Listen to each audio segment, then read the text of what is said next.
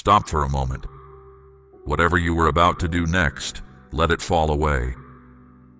Before the sun rose this morning, something shifted concerning you, and I will not let this day pass without you knowing it. I am the Lord your God, and I have interrupted your wandering on purpose. This word is not for the crowd. It is for you alone. You did not stumble into this moment. I drew you here. You have been searching, questioning, crying out in silence, and I heard every word of it. So be still now. Listen closely, because I am about to answer questions you stopped asking out loud a long time ago. I saw you. I need you to understand what I mean when I say that. I saw you sitting alone before facing the day, needing a few more minutes to put on the face that says, everything is fine.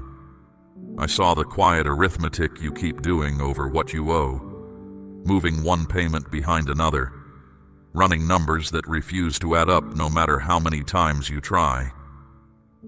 I saw you lying awake in the dark hours, going over what you have again and again, as if the answer might change if you counted one more time. I saw you smile among others while worry twisted inside you. I heard you say the words, "I am fine," while something in you was pleading to be heard. And still you kept showing up. You kept trying. You kept believing a breakthrough was coming, even when every door slammed shut in your face. I heard the midnight prayers that felt like they struck the ceiling and fell back on you. I heard the ones you never finished because you were too tired to find the words. Not one of them was lost. Every whisper rose before me like incense. You were never speaking into an empty room. The exhaustion you have been carrying is not who you are. The sadness that keeps trying to settle into your bones does not belong to you. It came from outside of you, and it has been pressing on you for so long that you began to mistake it for your own nature. Hear me clearly. That weight was never yours, and today I am naming it so you can stop blaming yourself for it. You opened the scriptures hoping for an answer, and the words felt distant and cold.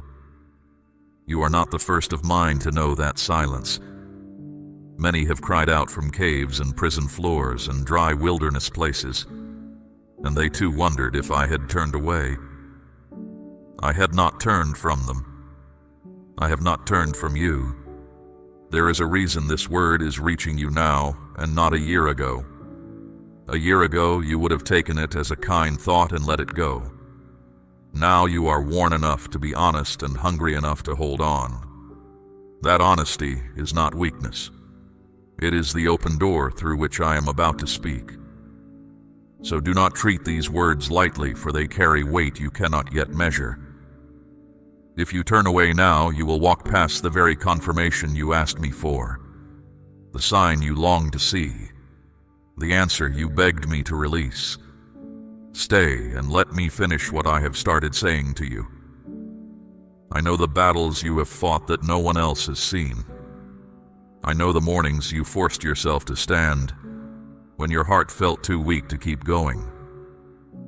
You have been holding on by a thread at times, whispering prayers you feared were too small for heaven to hear. No prayer of yours has ever been too small. I bend low to hear the faintest ones first. My child, I also know what you have been telling yourself in secret, that you are behind, that everyone else is moving forward while you stay stuck in the same place, that maybe you are the reason nothing works.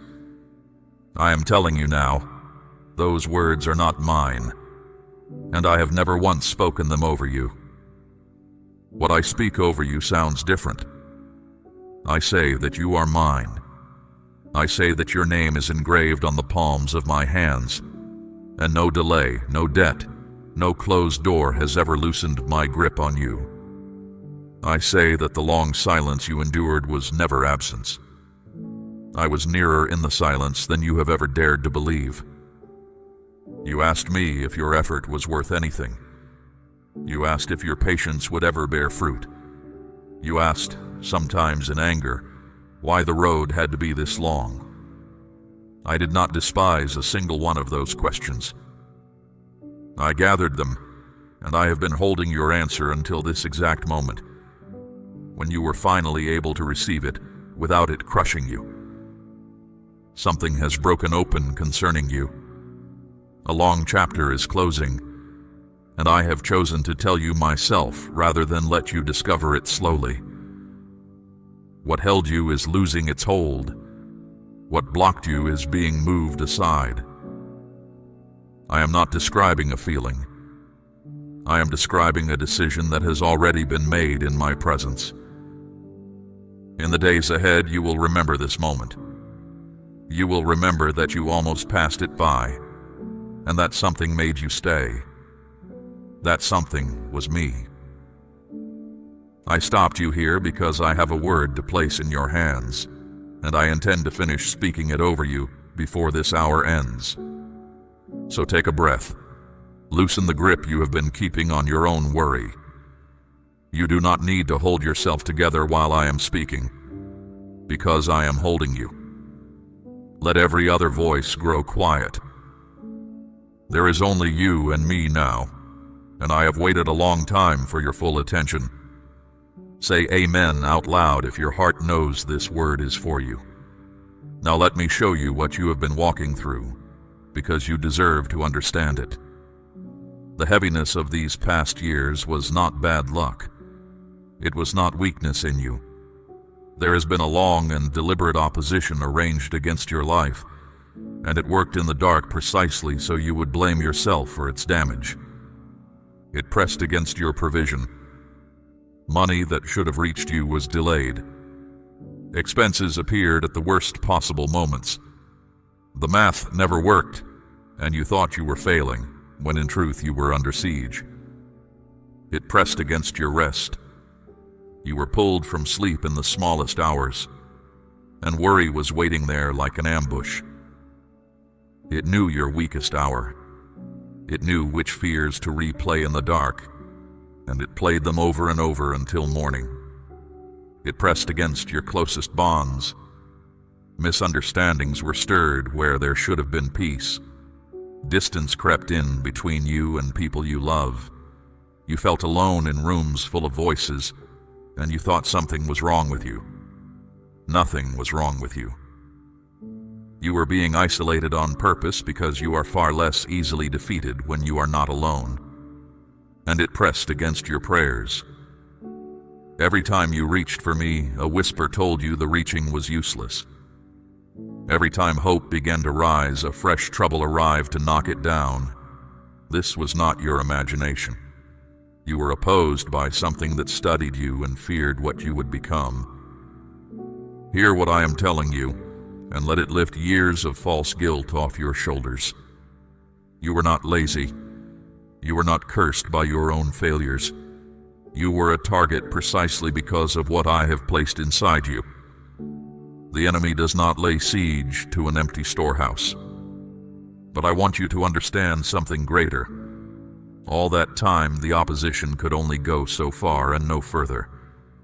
It pressed you, but it could not crush you. It delayed you, but it could not erase you. There was a boundary drawn around your life that it could never cross, and I was the one who drew it. And now hear the word I stopped you to deliver. The permission that opposition relied upon has ended. Its season is over. In my presence a ruling has been made concerning you, and no power beneath heaven can appeal it. The siege against your provision is broken. The ambush against your rest is disbanded. The wedge driven between you and those you love is being pulled out. I do not send messengers for a matter this close to my heart. I myself have gone ahead of you. I am unlocking what was sealed. I am releasing what was held. I am straightening the road that was made crooked, and I am doing it now, while my voice is still in your ears. Declare, I believe, if this word is reaching your spirit. You may ask why the opposition was allowed at all. It is a fair question, and I will not shame you for asking it. Understand this much for now. What came against you intended your ruin, but I bent every one of its schemes into your training. It meant to break your faith. Instead, your faith grew roots that storms can no longer reach. Think of what you can carry now that would have flattened you years ago. Think of the bad news you can hear without collapsing. Think of how quickly you return to prayer after a blow that once would have kept you away for months. That steadiness was forged in you during the very years you thought were wasted. Nothing about you was wasted. The one who opposed you understood something you are only now beginning to see. You are dangerous to the darkness. A person who keeps believing after years of resistance is a person who cannot be stopped by ordinary trouble. That is why the pressure on you was never ordinary. It was a measure of your worth, not a measure of your failure. So from this day, refuse the old explanation. When you remember the years of struggle, you will no longer say, "That was the proof that God forgot me." You will say, "That was the siege, and the siege is broken." Words matter, my child. Speak of your past the way I speak of it, and the past will lose its power to poison your future. I want you to notice something else in the days ahead. Burdens you carried for years will begin to feel strangely lighter, and you will wonder if you are imagining it. You are not imagining it. When a siege lifts, the air itself changes. Decisions that once paralyzed you will become simple. Tasks you avoided for months will take an afternoon. Do not credit coincidence for any of it. Coincidence did not endure the dark years with you, and coincidence is not delivering you now. I am. Give me what belongs to me, which is your trust, and I will keep showing you my hand until you can no longer doubt it. There will still be echoes of the old pressure, a bill, a harsh word, a heavy morning. Echoes are not the siege returning. They are the sound of something defeated growing fainter as it leaves. Treat them that way. Do not rebuild your fear around every echo, or you will imprison yourself in a war that has already ended. Instead, when trouble taps on your door, answer it with the ruling I have declared. Say, the permission has ended. Say, my God has gone ahead of me. Say it, even if your voice shakes, because heaven does not measure the steadiness of your voice. It measures the direction of your trust. You have spent years learning what it is to stand under pressure. Now you will learn what it is to walk without it. That will take some getting used to, and I will be patient with you while you learn. But learn it you will, because the next season of your life does not resemble the last one. I have seen to that myself. My child, hear me clearly now, because I am about to say something I have been waiting years to say to you. You finally did it. You reached the place I always knew you would reach. You pushed through storms that were designed to break you, and you did not quit, even when everything around you shouted that quitting was reasonable. You held on when others walked away. You kept moving when your strength was gone and you were running on nothing but stubborn hope. You stood in the fire, and though it burned, you walked out, carrying something the fire could not touch. This moment is not an accident. It is the fruit of your endurance, and I, your God, am proud of you. You thought I was punishing you. I was not. Every trial was shaping something in you that ease could never have built. Every closed door was my hand between you and harm you could not see. I was never against you. I was always for you, even on the days you cursed the road I had you walking. I saw you fight silent battles no one else even noticed. You thought no one cared. I cared. You thought no one was listening. I was listening. In the moments you felt most alone, my presence filled that room, whether you sensed it or not. Now, before I speak of what comes next, I have an instruction for you, and I ask you to receive it with an open heart. My child, I am asking you to place a portion of what you have, something of real weight, upon the altar of this work, as gold laid on the scales of this calling. Let it be a seed sown into deep water, an offering set on stone, not held back in fear.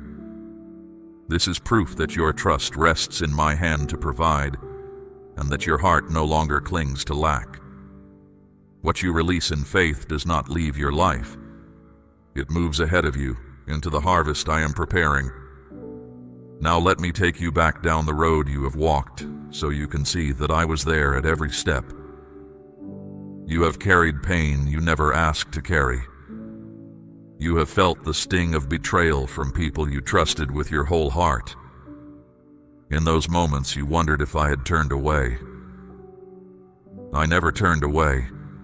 I stood guard over you in the shadows, even when you thought heaven had gone quiet.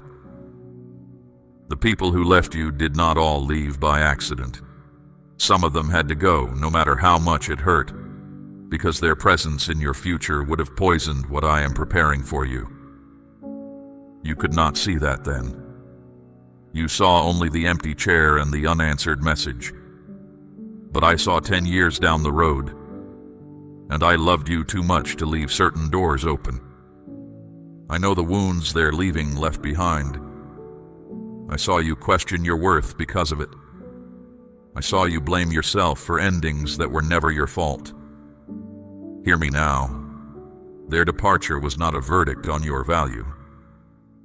Sometimes I remove people the way a builder removes scaffolding, because the true structure is ready to stand. And the doors that slammed shut, the opportunities that slipped through your fingers at the last moment, the plans that crumbled after you had worked so hard to build them. You asked me why everyone else seemed to move forward while you stood still. My child, those refusals were not rejection. If I had opened certain doors when you begged for them, what waited behind them would have wounded you, not blessed you. There is a timing to every release, and I do not explain it in advance, because trust that demands full explanation is not trust at all. But I will tell you this. Not one of those delays was carelessness. Each one was measured. Each one had a purpose you will one day see plainly. And when you see it, you will thank me for every door I refuse to open. You also wrestled with doubt, and I want to speak to that directly. You asked God, are you even real? Do you still hear me? Have you forgotten me? I never condemned you for those questions. I saw the weight you carried when you asked them, and I stayed closer to you in those hours than you ever realized. Doubt asked in the dark is still a form of reaching for me.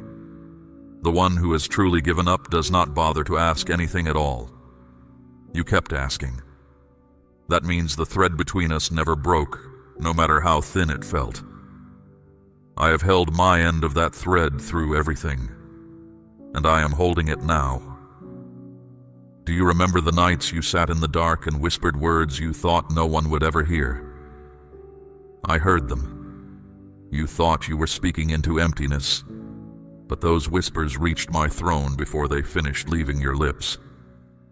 Even when you said nothing at all, when you only sat in silence because the words had run out, I knew what your heart was asking. I answered some of those silent prayers years ago, in ways you have not yet traced back to me.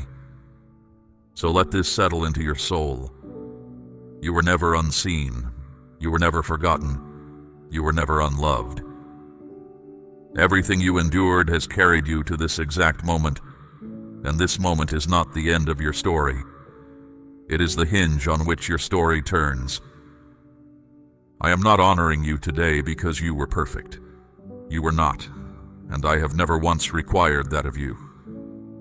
I am honoring you because you stayed. Because when leaving was easier, you remained. Because when despair made its best argument, you went to sleep, woke up, and tried again. Heaven does not overlook that kind of courage. I certainly have not. There is one more weight I must lift from you before we go forward, and that is the shame you have been carrying in secret. The quiet thought that says, maybe I am the reason nothing works out. Maybe I am the failure. I am telling you today with all the authority of heaven, you are not a failure. You are a fighter who was handed a heavier load than most, and you carried it further than most ever could. Where you saw weakness, I saw someone who kept standing. Where you saw falling apart, I saw someone holding together a life under pressure that would have flattened others. Where you saw yourself overlooked, I saw a servant I was guarding for an appointed hour. You have been telling your own story in the enemy's words. Today, I am giving you mine. Do you remember the times you smiled in front of everyone, then came home and collapsed, your soul aching with questions you could not put into words? I was there in that room, when you laid your head down and whispered, God, just give me one reason to keep going. I became the reason. Every morning you woke up after a night you thought you would not survive. That was my hand lifting you. Now listen carefully, for I am declaring something new over your life. The waiting season you have carried for so long has come to an end. The long cycle of not yet and maybe later has finished. I say it with all authority. The chapter is closed. You have crossed over. I am the one who opens doors no man can shut. And I tell you today, I have opened such a door for you. It was not built by human hands, and no power on earth can pull it closed. It is not luck. It is not coincidence. I carved this door into your story long ago, and now I have swung it wide, and I am inviting you to walk through it. For every door that slammed in your face, for every chance that was stolen by delay, I now set before you an entrance that cannot be taken away. You do not need to force it. You do not need to beg at it. It is already unlocked. Your part is only to rise and step through it with boldness. And hear this, because it matters to you more than you admit. Your victory will not be hidden this time. For years your triumphs were quiet, known only to you and to me. Now I will make your turning visible. Those who doubted you will see it. Those who questioned your faith will see it. Those who decided you would never rise will stand as witnesses to what my hand has done in you. Do you remember whispering to yourself, when will it be my turn? My child, this is your turn. This is your moment. The door I have opened is not small, and it is not fragile. What flows through it will not be a brief relief that fades by winter. It is a lasting change in the direction of your life. I am restoring years that felt stolen from you. I am multiplying what was broken down to almost nothing, and I am doing it in such a way that when it unfolds, no honest observer will be able to explain it apart from me. That is deliberate. Your life is about to become an argument that I keep my word. You sowed in sorrow, season after season, with no harvest in sight. Now you will reap in joy. You endured the silence. Now you will hear celebration where there was mourning. You stood in faith when there was no evidence on the table. Now I will set evidence before you until your hands lift on their own in awe. What I do in this season will also silence the old lies. Every voice that said you were forgotten will be answered, not by your arguing, but by the plain sight of my faithfulness resting on your life. You will not need to defend yourself. Your circumstances will speak, and they will speak clearly. So step forward. Do not hesitate at the threshold. Do not let fear grab your ankle at the last moment and whisper that this is all too good, that words like these are for other people. You have been strengthened for this exact door. You are not too late. You are not unworthy. This is not a trick, and it is not a test. It is my promise arriving. I know that after years of disappointment, hope itself can feel dangerous. You learned to keep your expectations low so that life could not hurt you again. That habit protected you once. It cannot come with you through this door. On the other side, you will need the courage to expect good things again, and I will teach it back to you gently, one fulfilled promise at a time. Start small if you must. Expect me in one thing this week. Place one need in my hands and refuse to take it back. When I answer, mark it.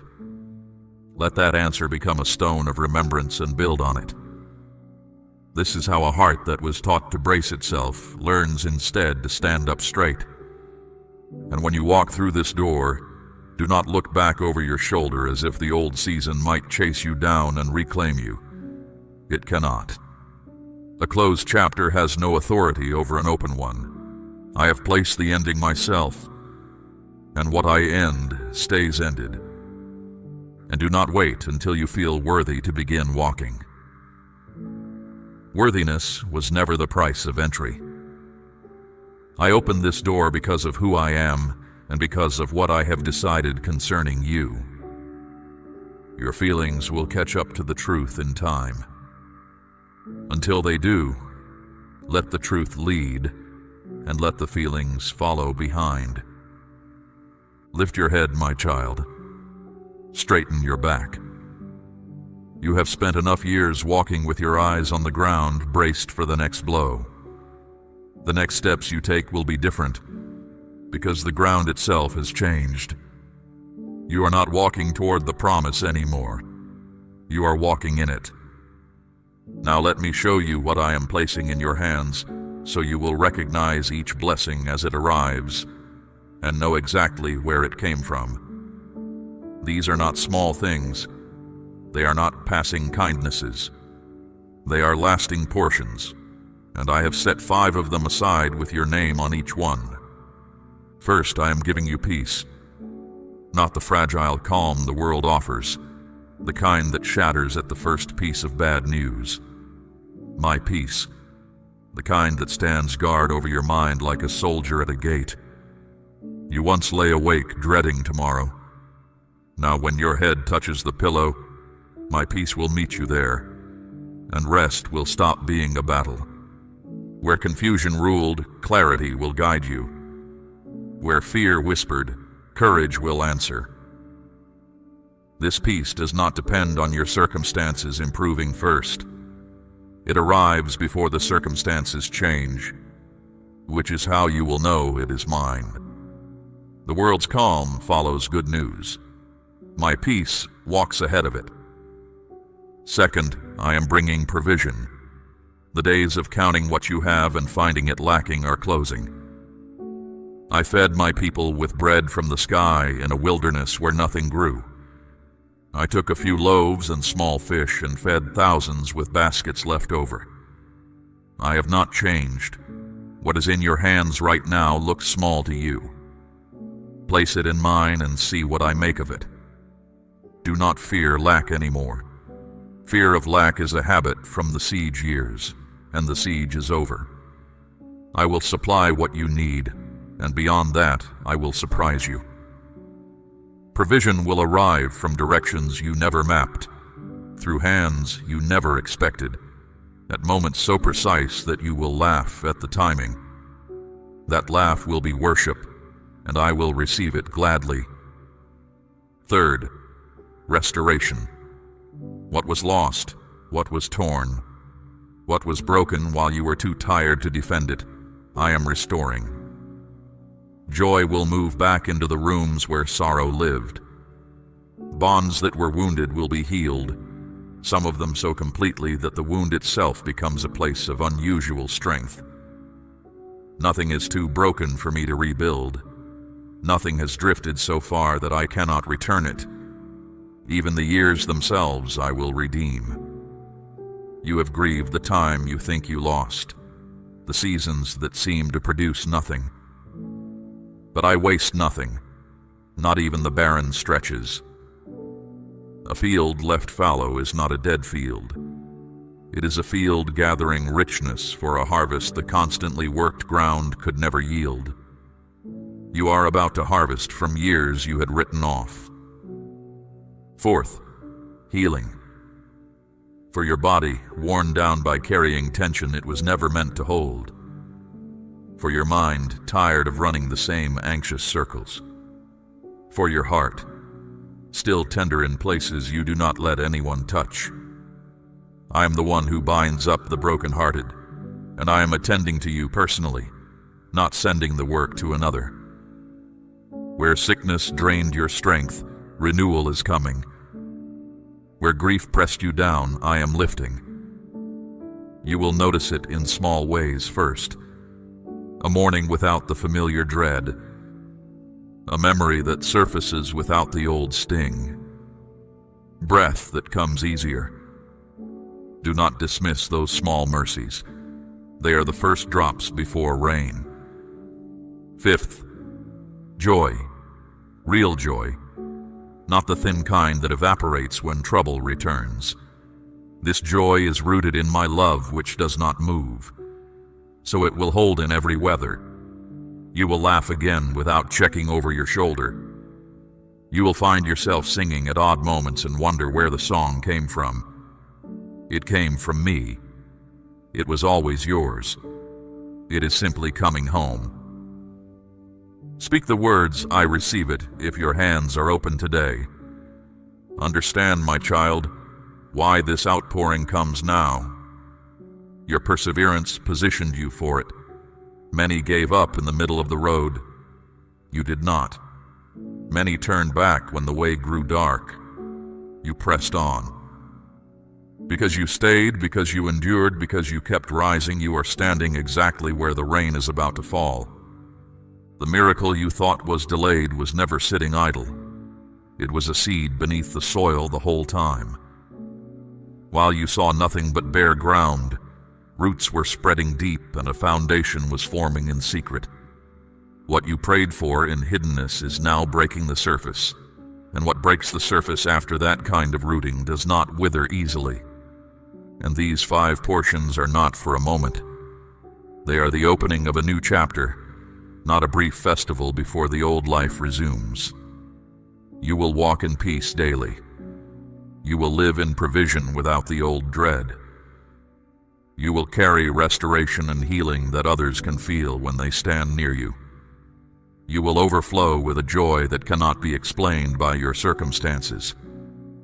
That overflow has a purpose beyond you. Others will notice the change and ask, how did you make it through? How are you standing? What happened to you? And you will point to me.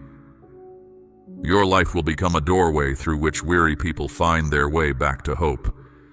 I am blessing you in a manner designed to spill over, because that is how my kingdom moves through the earth. You will be a bearer of peace to the troubled, a voice of courage to the ones about to quit, living proof to the hurting that I still heal, still restore, still lift up those who refuse to let go of me. This is part of why you were allowed to walk so hard a road. No one learns to carry water for others in a land where it has never been scarce. So lift your hands and receive all 5 portions without apology. You do not need to earn them now. The staying was the sowing, and this is the harvest. I, the Lord your God, am faithful, and I keep every promise I make. This is your season of blessing. Take it from my hand. Now that I have opened the door and named the blessings, I must also prepare you, because every new season carries both promise and danger. What I am placing in your hands is powerful, and powerful things must be guarded.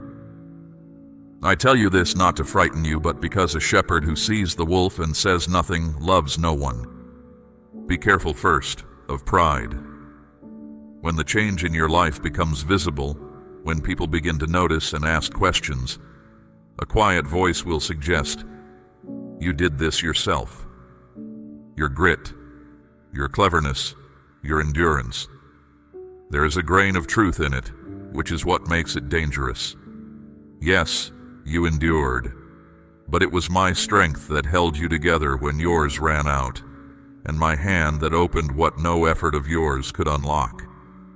Remember the source, and the blessing keeps its sweetness. Forget the source, and the same blessing turns heavy and hollow in your hands. Stay low in your own eyes, and I will keep lifting you higher. That is not a threat. It is simply how weight is carried safely. The deeper the roots, the taller the tree can stand without breaking.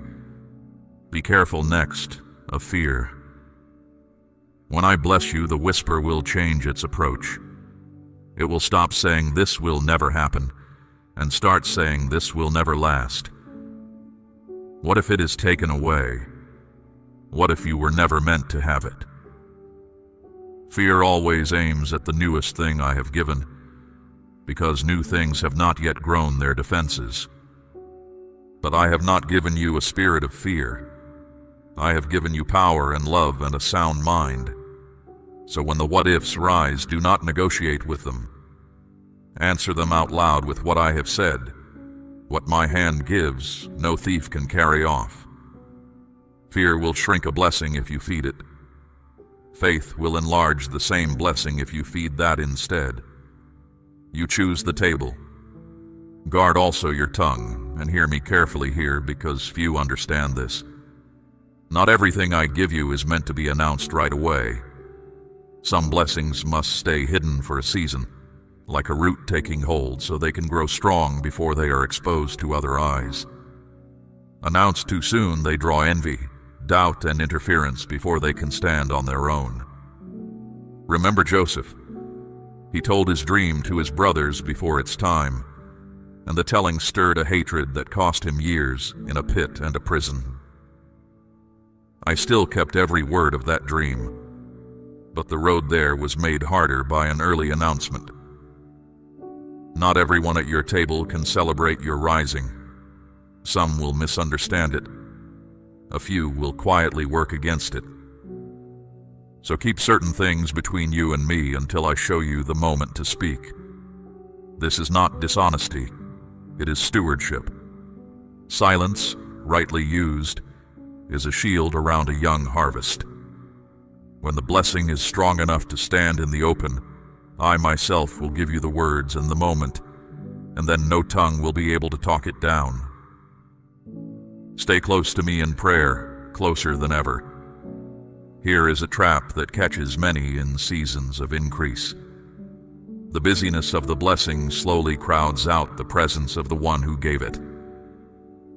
The struggling soul prays daily out of need. The blessed soul can drift for weeks without noticing. Do not let what I give you become the very thing that pulls you from me.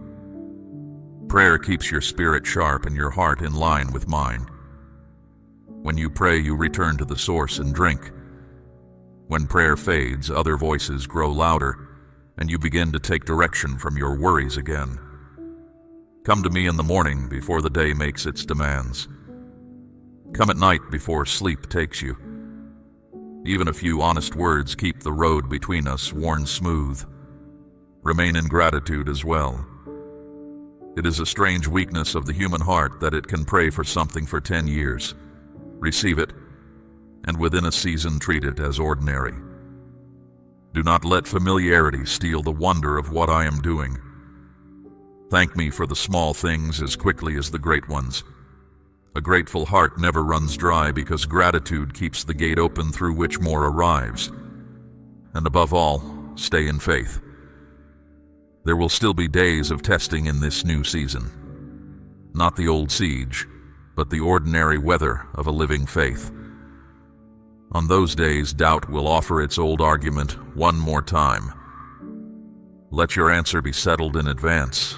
Faith is your anchor now. The same faith that carried you through the years of waiting. It did not retire when the waiting ended. It simply changed assignments. Faith is not seeing everything clearly. It is trusting the one who does. When you cannot trace my hand, trust my heart. When you do not understand my timing, remember its record.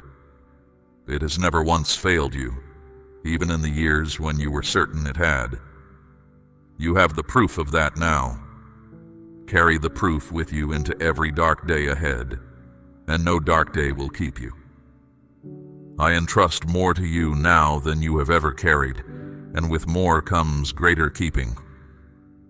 Guard your heart, guard your words, guard the quiet place where you and I meet. Not everyone around you will understand the season you are in, and you are not required to make them understand. Let your life do the explaining in due time. Treasure what I place in your hands. Water it with prayer.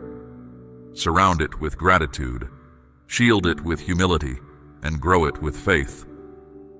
Do this, and the blessing will not only remain, it will multiply until it overflows the borders of your own life and runs into the lives of everyone I send near you. That overflow is my plan, and I am not hiding it from you. You are blessed in order to become a blessing, and I have chosen you for both. One more preparation, and then I will speak of the surprise I have been saving for the end. In the days just ahead, do not be startled if resistance flares one last time. A defeated enemy rarely leaves quietly. There may be a sudden quarrel over something small, an unexpected expense, a wave of heaviness or doubt that seems to arrive from nowhere. This is not the siege returning. This is the noise of a retreat. When it comes, do not panic and do not despair. Recognize it, name it, and answer it out loud. Say, I know what this is, and it has no claim on me anymore. The permission has ended, and my God walks ahead of me. Then continue on your way. Opposition that is answered calmly loses its power twice as fast, because its only real weapon was your fear. Now, my child, let me set two roads before you, because what you do with this word will decide which one you travel. On the first road you let this hour fade. You are stirred today, but by tomorrow the old voice returns, whispering that words like these are for other people, and you agree with it out of habit. Months from now you are still circling the same worries, still braced for the next blow, wondering why nothing shifted. On the second road you take me at my word. You rise tomorrow and speak of your past the way I have spoken of it tonight. You place one need in my hands and refuse to take it back. You guard the blessing. Stay near me in prayer and step through the door I have opened without looking over your shoulder. On that road, months from now, your own life has become the evidence, and the people around you are asking what changed. The two roads are real, and the choosing is happening now, not someday. Choose the second road. Not because I demand it coldly, but because everything in me longs to see you walk it, and everything I have prepared is waiting along its way. And now, the surprise. It is not a possession, though provision is coming. It is not a single answered request, though answers are already in motion. The surprise is this: you were never forgotten. Not for 1 hour of one day of all those years. Every prayer you thought had gone unanswered was being kept, the way a faithful steward keeps an inheritance until the heir comes of age. The nights you felt abandoned, I was in the room. The delays that broke your heart were my hand holding back what would have harmed you. The doors that closed were my mercy wearing a disguise you could not recognize at the time. You believed you were fighting alone, and the whole time heaven was arranged around you like an army you could not see. Even when my silence felt like absence, it was nearer to a held breath. There is a kind of quiet that comes before a great unveiling, when everything is prepared, and the only thing remaining is the right moment. You have been living inside that quiet. It was never emptiness. It was the stillness of a table already set, waiting for you to be brought to it. The breakthrough you begged for was not withheld out of reluctance. It was held in trust until you stood where receiving it would establish you instead of scattering you. Not perfect, for I never required perfection. Positioned, ready in the way that matters. And here you are, and here it is. And this meeting of the two is what I have been arranging all along. So receive it. Stop analyzing whether a word this kind could truly be for you. Stop demanding one more proof before you let yourself hope. Open your hands. Open your heart. Receive the turning that is already in motion, the ruling already declared, the door already open, the 5 portions already set aside with your name on them. Say, "Yes, Lord," if you are ready to walk through the door I have opened. And know this as you go. You will not walk into the new season alone.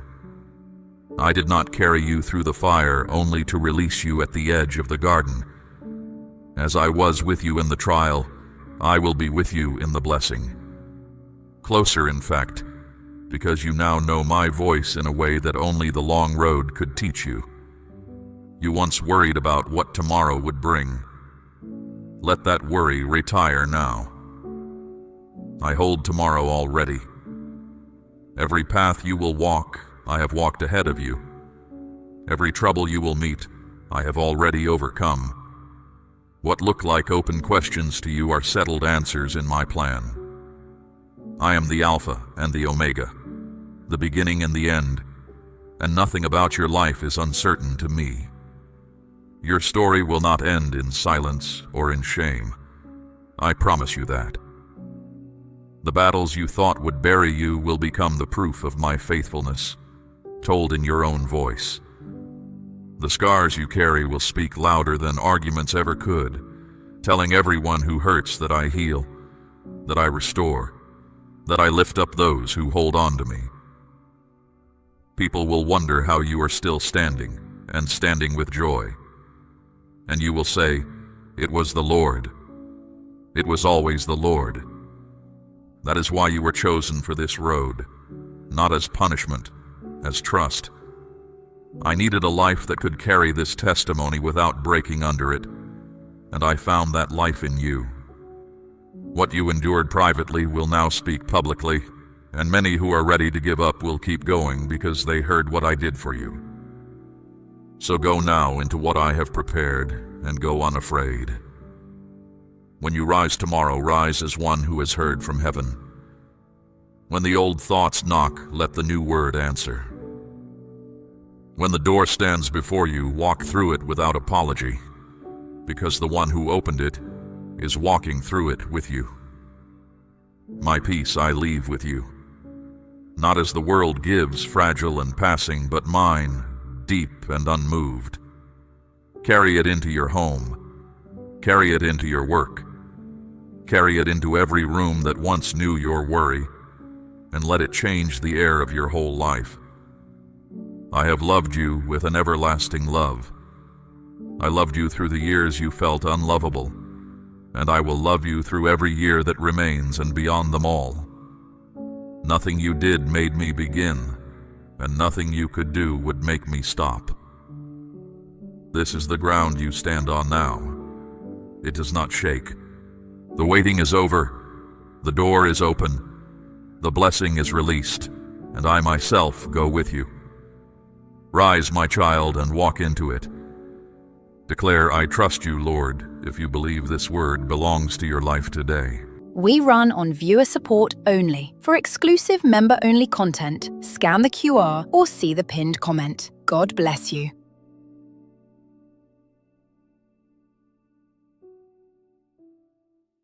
My child, stop what you are doing right now. Yes, you. Halt your thoughts and give me your complete focus for a little while. I am interrupting your day on purpose. This is not an accident, and it is not chance. I have placed these words in your path because there is something I must say to you, and it cannot wait any longer.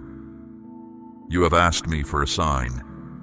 You have prayed, "Lord, show me that you are with me." Show me that you hear me. Show me that you have not forgotten me. As my voice reaches you now, understand that this is my answer. This moment is the sign you asked for. So do not dismiss what you are hearing. Do not let your mind wander to the worries of the day. What I am about to speak into your spirit carries weight, and it is meant for you alone. Listen closely, for I am not merely speaking. I am mending. I am restoring. I am drawing you back into stillness. I have seen your weariness. I have seen you rise each morning and push through worry, discomfort, and uncertainty. There were days you smiled for others while your spirit ached inside. There were nights you lay awake while your thoughts circled like a storm that would not end. You called out to me and it felt like silence, but I was not silent. I was there. I was with you in the darkness. I heard every word you spoke and every word you could not bring yourself to say. When your heart was too heavy to form a prayer, I understood what your heart meant. Nothing you carried escaped me. Nothing you suffered went unnoticed. You may feel that no one truly understands your journey, but I do. I understand the weight you carry. I understand what it is to keep moving when your inner self feels empty.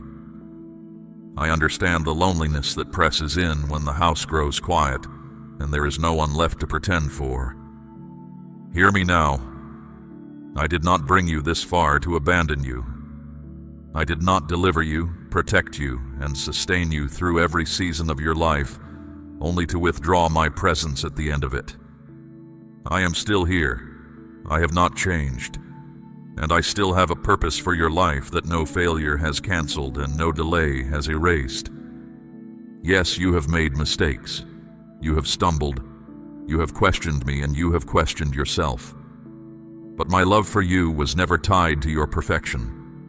I love you because you are mine. You came from my hand. You are my joy. Nothing you have done and nothing anyone has ever said about you can undo that truth. You have been strong for so long. But I am not asking you for strength right now. I am asking you to rest. Not the rest of sleep alone, but the deep rest of a spirit that finally stops striving. Lay down the worry. Lay down the guilt. Lay down the need to repair everything through your own effort. That was never your burden to carry. It is mine. I know the enemy of your soul is already whispering to you. He is telling you to turn away, that this word is not really for you, that nothing will change. He is a deceiver, and he fears what will happen if you believe me. This word is for you. I called you into this moment because I am about to move in your life, and I want your heart open when I do. You stand at a threshold. There are turning points in a life that do not come twice in the same way, and this is one of yours. Heaven has been arranging this hour long before you thought to ask for it. Doors are ready to open, chains are ready to fall. But I need your attention, your trust, and your willingness to stay with me until I have finished speaking. Lean closer now. I am not calling to you from some far country. I am nearer than your own breath, nearer than your heartbeat. I have walked beside you through every shadowed valley and every storm that seemed too fierce to survive. You did not endure those years because you were unbreakable. You endured because I was holding you up when your strength was gone. So let the noise inside you grow quiet.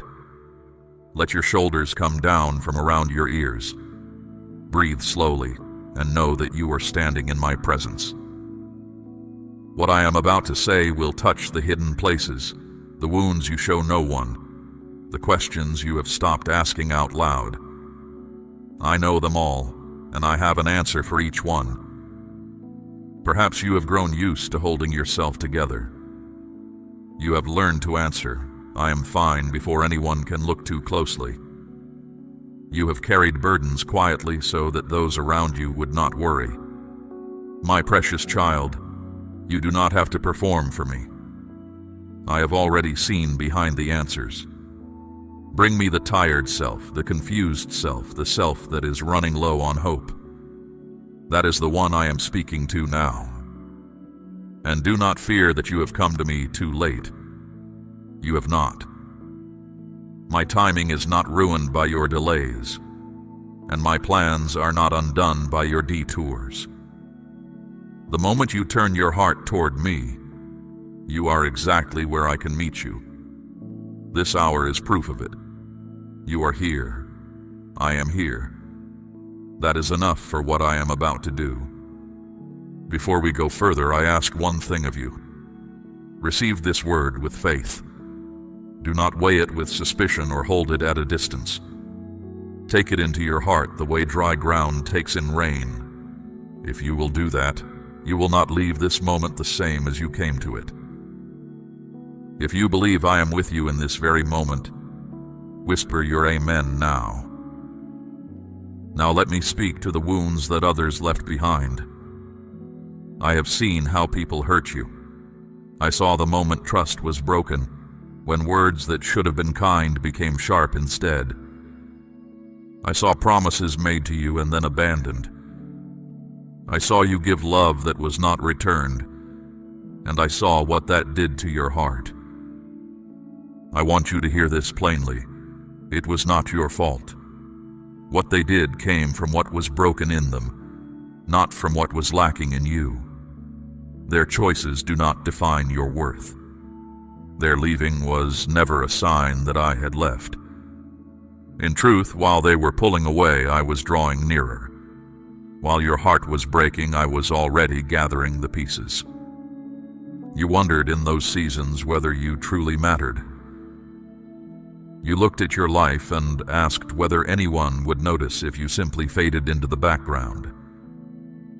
My child, you have never once been invisible to me. When you walked into rooms where no one greeted you, my presence surrounded you. When you prayed prayers you thought were too small to deserve an answer, I leaned in and listened to every word. And I know about the other voice, the one that speaks when you are alone, the one that murmurs, "You are not enough. You have failed too many times. You are too far gone." You have tried to push those thoughts away, but they keep returning, and they are heaviest at night. Hear me clearly. That voice is not mine. I have never called you worthless. I have never called you a failure. I have never looked at you with disgust. My voice speaks love. My voice declares that you are pardoned, chosen, and wanted. Any word that drags you toward despair did not come from your Father. When you stumble, I do not step back from you. I reach down to lift you. When you doubt, I do not withdraw my hand. I steady you until your faith finds its footing again. I am not a God who waits at a distance for you to become acceptable. I came to you in your worst hour, and I have stayed through every hour since. Consider how far you have come. You have walked through things that could have destroyed you, and yet here you are, still breathing, still listening, still reaching for me. That is not weakness. That is evidence of a life I have been guarding. If your story were finished, you would not be hearing my voice right now. I am not finished with you. You may believe your best days are behind you. You may look at the years gone by and grieve what was lost in them. But I tell you, what lies ahead of you is greater than what lies behind you. The sorrow you have known will not be the final word of your story. Joy is drawing near. Hope is taking root again. I am beginning something new in you, even now. Long before anyone gave you a name, I had already chosen you. I formed you with intention and care, shaping every part of who you are. I placed strengths in you that no one else carries in quite the same way. You are not one face lost in a crowd to me. You are my own, engraved on the palms of my hands, and I could no more forget you than deny myself. Others may have overlooked you. Others may have misjudged you or measured you by your worst season. But their measurements are not mine. I do not define you by the day you fell. I define you by what I created you to become, and by the love I have carried for you from the beginning until this very breath. So when the old accusations rise, answer them with my word. When shame says, remember what you did, answer, my Father has pardoned it. When fear says, you will always be alone, answer, my God has never left me. When despair says, nothing will change, answer, my God is making all things new. You do not have to shout. You only have to believe what I have said. There is a place in you that has been waiting years to hear this. Not the surface, but the deep place, the one you guard. Let these words reach it. Let them settle where the wounds are oldest. I am not offering you a pleasant thought to carry for an afternoon. I am speaking healing over the foundations of your life. You are loved with a love that has no end and no condition. You are chosen, not by accident, but by design. You are known completely and still wanted completely. There is nothing in you that made me turn away, and there is nothing ahead of you that I have not already prepared for. This is the truth about your life. Whatever anyone else has said, stand on it. Build on it. Let every other voice grow quiet before it. From this day, I want you to carry yourself as one who belongs to the living God, because that is exactly what you are. Not tolerated, not barely accepted. Beloved, do not compare your path to anyone else's.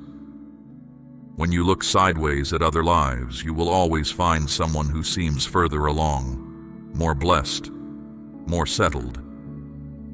But their road was never meant for your feet. I designed you for a purpose that belongs to you alone, and I am unfolding it at the pace that is right for you.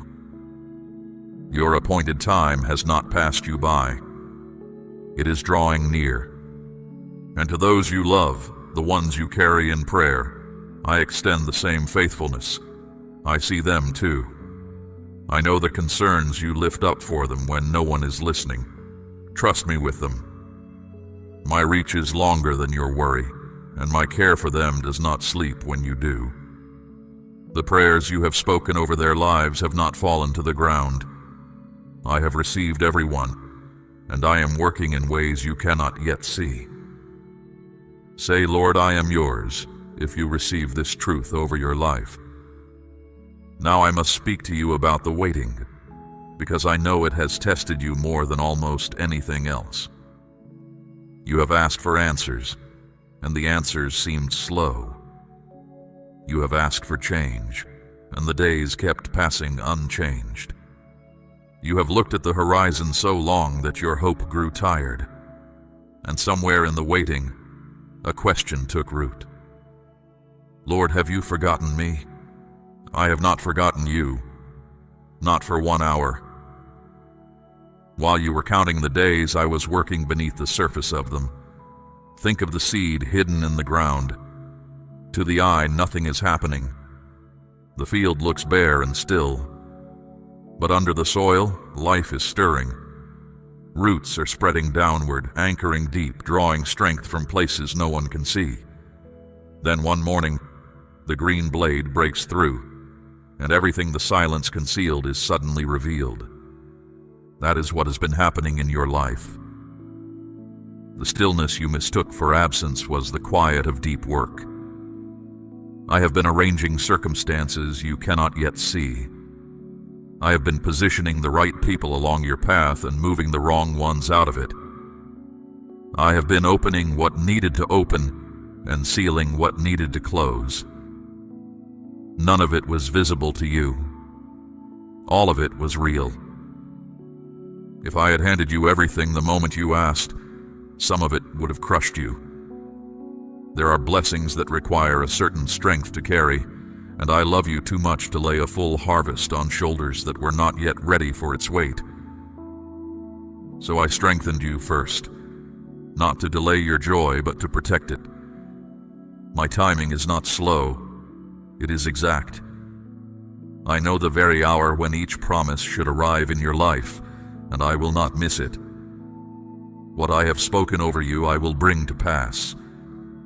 I do not make pledges and abandon them. I do not speak and then change my mind.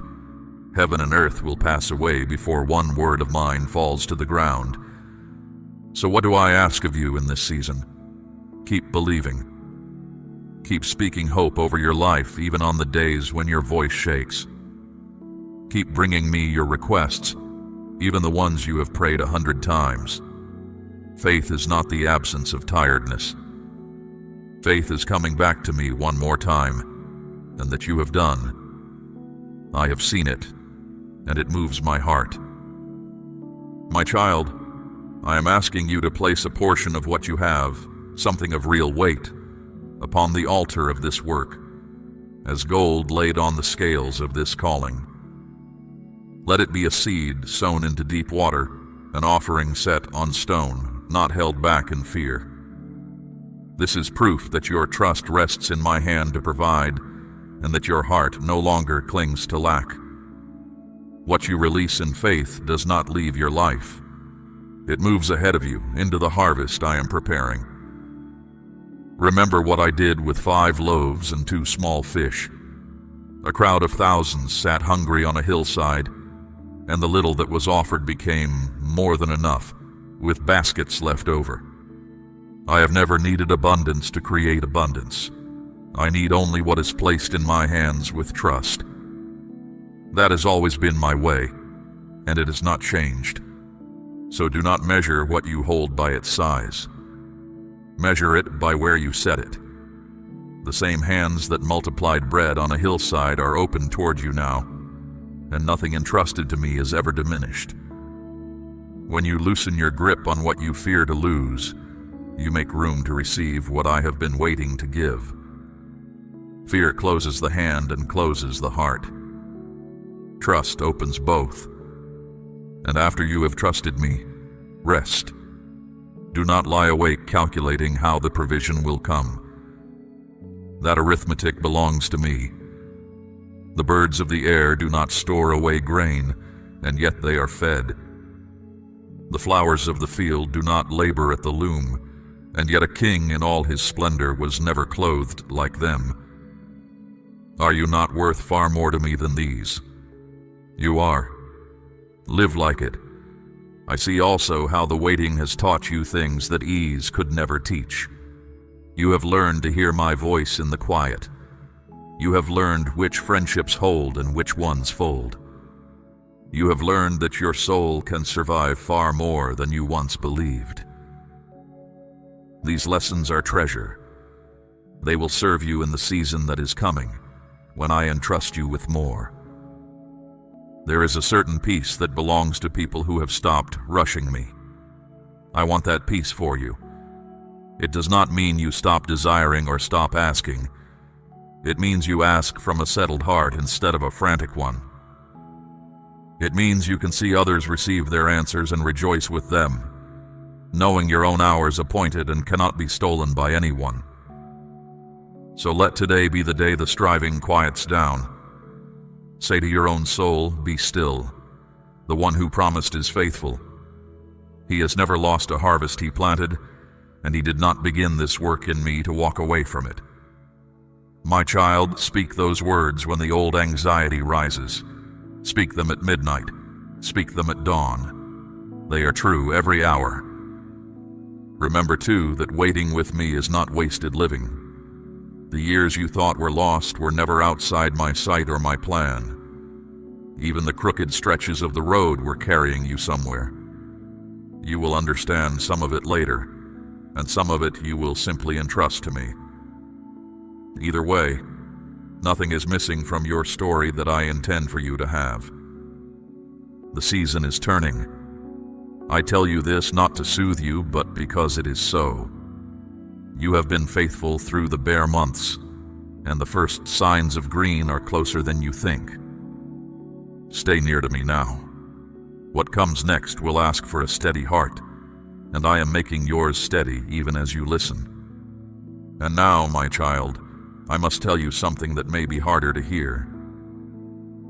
There are things in your life it is time to say goodbye to. A new season cannot be poured into hands that are still gripping the old one. So before I lead you forward, I am asking you to release what has been holding you in place.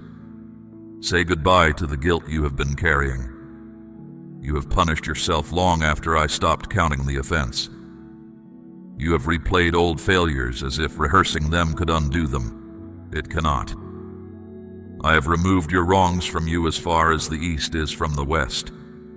When I pardon, I do not keep a copy of the record. Why are you still reading from yours? Say goodbye to shame. Guilt says you did something wrong, but shame goes further and says you are something wrong. That is a lie from the pit, and it has stolen enough of your life. You are not your worst day. You are not the name someone once called you. You are not damaged goods. You are my child, washed and welcomed, and I am not ashamed of you. Say goodbye to the fear that has narrowed your world. Fear has told you what you cannot do, where you cannot go, what will surely go wrong if you try.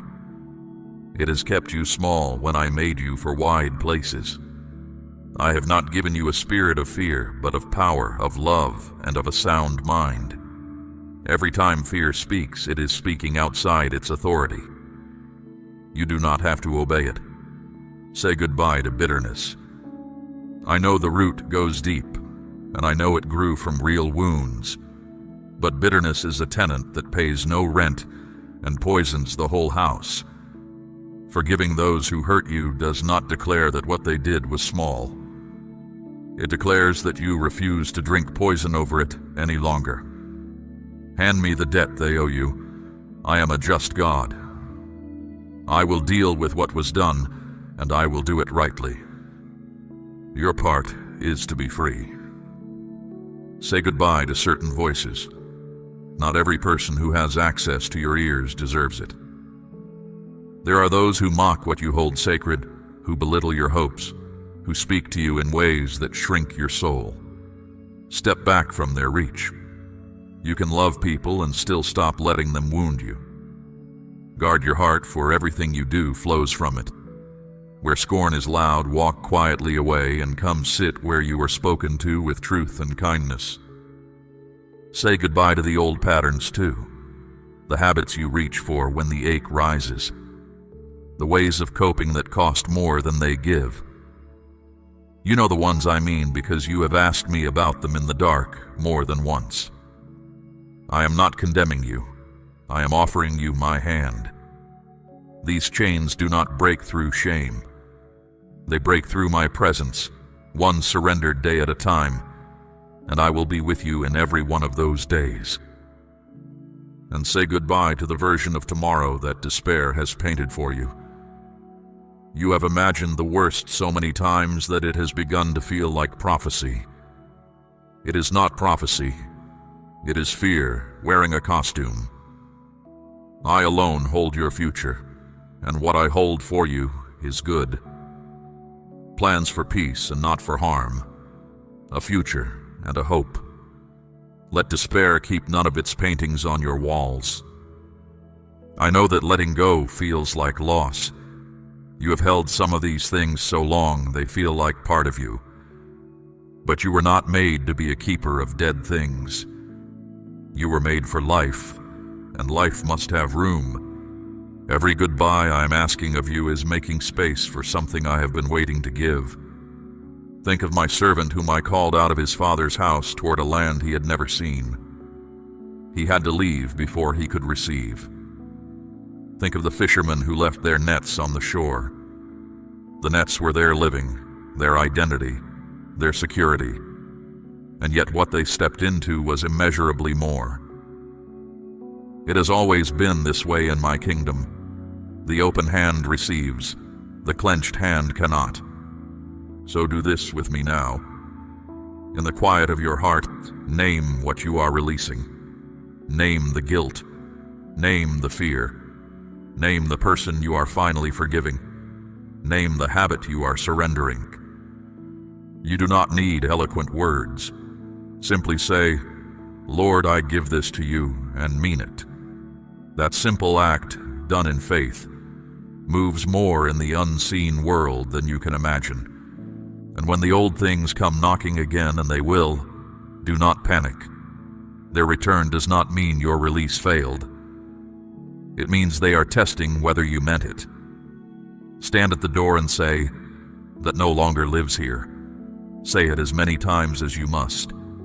Each time you refuse them, their voice grows fainter, and my voice in you grows stronger. Understand also why I press you on this today and not someday. Seasons have doors, and doors do not stand open forever. The willingness you feel right now, the softness in your heart as you listen, that is my spirit at work in you. Do not let this stirring cool into another postponed decision. The person who says, "I will deal with it later," often finds that later has a way of never arriving. Today, while your heart is tender, is the day. This is the goodbye that opens the gate. On the other side of it stands everything I have been preparing while you were still bound. Freedom is not far away, my child. It is one surrender away. Walk with me through this gate, and do not look back the way the fearful do. Look forward. That is where I am leading, and I do not lead my children into ruin. I lead them home. Now let me show you what the hard years were actually doing, because I know you have questioned them. You have asked why the road had to be this steep, why the battles kept coming, why relief always seemed one more hill away. You wondered at times if I was against you. I was not. I was forging something in you that comfort could never forge. Gold does not become pure by resting in the ground. It passes through fire, and the fire does not destroy it. The fire separates it from everything that is not gold. That is what your trials have done. They have burned away what was shallow, so that what remains in you is true. You are not the same person who entered those fires. You are stronger, wiser, and more real. The weight you can now carry would have flattened the person you used to be. The storms taught your roots to go deep. A tree that has never faced wind grows tall and hollow, and the first real gale brings it down. But a tree that has bent under many storms sends its roots into the rock. You have bent, my child. You thought bending meant you were breaking, but you did not break. And now you are anchored in me at a depth that no passing storm can reach. I want you to remember Jericho. My people walked around that city once a day for 6 days, and nothing happened. No cracks appeared. No stone shifted. To every onlooking eye, their marching looked useless. Imagine if they had quit on the 6th evening, footsore and mocked with the wall still standing. They would have walked away one single day before the miracle. But they continued, and on the 7th day, at the sound of the shout, those walls fell flat. I tell you this because you are closer to your 7th day than you know. The walls in your life look as solid as ever. That is what walls look like right up until the moment they fall. Do not measure my progress by what your eyes report. The most important collapses begin invisibly. Keep circling. Keep obeying. Keep believing. Your shout is coming. Remember also the man at the pool of Bethesda. 38 years he lay there, waiting for waters to stir, seeing others receive what always slipped past him. When I came to him, I asked him one question. Do you want to be made well? It sounds like a strange question to ask a suffering man. But long suffering can teach a soul to build its home inside the sickness, to stop imagining any other life. So now I ask you the same question, and I ask it with all tenderness. Do you want to be made whole? Not just comforted in the old place, but lifted out of it. Wholeness will change things. It will ask you to pick up your mat and walk, to live without the story that has explained your life for so long. If your answer is yes, then say yes to me now, deep in your spirit. That yes is the hinge on which this whole hour turns. And learn from Martha and Mary. Martha hurried through the house, anxious and troubled about many things, while Mary sat at my feet and listened. Only one thing was needed, and Mary chose it. In these days, my child, be merry. The tasks will wait. The concerns will keep. But moments like this one, when heaven bends low to speak, must not be traded for busyness. The portion you receive at my feet can never be taken from you. I know perseverance is easier to praise than to practice. I know there have been evenings when you said, I cannot do this again tomorrow. And yet tomorrow came, and you did it. Do you understand what that means? My strength has been working in your weakness all along. When you were at your emptiest, and still took the next step, that step was mine and yours together. You have never once walked alone, even on the days you were sure you did. So here is my word for the battles that remain. Do not fear them. I have already gone ahead of you into everyone. There are dangers I have removed from your path that you will never know about. Snares undone before your foot ever reached them. The protection you could not see was still protection. The same shield goes before you now. Stand firm then, and do not throw away your confidence, for it will be richly rewarded. You have need of endurance, so that after you have done my will, you will receive what I have promised. The harvest is certain for those who do not give up. Weeping may last through the night, but joy arrives with the morning. And your morning, my child, is nearer than it has ever been. Let no one convince you that your persistence has been foolish. Heaven sees it differently. Every quiet act of faithfulness has been recorded. Every time you chose hope when despair was easier, it mattered. Every prayer repeated through gritted teeth has been rising before me like incense. Nothing offered to me in faith is ever lost. Nothing. And when you cannot fight, rest is not retreat. Even my servant Elijah, after his greatest victory, lay exhausted under the broom tree and asked for the end. I did not scold him. I fed him, and I let him sleep. And then I fed him again. And in the strength of that food he traveled 40 days. Sometimes the most faithful thing you can do is eat and sleep, and let me restore you. There is no shame in it. The journey is long, and I know how you are made. One day you will look back on this stretch of road and understand what it made of you. You will see that the narrow way was carrying you toward the wide place all along. Until that day, walk by faith and not by sight. I am beside you on the road, closer than your shadow, and I do not tire. Declare your amen now if your faith still stands. Now let me teach you the way of the thankful heart, because it will guard everything I am about to give you. When blessing finally rests in your hands, a quiet danger arrives with it. The danger of forgetting. 10 lepers were cleansed on the road, and only one turned back to give thanks. I do not want the answer to your prayers to become the thing that draws you away from me. So begin each morning with gratitude, before the noise of the day can flood in.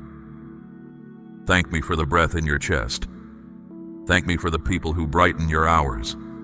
Thank me for the mercies that met you while you slept, for they are new every morning. A few honest words are enough. I am not looking for ceremony. I am listening for a sincere heart. Let thanksgiving come before your requests, not after them. When you enter my gates with thanksgiving, something changes in you before anything changes around you.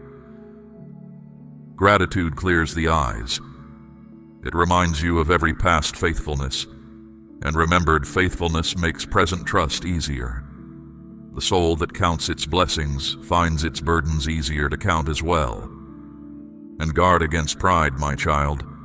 When relief comes, pride will whisper that your own cleverness carried you through. Do not believe it. Thoughts like that are cracks in a jar, and blessing leaks out through them slowly, unnoticed, until the vessel stands empty. Humility keeps the vessel sound. Say freely, "This was the hand of my God," and the jar will hold what I pour into it. Do not despise small beginnings either. When provision comes, it may arrive as a modest opening rather than a flood. Walk through it anyway. Small starts lay solid foundations. The faithful tending of little things is how I prepare my children for greater things. Be trustworthy with the day of small things, and you will stand unshaken in the day of large ones.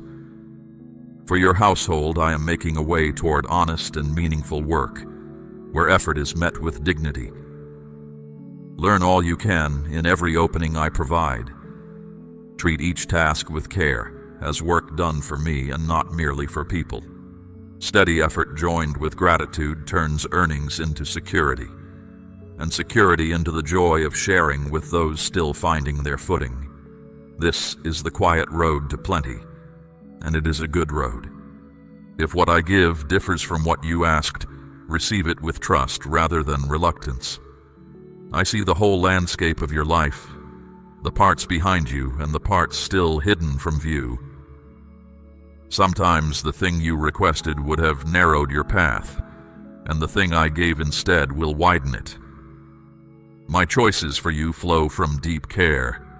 Accept them with confidence, knowing the portion provided suits your journey, and let your gratitude overflow toward others. Speak encouragement to 3 people who are hurting, and notice the calm that settles over them. A weary world is changed by such small, faithful acts more than by grand speeches. When you bless people in pain, you are reflecting my own character, and I take delight in it. The ones you love will learn more from the way you live thankfully than from anything you argue.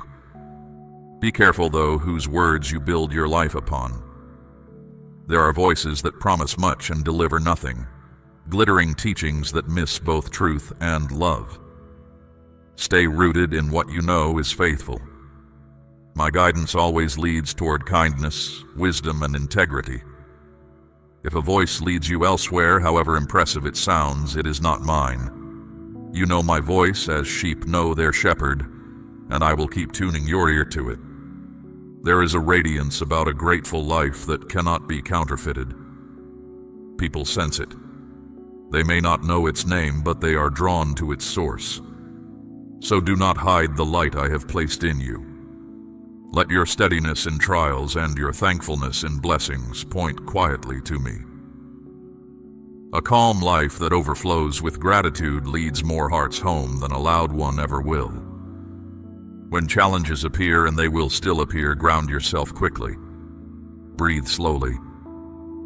Recall the evidence of my past provision, for you have plenty of it now. Hold frustration loosely and wisdom tightly. Speak kindly to yourself as you adjust, for harshness toward your own soul is not humility, and it does not honor the one who made you. Every obstacle met with courage and thanksgiving refines your character and enriches your story. And end each evening as you began the morning. Let your last thoughts before sleep be simple thanks, for guidance given, for strength supplied, for lessons learned. Release the leftover worries of the day into my keeping. You can put them down because I stay awake either way. He who keeps you does not slumber. Rest and let the night pass under my care. Notice the small wonders as you go. Morning light on the table, laughter shared with a friend, an unexpected kindness from a stranger. These simple treasures train the heart to spot goodness even on difficult days, and a heart trained to see goodness grows resilient Over time, this quiet practice will hold you steady where louder remedies fail. It costs a moment of attention, and it pays in peace. Gratitude costs you nothing, yet it means everything, because it keeps your heart facing toward me. And a heart facing me is a heart I can fill. This is the secret of the contented soul, my child. Not more, but thankfulness for what is, which mysteriously opens the way to more than you asked. Practice it daily, in small things, until it becomes the very air you breathe. Hold these words close as we come to the final thing I must tell you. For now I am ready to speak of what is being released over your life in this very hour. What I have prepared is not small, and I want you to receive it with a heart made ready, a heart set free, a heart overflowing with thanks. Because you have stayed with me, because you have leaned in and received my words with an open heart, I now declare over you what heaven has been holding for this hour. Hear me clearly, for I do not speak in riddles. I speak with certainty, and what I declare cannot be undone. This is the hour of breakthrough, and it begins now. The chains that have bound you are breaking. The invisible weights that pressed on your chest, the cycles that seemed to have no end, the patterns of fear and heaviness that returned again and again, they are giving way under the power of my presence. Where my spirit is, there is freedom, and I am releasing that freedom over you as you listen. You will not live bound any longer. The doors that stayed shut are opening. I know how many times you knocked and heard nothing. I know the tries that ended in rejection and the hopes that ended in delay. Those doors were shut because the hour had not come, not because you were refused forever.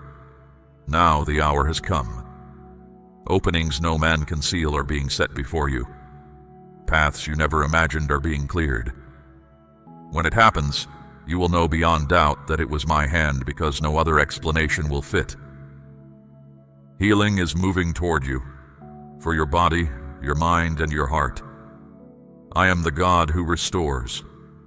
Where sickness has worn you down, I speak renewal into every hidden part of you. Where anxious thoughts have circled without rest, I speak peace. Be still. Receive my calm. The storm inside you is being silenced, and from this day, peace will be your portion in greater and greater measure. I am healing your heart as well. The losses that cut deep, the seasons of grief, the disappointments you stopped mentioning because no one seemed to understand, I am tending each one. The bitterness that tried to take root has been pulled.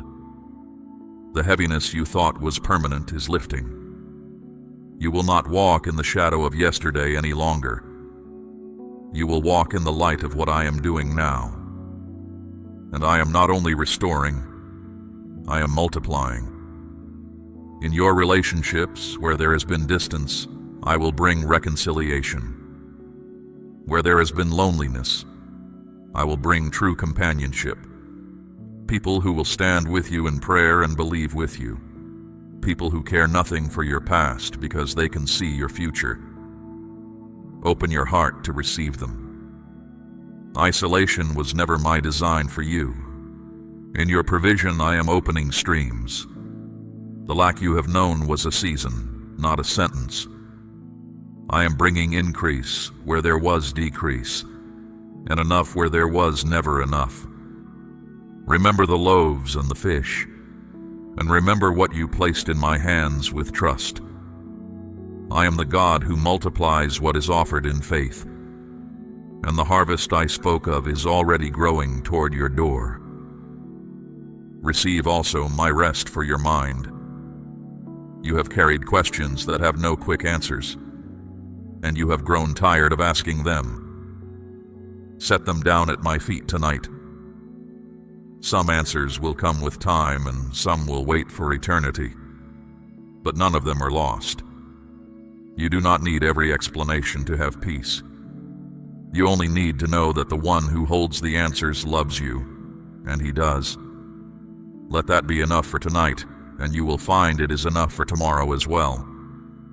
Now, before I finish, receive your charge. Walk out of this moment differently than you walked in. Carry yourself as one who has heard from the living God, because you have. When the old lies return, answer them out loud with what I have told you today. When the walls still look tall, remember the seventh day. When the waiting stretches on, remember the seed beneath the soil, alive and rising. Nothing I have spoken to you will fall to the ground. Share the hope you have received. Not by argument, but by presence. Be the calm one in the anxious room. Be the kind voice where voices are harsh. Walk beside those who feel lost until they can find the road, and let your steady, grateful life point quietly to me. The light I have kindled in you is not for hiding. Set it where the weary can see it, and stay near to me, not only in the crisis, but in the calm that follows. Speak with me in the morning before the day begins. Speak with me at night before sleep takes you. Bring me your joys, not only your emergencies. This closeness is the true treasure, greater than every other blessing I have named, for every other blessing flows out of it. Seek first my kingdom, and all these things will be added to you. If you drift, and my children sometimes drift, do not stay away out of embarrassment. Come back the moment you notice. One quiet thought turned toward me, one honest word, and the fellowship is whole again. My door has no lock on your side of it, and my welcome does not expire. Nothing you confess to me will ever make me love you less than I do at this moment. The world around you will keep shaking. Storms will gather in many places, and many hearts will be troubled. But you will be like a house on rock, because you have heard these words and taken hold of them. My peace I give to you, not as the world gives. Let not your heart be troubled, neither let it be afraid. You know now who holds you, and nothing anywhere can loosen that grip. So lift your head, my child. The night you walked through has an ending, and you are nearer to it than ever. What was sorrow will turn to joy. What was delay will turn to fulfillment. What was trial will become the story you tell of my faithfulness. I have been with you in every season, and I am with you now, and I will be with you through all that is coming, to the very end and beyond it. Go in peace. Go in confidence. Go as one who is loved beyond measure, chosen on purpose, and never, ever alone. I am the beginning of your story and its completion, and everything between is held safely in my hands. This is my word over your life, and my word does not return empty.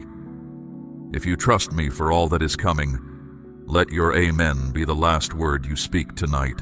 We run on viewer support only. For exclusive member-only content, scan the QR or see the pinned comment. God bless you.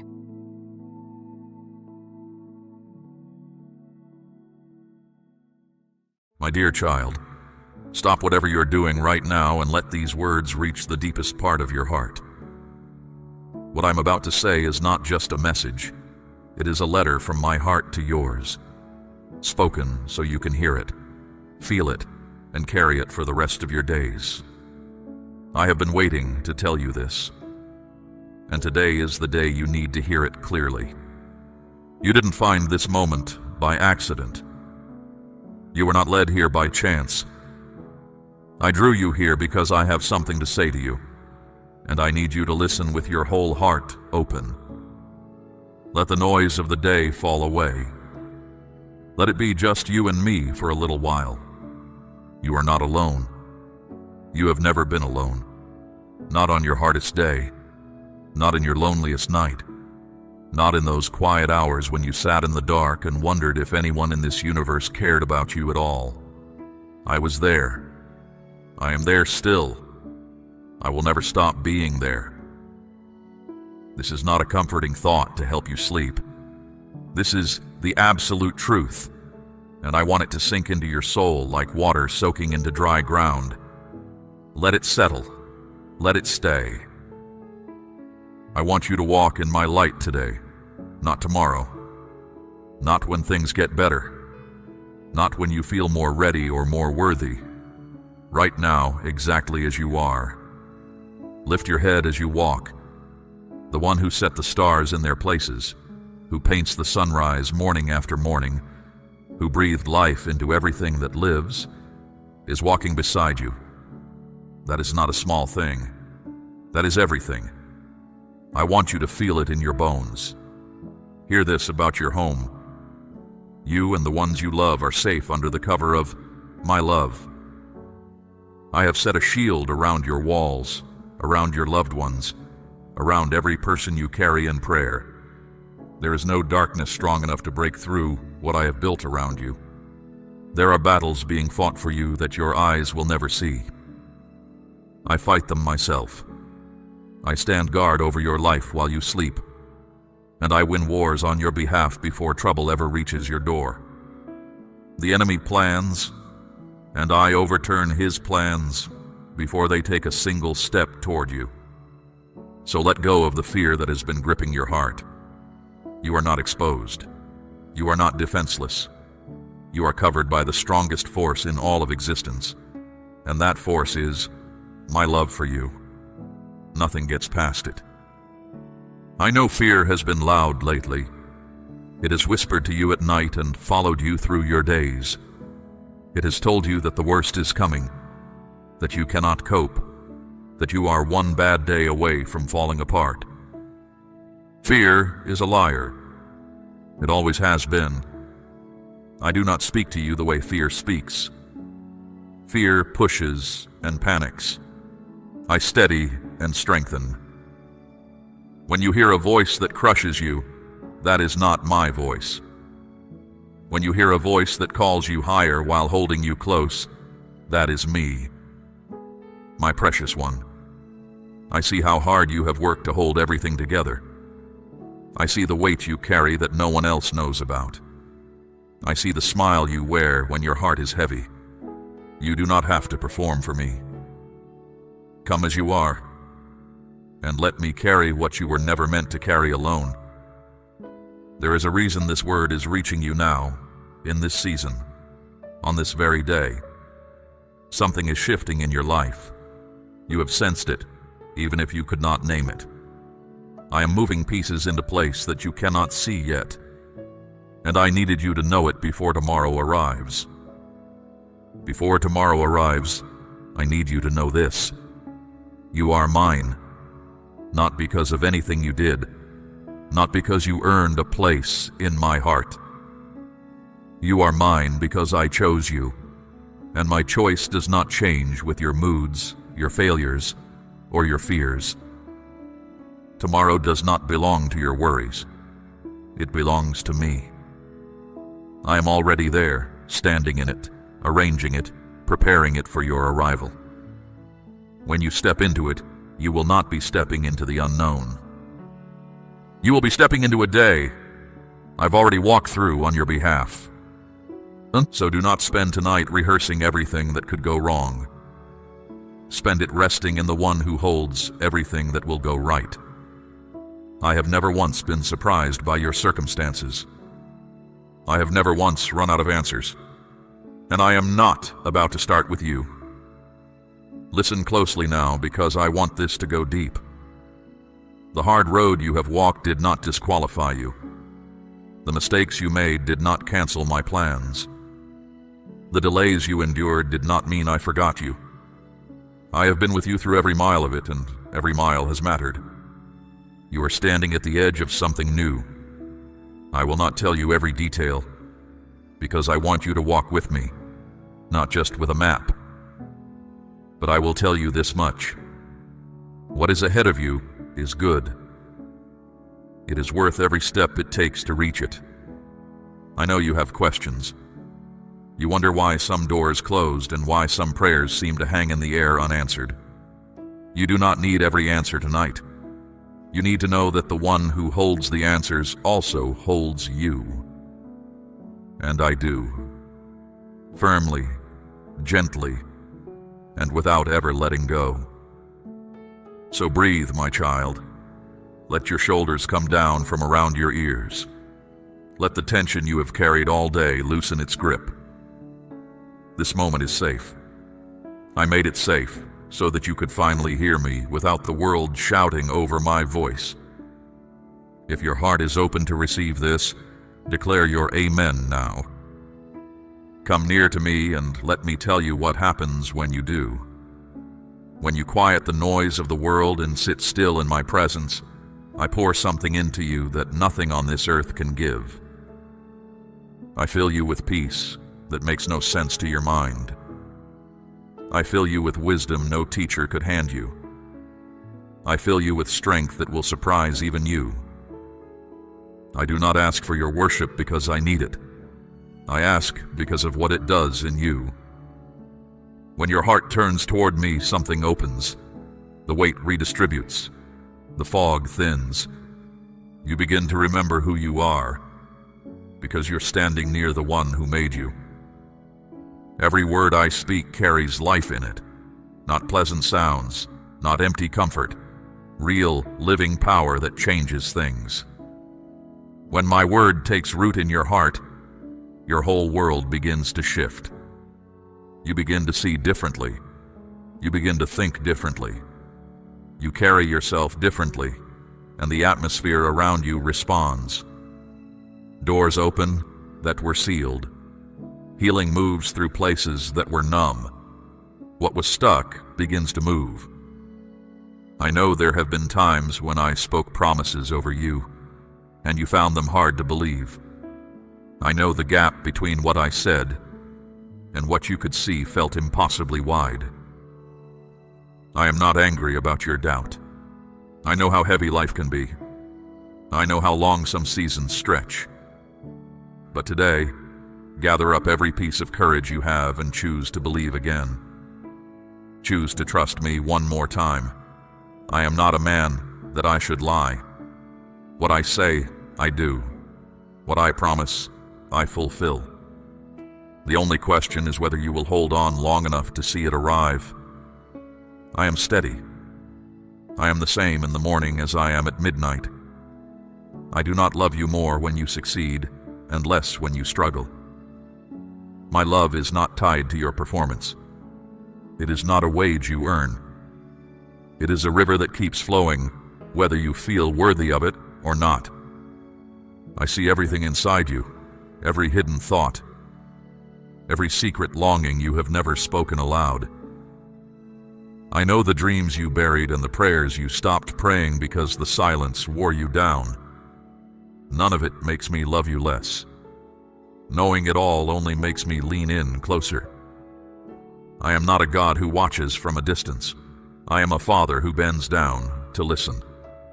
I move heaven and earth for the good of my children, and you are one of them.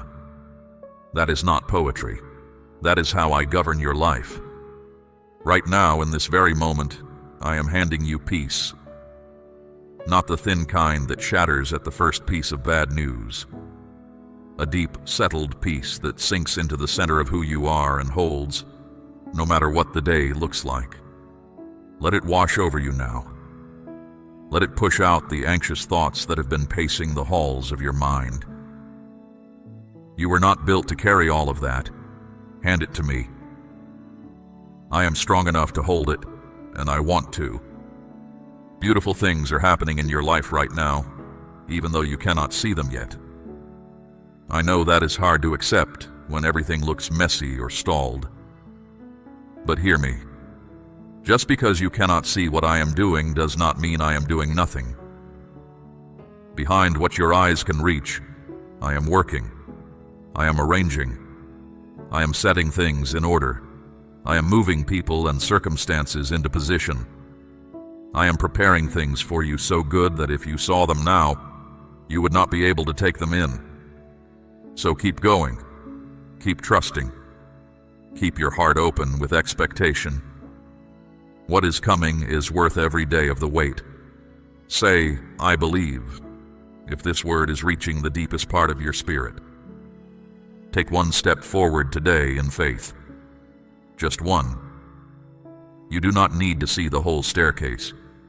You only need to take the next step, and when your foot lands, I will be there to steady you. I have never let you fall without reaching down to lift you up again. I never will. And when you rise each morning, begin the day with me. Before the demands rush in, before the worries start crowding the door, in that first quiet moment when your eyes open, feel me there, close as breath. Say good morning to me. I treasure those moments with you more than you know. They set the course of your whole day. A heart that meets me at sunrise walks differently until sunset. Try it, and you will see. Talk to me through the day as well. Tell me about the small things, the decisions you are weighing, the person who was unkind, the moment that made you laugh. I am interested in all of it, because I am interested in you. Not the polished version you show the world. The real you, with all the questions and the mess. That is the one I love. Do not wait until you have grand words or a clean record to come to me. Come with your hair unbrushed and your thoughts scattered. Come tired. Come confused. I have never once turned away a child who came honestly, and I will not begin with you. There is a difference between knowing about me and knowing me. Many speak of me who have never sat with me.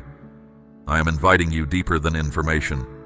I am inviting you into a friendship that steadies your steps, feeds your soul, and outlasts every storm this life can raise. This is what I have wanted you to understand for a long time. I am not a duty on your list. I am the source of everything you have been searching for in 100 other places. Come to the source. Drink deeply. You will never be the same. My word has already taken root in your heart. You may not feel it working, but it is there, like a seed hidden deep in the soil, growing quietly until the day it breaks the surface and stands strong in the light. That is what is happening inside you. You are growing in ways you cannot measure yet. And everything growing in you now is getting you ready for what is ahead. Look at the world around you. So many are wandering without direction, chasing things they believe will fill them. Money, approval, position, pleasure. They reach what they were chasing and find the emptiness still there, waiting. They trust people who fail them. They pursue dreams that were never theirs. They pour themselves out trying to fill a space that was shaped for me alone. And slowly, quietly, they drift. Not because I pushed them away, but because they stopped looking for me. But you have been different. Even in your seasons of doubt, even when confusion pressed in, you kept coming back. You kept reaching for me. Do you know what that means to me? Everything. That is why I am entrusting you with more. I want you to be a carrier of hope, not by preaching at people, not by pushing, simply by letting my love move through the way you live, the way you speak, the way you treat the people in front of you. When others see something steady in you, something unshaken, they will wonder where it comes from. That is your moment to point them to me. My child, I am asking you to place a portion of what you have, something of real weight, upon the altar of this work as gold laid on the scales of this calling. Let it be a seed sown into deep water, an offering set on stone, not held back in fear. This is proof that your trust rests in my hand to provide, and that your heart no longer clings to lack. What you release in faith does not leave your life. It moves ahead of you into the harvest I am preparing. There are people all around you who look fine on the outside and are breaking on the inside. They laugh with friends and feel alone in the crowd. They carry themselves through the day, then sit in silence at night, feeling hollow. I see every one of them, and I am sending hope to them through vessels like you. You do not need to do anything grand. Be kind, be patient. Listen when someone needs to be heard. Speak gently when someone near you is hurting. These small acts carry enormous power, and they plant seeds in hearts that I myself will water and grow. Do not underestimate one life lived with love and faith. You have no idea how far the ripples of your kindness travel, but I do. I follow every one of them to the farthest shore, and the reach of your life is greater than you will ever know on this side of eternity. Now let me speak to something that has been troubling your heart. There are times you feel held back, times when a voice tells you that you are not enough, that you have made too many mistakes, that your past cancels the future I promised you. Hear me clearly. That is a lie. Every word of it. Stop agreeing with it. I have set you free. Not partly free, not mostly free, completely free. The chains that held you, the shame, the guilt, the regret, I broke them. You are not who you used to be. You're not defined by what you did before you knew better. You are not trapped inside the worst chapter of your story. I have washed the record clean and set a fresh page before you. And on that page, I am writing something you would not believe if I told you all of it now. So when the old accusations come knocking, do not open the door. The one who accuses you has no authority over what I have pardoned.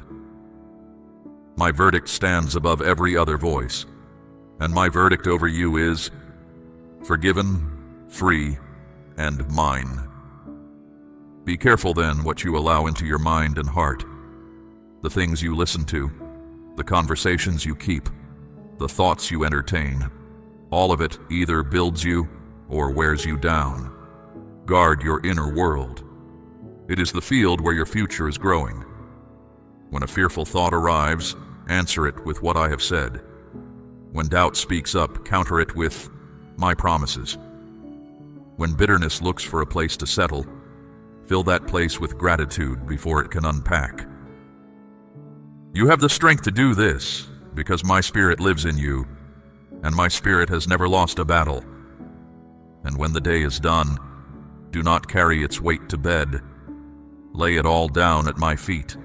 The frustrations, the words that stung, the things that did not go the way you hoped. Give them to me before you sleep. I will trade you rest for your burdens. Real rest. The kind that repairs you from the inside, so you wake with strength you did not go to bed with. This exchange is always available. Come to it every night. Some nights the surrender will feel unfinished, and the same worry will try to climb back onto your shoulders by morning. Lay it down again. This is not failure. This is practice. A tree does not apologize for needing water every day, and you do not need to apologize for needing me every day. Come as often as the weight returns. My feet will never be too crowded for your burdens, and my patience with you has no floor beneath it and no ceiling above it. You are learning what it means to live unburdened, and I am pleased with every step. The lighter you travel, the clearer you hear me. The clearer you hear me, the straighter you walk. This is how a life gets rebuilt. One surrendered evening, one guarded thought, one act of quiet kindness at a time. You are my beloved child, and I have clothed you in something that cannot be stripped away. It is a covering of life and power, a calling I placed on you before the world ever heard your name. People may not always see it, but it is there, and it is permanent. You are marked. You are chosen. You are set apart for something that matters, and none of this rests on how impressive your record looks or how much you own. It rests on my decision, and my decisions do not expire. I am personally involved in every corner of your life, your work, your relationships, your health, your home. I am not a distant overseer glancing at your file from time to time. I am in the details, working on answers to problems you have not even met yet. I know what you need before you ask. I am already preparing provision for needs that have not yet arrived. And when my answers reach you, I want you to recognize them for what they are. Not luck, not coincidence. My hand, faithful again. Now listen carefully, because there is something you must understand about the giants you face. There will be times when a problem stands in your path so large that it blocks out the sun. A situation that looks hopeless. A mountain with no way around it. Those giants are not there to destroy you. They are there to reveal me. They are the stage on which I show you what I can do. Every giant that has ever stood against my children has ended the same way, on the ground. When you face one, do not measure it against your own strength. That arithmetic will always fail you. Measure it against mine. Remember who I am. Remember what I have already done in your life. Think back. Remember the time things looked finished and then suddenly shifted. Remember the prayer I answered after you had almost stopped praying it. Remember the door that opened when every other door had closed. Let those memories feed your faith today, because the God who did that has not changed. My power has not weakened. My commitment to you has not cooled. I am exactly who I have always been, and I am standing with you now, in this fight, in this season, in this very hour. And hear this about fear. Fear is not your friend, and it is not harmless. Fear is a thief. It creeps into your heart and steals your peace. It clouds your judgment and makes every problem look twice its true size. It whispers that the worst outcome is the most likely one, when I have written otherwise. Fear has no real power over you unless you hand it the keys. Today, take them back. Say it aloud. Fear has no place in my life. I am not led by dread. I am led by faith, because that is exactly who I made you to be. When you walk with me, you walk with the one before whom every darkness retreats. Nothing that rises against you can win, not because you are strong in yourself, but because I am your shield. And when the enemy looks at you, he must also look at me. That is why he cannot touch the core of who you are. Now, I want to speak to the part of you that has been waiting a long time. You have prayed for something, maybe for years, and it has not come. You have held on through disappointment after disappointment. You have kept believing when everything visible told you to stop. I see that. I honor that. And I tell you now, your waiting has not been wasted. Not one day of it. While you waited, I was building. While you wondered, I was arranging. What is coming is not only the thing you ask for. It is a fuller version of it than you knew how to ask for. My timing is not your timing. You see one small piece of the picture. I see the whole of it, from the first line to the last. And from where I stand, I can tell you with complete certainty, the wait will make sense. There are people who let go just before the answer arrived. They grew tired and walked away while I was setting the final pieces in place. I do not want that for you. Hold on. Keep asking. Keep showing up. What looked like a delay was never a denial. I was working. You could not see it, but I was arranging everything. The answer you have carried in prayer is not lost. It is not forgotten. It is being completed, and it will arrive at the appointed hour, not one moment late. Do not read my silence as absence. Some of my deepest work happens in the quiet, the way roots deepen in soil that looks still from above.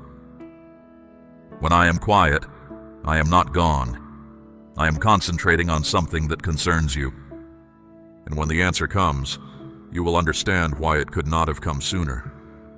You will see what had to move first, who had to be readied, what had to be cleared from the road. Trust me with the schedule. I have never been late to anything I promised. While you wait, keep doing the small, faithful things. Tend what is in front of you. Keep your word. Pray for the people around you.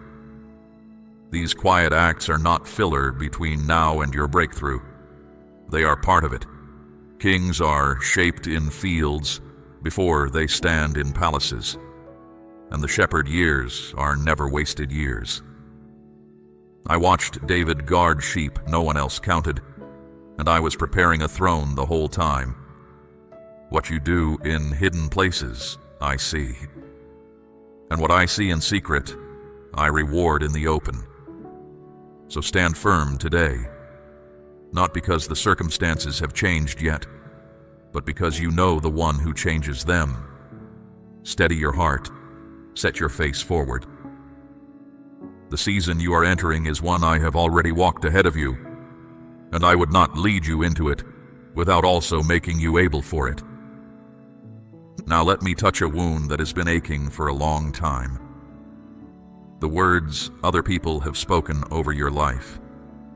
The criticism, the judgment, the voices that told you that you were not smart enough, not gifted enough, not worthy of the good things you long for. Maybe someone laughed at your dreams. Maybe someone questioned your faith. Maybe the people who should have lifted you up were the very ones who pressed you down. I heard every one of those words, and I want to heal what they left behind. Here is the truth. What people think of you does not define you. Their approval does not make you valuable, and their disapproval cannot make you worthless. Your worth was settled by me long before any of them met you, and no human voice holds the authority to overturn what I have declared. The critics do not have the final word. I do. And my word over you is full of love, purpose, and promise. Chosen, forgiven, called, restored. These are not compliments. These are facts, and I want you to wear them the way a king wears a crown. So lay down the exhausting work of proving yourself.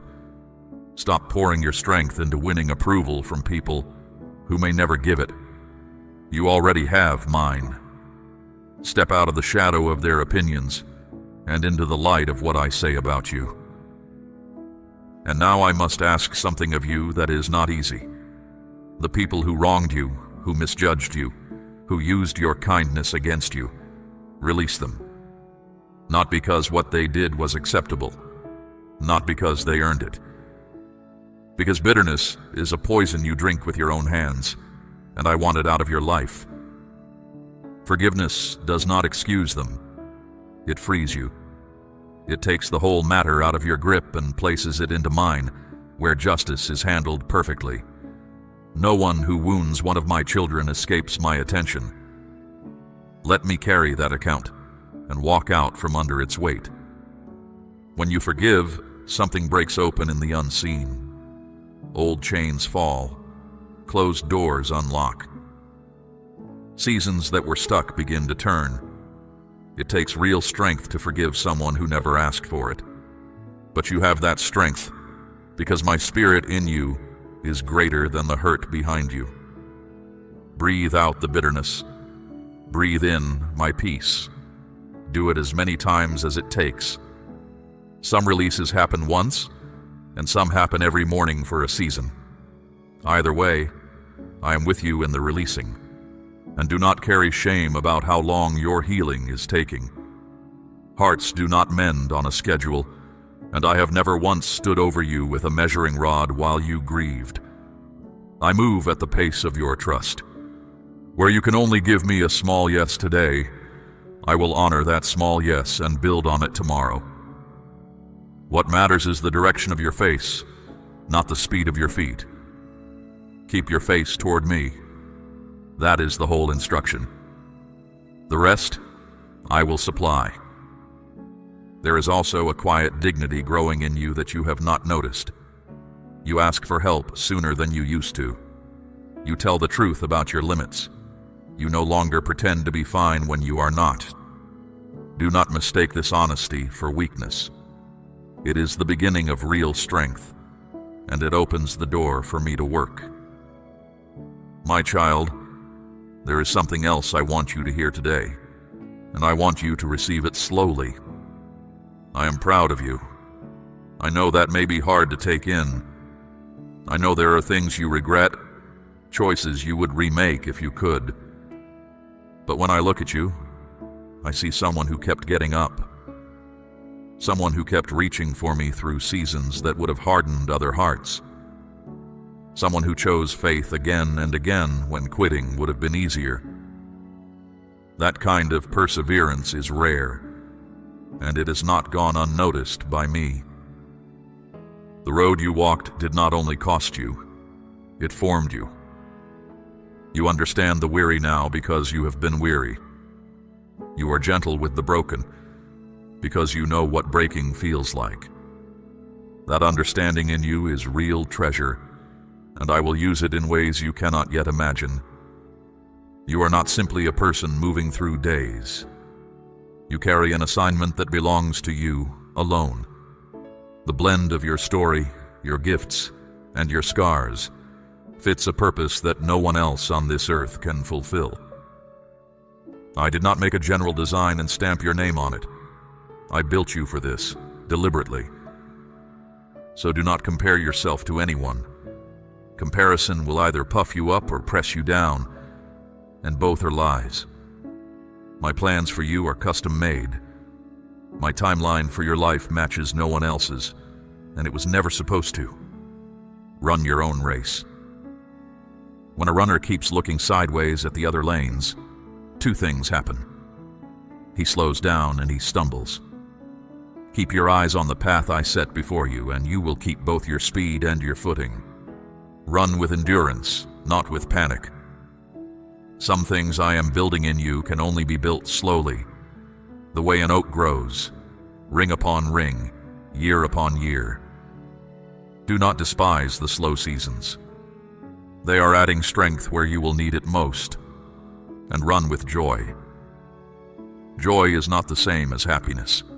Happiness depends on what happens. Joy depends on who I am, and who I am never changes. That is why joy can sing in a hard season. It is drawing from a well the drought cannot touch. There's a finish line ahead of you, and I am not neutral about whether you reach it. I am for you. Every step of your race matters to me, and I am running alongside you the whole way, closer than your own heartbeat. When you stumble, and you sometimes will, a stumble is not a disqualification. Get up, fix your eyes forward. The race was never won by the ones who never fell. It is won by the ones who rise, and rising is something you have learned well. Speak. I trust you, if you are ready to walk in what I have spoken over you. Now I want to speak over your home. Not just the walls and the roof, but the life that happens inside them. I want your home to be a place of peace. Not merely the absence of arguments, but a warm, living peace that people can feel the moment they cross your threshold. I am blessing your home even as my voice reaches you. I am filling the room where you gather, the table where you eat, the corners where laughter happens, and the quiet places where tears have sometimes fallen. I am in all of them. I am making your home a shelter where masks come off and healing begins. And for those you love who are still far from me, do not lose heart. I have not given up on them, and I see them more clearly than you do. Keep praying. Keep loving them without lectures. Your love is a seed, and seeds grow in seasons you cannot always watch. I will do what only I can do in their hearts, at the hour I know is right. Bring all of this to me in prayer, and let prayer be bigger for you than a list recited at bedtime. Prayer is you and me, speaking heart to heart. I already know every fact of your situation. What prayer changes first is you. It lines your heart up with mine, and from that alignment, power moves. When you pray with faith, things shift. Heaven leans in. Situations that stood frozen for years begin to thaw. Do not think of prayer as the last resort when your effort runs out. It is the first move of the wise, and the strongest position you can take in any battle. Build your life on my word as well. Let it be the ground floor of your thinking. The wisdom of the world changes with every generation. What it praises today, it mocks tomorrow. My word has outlasted empires, and it will still stand when every other voice has gone silent. When you are confused, my word gives clarity. When you are afraid, it puts courage back in your chest. When you feel unworthy, it tells you the truth about who you are. Store it in your heart the way a wise household stores grain, and you will have bread in every famine. Now let me speak to the worry that follows you around money and provision. I know it is one of the heaviest weights my children carry. Hear me plainly. I am your provider. That is not a title I wear. It is a role I actively fill every day in your life. I know what you need. I know what those under your roof need. My storehouses do not run low, and my ability to provide for you does not rise and fall with the times. I open doors no one can shut. I place the right people in your path. I plant ideas in your mind that become provision in your hands. I am not promising a life without lean seasons. Some of them teach trust in ways abundance never could. But I am promising this. You will not be abandoned in any of them. Keep bringing your needs to me. Keep handling what I give you with an open hand, and watch what I do with what you release. Now come away from the noise for a moment, because I want to teach you about stillness. The world has trained you to fill every silence, sound upon sound, hurry upon hurry, until the soul cannot hear itself, let alone hear me. But silence is not your enemy. Silence is where I speak most clearly. In the quiet, things rise to the surface. Old memories, unanswered questions, feelings you have pressed down for years. I know that can be uncomfortable, but what rises in my presence rises to be healed. Do not run from those moments. They are the doorway to your freedom. When you choose to be still before me, you are saying with your posture what words cannot say. You are saying, I trust you enough to stop. And to that kind of trust I always respond. Find small pockets of stillness in your day. Even a few unhurried breaths with me can change the hours around them. I live in the present moment, my child. Not in your yesterday with its regrets. Not in your tomorrow with its unknowns. Here. Now. When your mind races constantly between guilt behind you and worry ahead of you, you miss me. And you miss the good I have planted in this very hour. Look for me in the ordinary, the warmth of sunlight through a window, rain on the roof, the laughter of someone you love, the first quiet minutes of the morning. These are not small things. Every good thing in your day, no matter how plain, carries my signature on it. Watch, too, for the people I place along your path. Some encounters that look like chance or appointments I arranged long ago. Some will arrive to strengthen you at the exact moment you are ready to quit. Others will arrive needing what only you can give. Be generous with both, and be discerning as well, for not every hand extended toward you comes in kindness. Ask me, and I will show you who is sent and who is not. And let gratitude become your weapon. Not a polite habit, but a weapon. When you give thanks in a hard season, you are declaring that I am still good even when circumstances are not. You are announcing that your faith does not depend on comfort. That kind of thanksgiving shakes the darkness. When discouragement knocks, answer it with a list of what I have already done. Name the prayers I answered. Name the storms you survived. Name the daily bread that has never once failed to arrive. Gratitude turns your eyes from what is missing to who is present, and in that turning, everything changes. Practice this until it becomes your reflex. Thank me in the morning before the day has proven itself. Thank me at night for what you noticed and for what you missed. A grateful heart sees more, fears less, and stands longer. It is one of the strongest hearts a person can carry. Understand this about your life. It moves in seasons, just as the earth does. Spring and summer, autumn and winter, each one different, each one necessary. Knowing which season you are in will save you from despair in the cold months and from carelessness in the warm ones. If you are in winter now, a season that feels bare and stripped, hear me. Winter is not death. Beneath the frozen ground, roots are deepening. Strength is gathering where no eye can see it. Do not spend this season fighting to escape it. Ask me instead what I am building in you while the branches are bare, because spring is already on its way to you. If new things are budding in your life, tend them carefully. Protect what is young from the cold winds of other people's doubt. And if you are standing in a season of harvest, enjoy it without guilt. I give good things because I love you. Receive them with gratitude and share them with open hands. Some things in your life are also falling away right now, and I want you to let them. Not every ending is a tragedy. Some chapters close because their work is complete. Trust me in the turning of the seasons.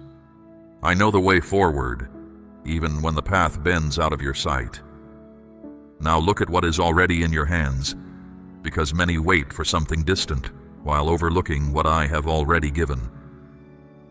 Moses held a shepherd's staff, a plain tool of wood. Surrendered to me, it parted a sea. David carried 5 smooth stones and a sling, and a giant fell. A boy offered 5 loaves and 2 small fish, and thousands ate their fill. What is in your hands today? What skills, what experiences, what small resources sit quietly in your life, waiting? Offer them to me. Stop waiting until you have more before you begin. In my economy, a small offering carried by great faith outweighs a fortune given without it. The widow with 2 coins gave more than all the wealthy that day because she gave her trust along with them. Start where you are. Use what you have. I will do the multiplying, and you will be amazed at what your ordinary becomes in my hands. And you who are deeply tired, come here. I know the kind of weariness that sleep does not fix, the tiredness of carrying heavy things for too long, the exhaustion of holding everyone else together. I see it, and I have rest for it. Not just rest for your body, rest for your soul. Come to me when you are worn down. Sit still and tell me how tired you are. Let me take the load from your shoulders and hand you something lighter. I am not asking you to do nothing. I am asking you to stop doing everything alone. With me carrying the weight beside you, even hard things become bearable. Without me, even small things can crush. Rest is not laziness. Rest is wisdom. The ones who finish their race are not the ones who never stop. They are the ones who know when to pause, be refilled, and go again. Let time with me be the well you return to. It will never run dry. Then rise, and mind the words you speak, for your mouth is either building or tearing down. I spoke worlds into being, and you, made in my image, carry an echo of that power. Stop saying that nothing works for you, that you always fail, that it is too late. Those words are seeds, and you do not want their harvest. Speak what I speak. Say, I am held, I am guided, I am not finished. There is a difference between being honest about today and signing your name to defeat forever. Tell the truth about the struggle, but declare the truth about your God in the same breath. And speak life over others too. One true, kind word at the right moment can hold up a soul that was about to fall. Let hope stand up inside you again. Not wishful thinking, but the settled confidence that comes from knowing who holds tomorrow. Hope anchored in me cannot be swept away. Storms may shake you. They cannot sink you. Feed your hope with my promises, and stand with people who carry hope too, for it spreads from heart to heart, like fire from lamp to lamp. Your story is not over. Whatever chapter you are in, it is not the last one. I am the author of your story, and I do not write tragedies. I write restoration. I write homecomings. There are turns ahead in your story that will leave you breathless with gratitude, and I have already written them. You belong to me, not because you polished yourself into worthiness, but because I chose you and called you mine. That belonging does not weaken when you fail. It does not fade when you wander. The moment you turn toward home, you will find me, already running toward you. And you were not made to walk this out in isolation. I set my children among one another on purpose, so that faith could be borrowed when yours runs thin, and lent when someone else's fails. Find the ones who speak truth to you and stay near them. Be honest about your struggles, and let others be honest about theirs. The friendships formed in that kind of honesty are strong enough to hold a person through the worst night of their life. Never believe the lie that you have drifted too far or stayed away too long for me to want you. There is no too far. There is no too long. My door has never once been closed to you, and it never will be. So go now into what remains of this day and into tomorrow with your head lifted. Live fully, love boldly, trust completely. Let the world see what a life looks like when it is certain that its God is good. Nothing you face is stronger than the one who goes with you. Nothing behind you can cancel what is ahead of you.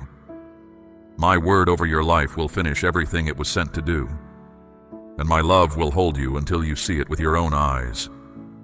I am with you, today, tomorrow, and forever. If you receive all that I have spoken over you today, seal it now with your Amen. We run on viewer support only. For exclusive member-only content, scan the QR or see the pinned comment. God bless you.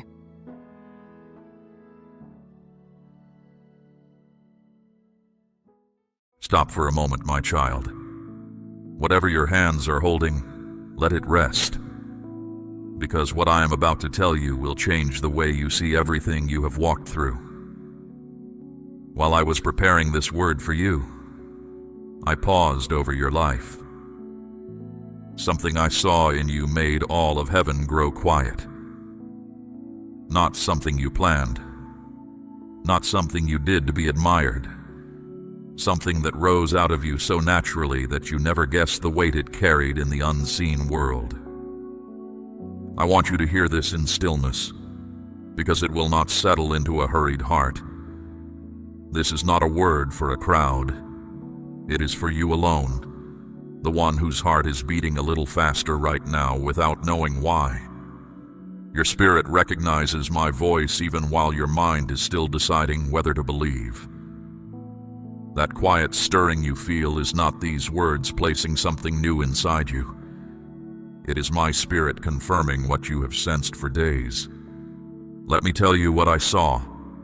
Not long ago, you passed through one of the hardest stretches of your road. Something came against you that seemed designed to break you. The wrong done to you was real. It was not imagined, and it was not small. The person who hurt you gave you every reason to answer in kind. Anyone who knew the whole story would have understood if you had turned cold or cruel, or simply walked away. In that moment, your own nature was shouting at you. It told you to repay what you had received. It told you to defend yourself, to expose them, to let the fire in your chest have its way. Every reasonable voice inside you argued for anger, and anger would have been easy to excuse. But something deeper in you chose another road. You held your tongue when a single sentence could have wounded them. You covered them when you could have laid their failure bare before others. You stayed and tried again when leaving would have cost you nothing in the eyes of anyone. You answered a real injury with a real mercy. And heaven does not pass over a thing like that. Hear me carefully, because I want you to understand why this mattered so much. Hearts tend to move in patterns, and those patterns have not changed since the beginning. Wound a person, and they grow hard. Betray them, and they reach for revenge. Treat them unjustly, and bitterness takes the empty chair at their table. This is the ordinary way of flesh, and I am not surprised by it. I have seen it in every generation. But once in a great while, a soul does something that breaks the pattern. A soul answers darkness with light, not because a crowd is looking on, but because of what lives in them. When that happens, it is not a small event in my sight. It moves me. And you, my child, made one of those moments happen. Understand, this is not about survival. Many people endure hardship through stubbornness or because they have no other choice, and I am gentle with them too. But what you did was different. You were struck and you blessed. You were wronged and you refused to become wrong yourself. You proved that what surrounds you does not get to decide what comes out of you. That is rare. Most souls can be read like the weather. Be kind to them and they warm. Be harsh with them and they turn to frost. Their insides rise and fall with whatever the day brings them. But you showed that nothing done to you has the power to turn you into someone you were never meant to be. Your character held from the inside, in the dark, under pressure, with no reward in sight. And here is what you could not have known. No audience stood near you in that moment. You were not performing for anyone, on earth or above it. You were simply being who you are when no one is looking. That is exactly why it carried such weight. A kindness rehearsed for onlookers is a shallow stream. A kindness that flows when the heart believes itself unseen comes from the deep places, and the deep places are where I look first. I searched your recent days the way a father reads a letter from a child he loves, slowly, missing nothing. I saw the battles inside you that no other living soul knows about. I saw the words you swallowed. I saw the nights you talked yourself out of bitterness one more time.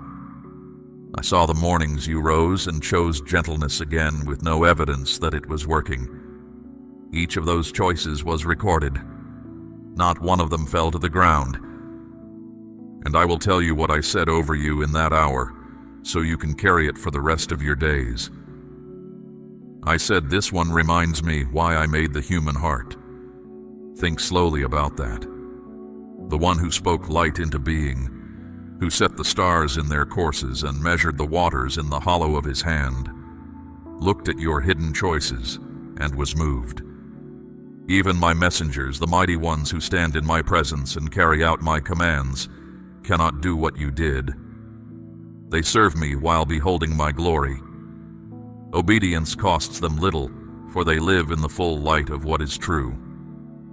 But you serve me from behind a veil.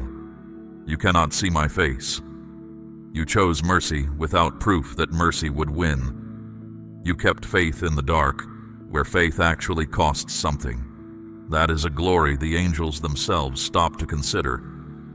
So before I say anything more, I want you to receive this one truth and let it stand. You did not find this word by accident. I arranged this hour, I guarded it so that nothing would pull you away, because what I still have to say to you carries both a promise and a hard word, and you will need to hear them together. If you know somewhere beneath all your doubts that this word has found the right heart, then speak your amen to me now softly, as a child answers a father in the dark. Now let me show you something you have never been able to see, the part of your story that unfolded beyond your sight. Because when you chose kindness over righteous anger, you did not simply do a good deed. You struck a blow in a battle you did not even know you were fighting. There is a reason darkness presses so hard against a soul like yours. Its aim has never been merely to hurt you. Its aim is to change you. Every attack you have endured carried the same hidden purpose: to pull you down into bitterness, to teach your heart to hate, to make you answer poison with poison. For when a soul returns evil for evil, it steps out from under my covering and begins to move by the very power that seeks its ruin. That has been the strategy against you from the first day. But when you answered the attack with blessing, you overturned the whole scheme. Malice was sent toward you, and it found nothing in you to grip. Where love stands its ground, ill will cannot take root. It returns to the one who sent it. What was meant to wound you circled back upon its source, and you never lifted a hand. You disarmed your enemies with the one weapon they have no answer for. And here is what moved me even more deeply. This was not a trick you learned or a discipline you rehearsed. It rose from your nature. You are, at the root of you, merciful. Under pressure that would have soured most hearts, with almost no one standing beside you, mercy is simply what came out. When you were crushed, what spilled from you was not venom. That told me everything about what has been growing in you through all these hidden years. Then I looked further back across your road, and I found something that pleased me more than any single act could. A pattern. Your kindness in that hard moment was not a lonely island. Again and again, across seasons no one celebrated, you have chosen the harder right over the easier wrong. You told the truth when a lie would have been safe and unseen. You kept your word when keeping it cost you. You showed patience to people who never understood what it cost you, and may never thank you. You have been living like one of my chosen ones without knowing you were doing it. No applause, no certainty that any of it mattered. No sign in the sky telling you to continue. You did what was right for no other reason than that it was right, in small matters and in costly ones, when anyone would have excused you for less. That kind of steadiness, held over years and in secret, is the mark I search the whole earth to find. It is what separates a soul I can bless from a soul I can trust. So let me now open your eyes to what has already begun shifting around you, because heaven's regard is never idle. My favor moves. It leaves evidence. And when you learn to recognize the evidence, you will stop calling it coincidence. Consider first what has been happening to the schemes against you. Think back over these recent weeks. There were those who spoke against you, who worked quietly to see you fall, who sent ill will toward your life like arrows loosed at night. Now consider what has become of their plans.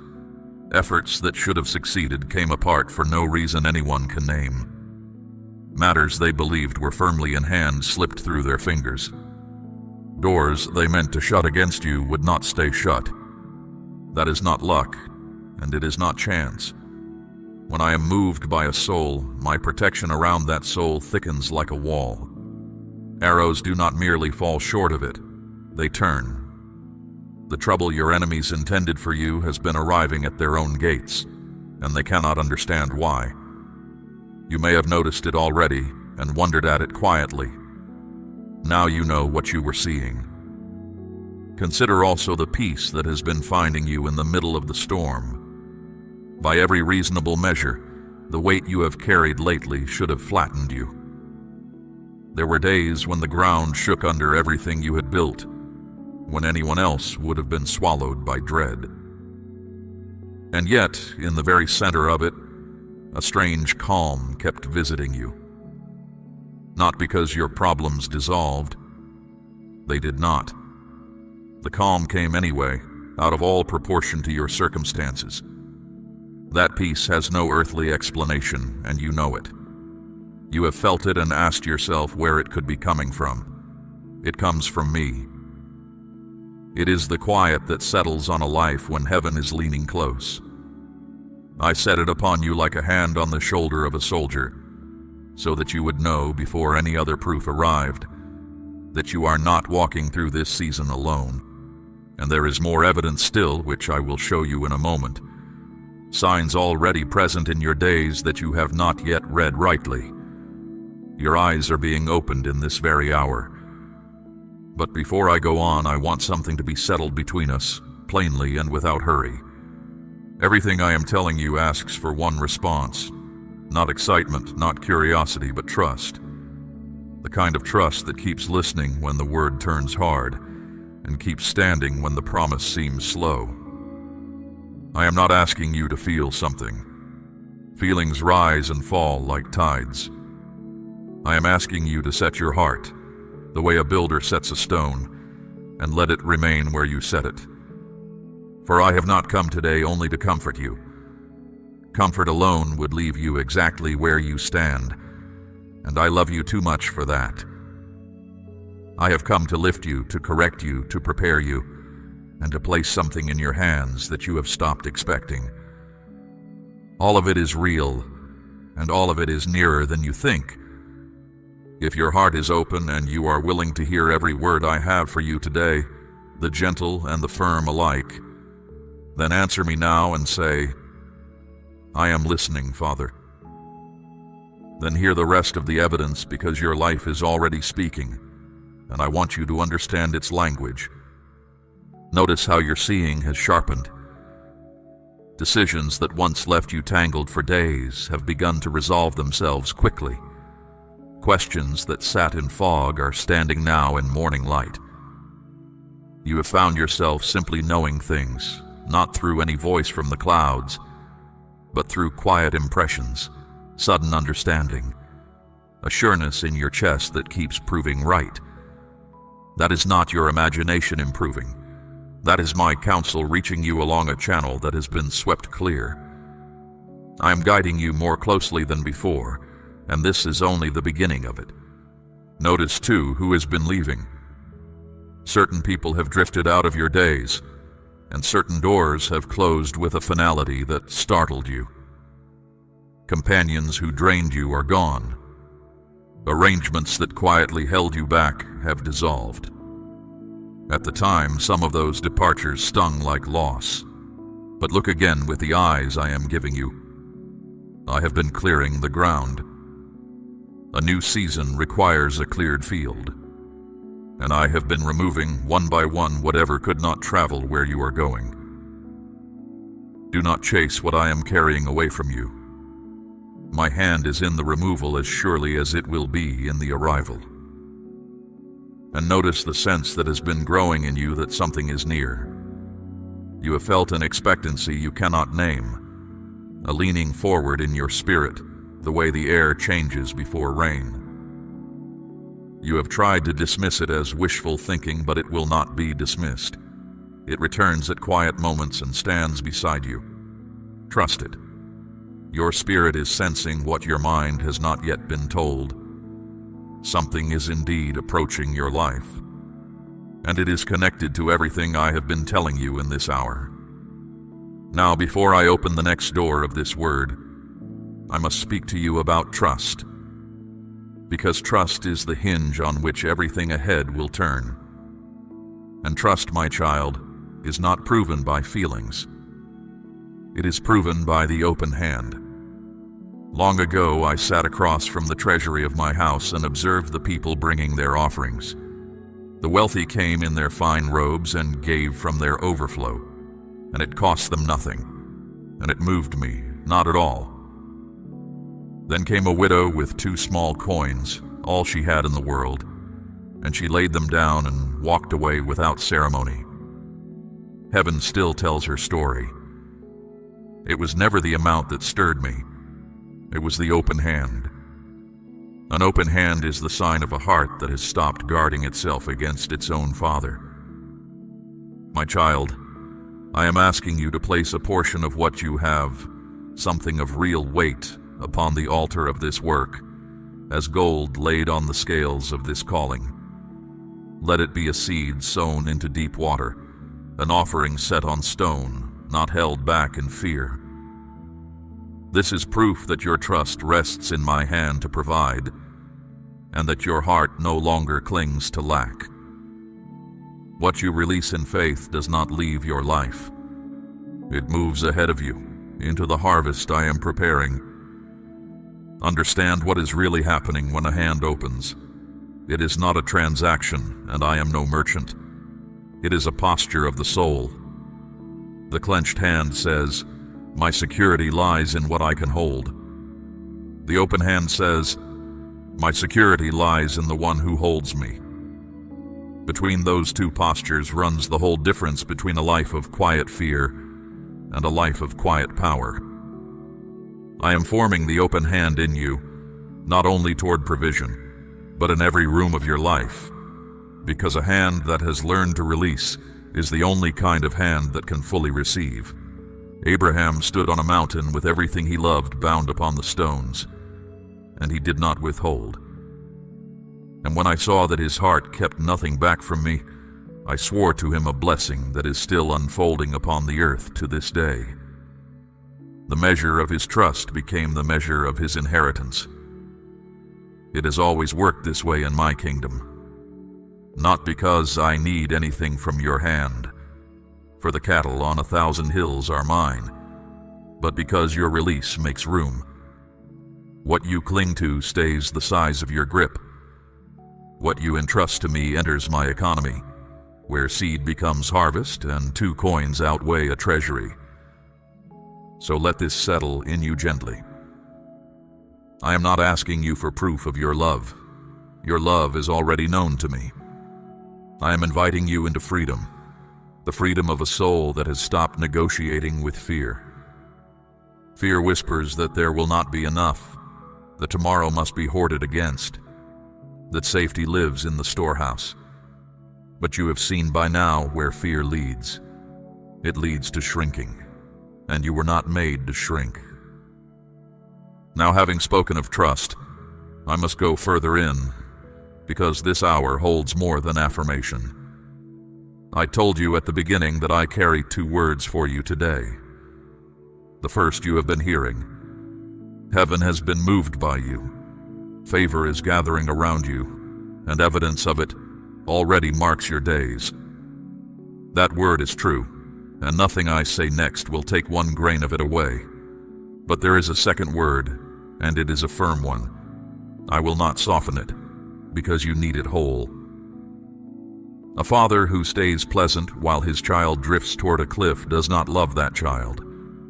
My firmness is my love wearing its working clothes. Something has happened in your life that must be set right, and I intend to set it right today, in this hour, before the blessing I have described comes into full view. Do not be afraid of what comes next. Correction from me never arrives to crush. It arrives to rescue. Stay with me now, exactly as you have stayed this far, and let me say the hard thing and the beautiful thing in the same breath, for they belong together, and both of them carry your name. Hear now the hard word. There was a moment not long past when you made a choice your own heart warned you against. You knew the line was there. You felt my hand pressing gently against your will in that moment, a resistance you could not explain, and you moved forward anyway. I was not absent when it happened, and I was not silent. Heaven saw it, and heaven does not pretend. Do not rush to defend yourself. Do not reach for the explanations you have been quietly rehearsing. I have heard every one of them already, and I know the truth that lies beneath them. This hour is not for argument.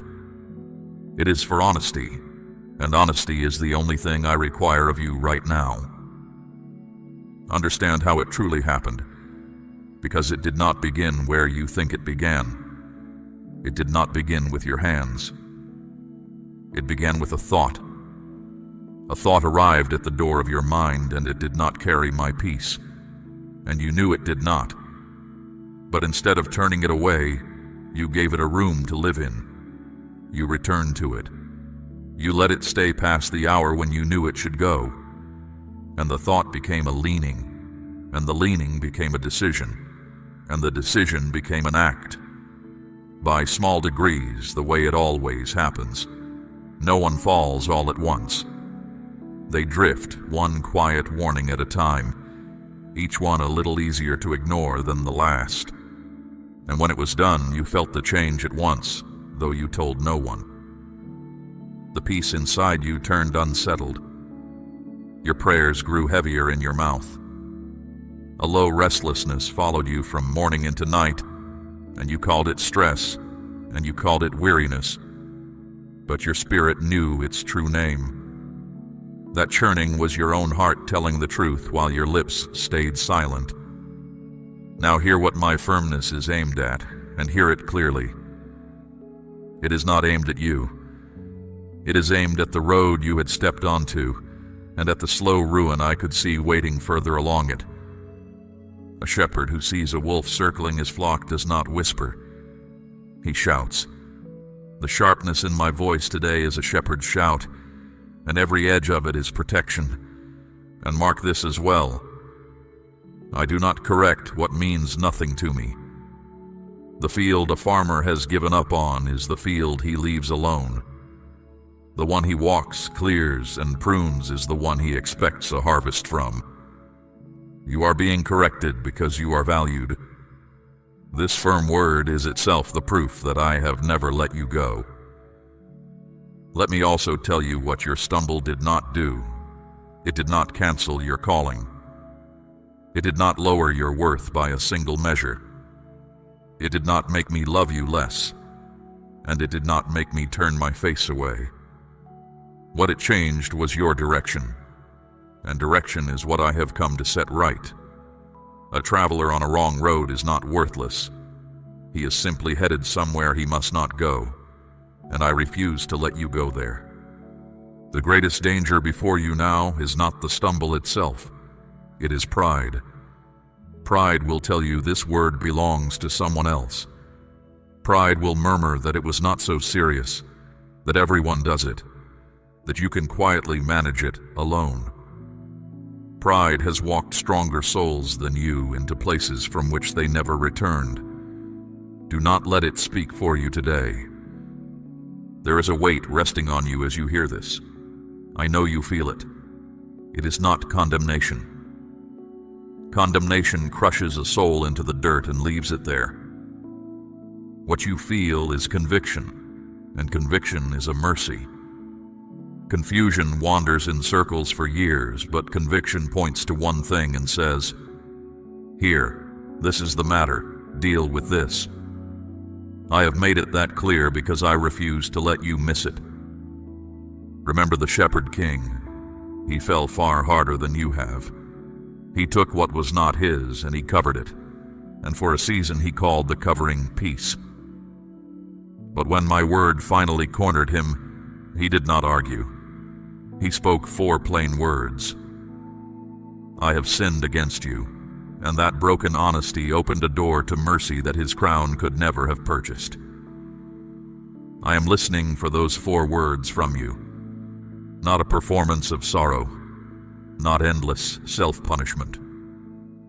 Just the plain truth from a plain heart, with nothing hidden behind your back. So here is the way home, and I ask you to walk it without skipping a single step, for the road back is shorter than you fear. But it must be walked honestly, or it is not walked at all.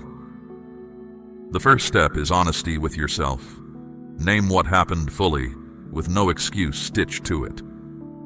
Do not dress it up, and do not shrink it down. What is brought into the light loses its power to hide, and what stays hidden keeps its grip. Bring it out into the open before me, all of it, and you will feel its hold begin to loosen the very moment you do. As long as you defend the thing, you remain tied to the thing. You do not need to win an argument with me. You need only tell me the truth, and the truth is something I have already made a way through. The second step is to turn back to me deliberately, not casually. Do not think of me in passing, the way you think of the weather. Come to me on purpose. Speak to me plainly, in your own words, as a child speaks to a father he trusts. Then be still, and let the stillness do its slow, deep work. In that stillness, something will shift. The cold draft from that open door will fade. The churning will grow quiet. That is the sound of a door closing. My hand on the latch and your heart in agreement. What was opened in a careless moment is shut in a deliberate one. And there is a third step, the one most souls refuse. And I will not let you refuse it. You must forgive yourself, not excuse yourself. Forgive yourself. There is a difference, and your freedom depends on knowing it. Guilt that lingers after true repentance is not devotion. It is a weight I never asked you to carry, and it chains you to a moment I have already dealt with. If I have released you, who are you to keep yourself imprisoned? Lift your head. The account is settled, not by your suffering, but by my mercy. Your sorrow had its hour and did its honest work, and now its hour is over. From this day forward, dragging that failure behind you is not humility. It is unbelief, and I am asking you to lay it down. Understand also the difference between a mistake and a pattern, because everything ahead depends on it. A mistake is a single stumble on the road. A pattern is a road of its own, walked so many times that the feet no longer ask where they are going. What happened to you was a stumble. But underneath it, I saw a pattern beginning to form, and that is the deeper thing I am healing today. This was not the first time you felt that inner hesitation and stepped past it. You remember the other moments, even now. Each seemed small, but small compromises are seeds, and they grow in the dark as faithfully as good seed grows in a field. I am pulling this one up while the root is still shallow. That is not harshness. That is a gardener who knows what the full-grown plant becomes. Now the correction has done its work, and my voice changes its labor. I begin to rebuild, and I will start with the one skill that would have spared you all of this, knowing my voice among all the others. Listen carefully, for what I teach you now will guard you for the rest of your days. My voice is not hard to find. It is only easy to drown. I speak in the quiet nudge before a decision. I speak in the sudden caution that has no visible reason. I speak in the thought that arrives carrying calm instead of pressure. You have heard me far more often than you realize. The work now is to know that voice so well that no counterfeit can imitate it. The way a shepherd's own flock will not follow a stranger.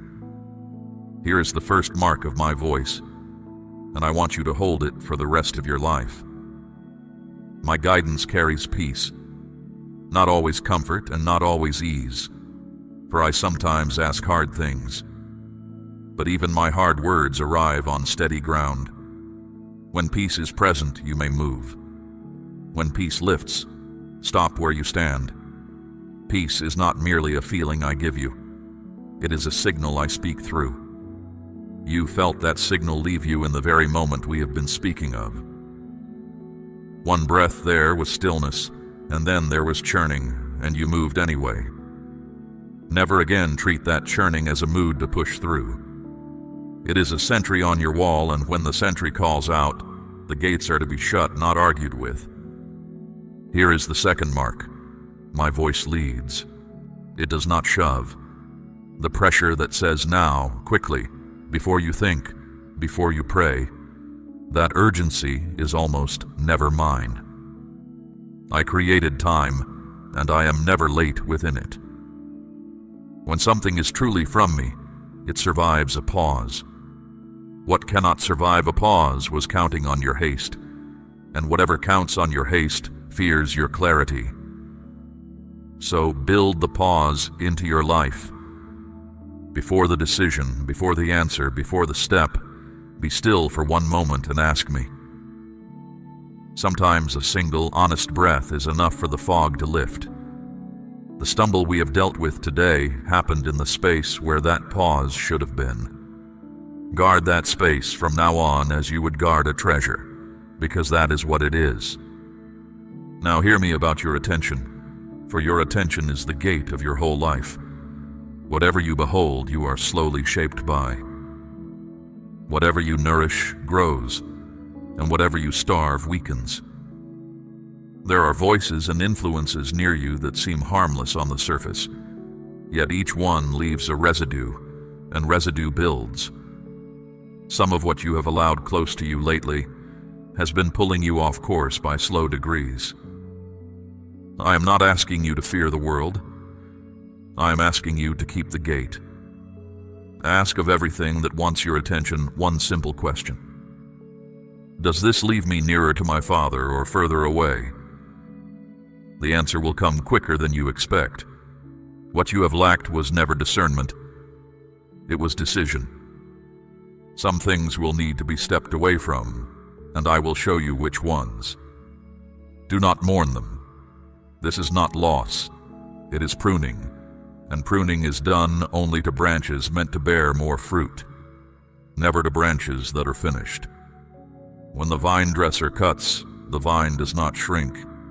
It readies. Guard also the words you speak inside yourself when no one is listening. That inner voice has been harsher to you than any enemy, harsher than I have ever been. It calls you a failure where I call you my child. It rehearses your worst day on an endless loop, while I have already thrown that record away. From today, when that voice speaks, answer it with what I say. Let your mind be renewed until your thoughts tell the truth, for that is what transformation actually is. Not effort piled upon effort, but a mind slowly retrained to agree with heaven. When your thoughts align with my truth, your choices follow without strain, the way a wheel follows the road. Fix the spring and the stream runs clean. And one word about discipline, because that word has been soured for you, and I want to restore its taste. Discipline is not restriction. Discipline is consistency, nothing more. It is choosing the same right thing on the gray, ordinary days that you chose on the shining ones. No one drifts into steadiness. It is built, one kept moment at a time, and I am building it in you now. You will not feel strong at first, and that is not failure. Strength of this kind grows as an oak grows, without noise, without a single dramatic day, yet immovable once the years have done their work. If you receive this correction with an open heart, and you are willing to be trained by it, whisper to me now, Father, teach me, I am yours. Now I must speak of the years, because the years have been a quiet wound between us. You have questions you stopped asking out loud. You buried them under politeness in your prayers, but I heard them anyway. Why has it taken so long? Why them and not me? Why do the ones who never sought you seem to run ahead while I stand still? You have stood at celebrations for people who began long after you and arrived long before you. You clapped for them with an ache behind your smile. You spoke blessing over them with a voice that did not shake. And then you went home and sat in the quiet and wondered what was wrong with you. I was present for every one of those evenings. Not one of them escaped me. And there were harder nights still. Nights you wondered whether you had misheard me all those years ago. Nights you turned the old promise over in your hands like a coin you could no longer spend. You never said it in those words. You did not have to. So let me answer the buried questions now plainly, as a father answers a grown child. The delay was never absence. There was not one day of those years when I was elsewhere. And the delay was never rejection. You measured my silence as distance, but it was nearer to the silence of a craftsman bent over his work, too intent to speak. Think of a field lying fallow through a long winter. To every passing eye, it is doing nothing. In truth, it is doing some of the most important work of its life. The ground rests and mends. What was spent is restored. And when sowing finally comes, that quiet field outbears every acre that was never given its season of stillness. Your hidden years were not empty years. They were fallow years, and the difference between those two words is as wide as a harvest. Think also of how a great house is built. For months, there is nothing to admire. The work goes downward before it ever goes upward, deep cuts into unseen ground, stones set below where any guest will ever look. A passerby sees a hole and calls it failure. The builder sees a foundation and calls it wisdom. The higher the walls are meant to rise, the longer the unseen work must take. Measure your years of obscurity by that rule and read them again. And those doors that closed against you, the ones you knocked on until your hands ached, you grieved them as losses, and some you have grieved for years. But I stood on the other side of those doors, and I saw what waited behind them. Had certain ones opened, you would have entered seasons that would have cost you far more than the delay ever did. I did not fail to open them. I refused to. There is a love inside a refusal that can only be seen from further down the road. As for the ones who ran past you, release them. Their road is not your road, and their harvest is not your harvest.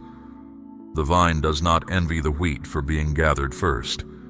Each is brought in at its own appointed time, and the later gathering is not the lesser one. Often it is the opposite. What ripens longest keeps longest. Let that settle your heart about every name that has ever made it ache.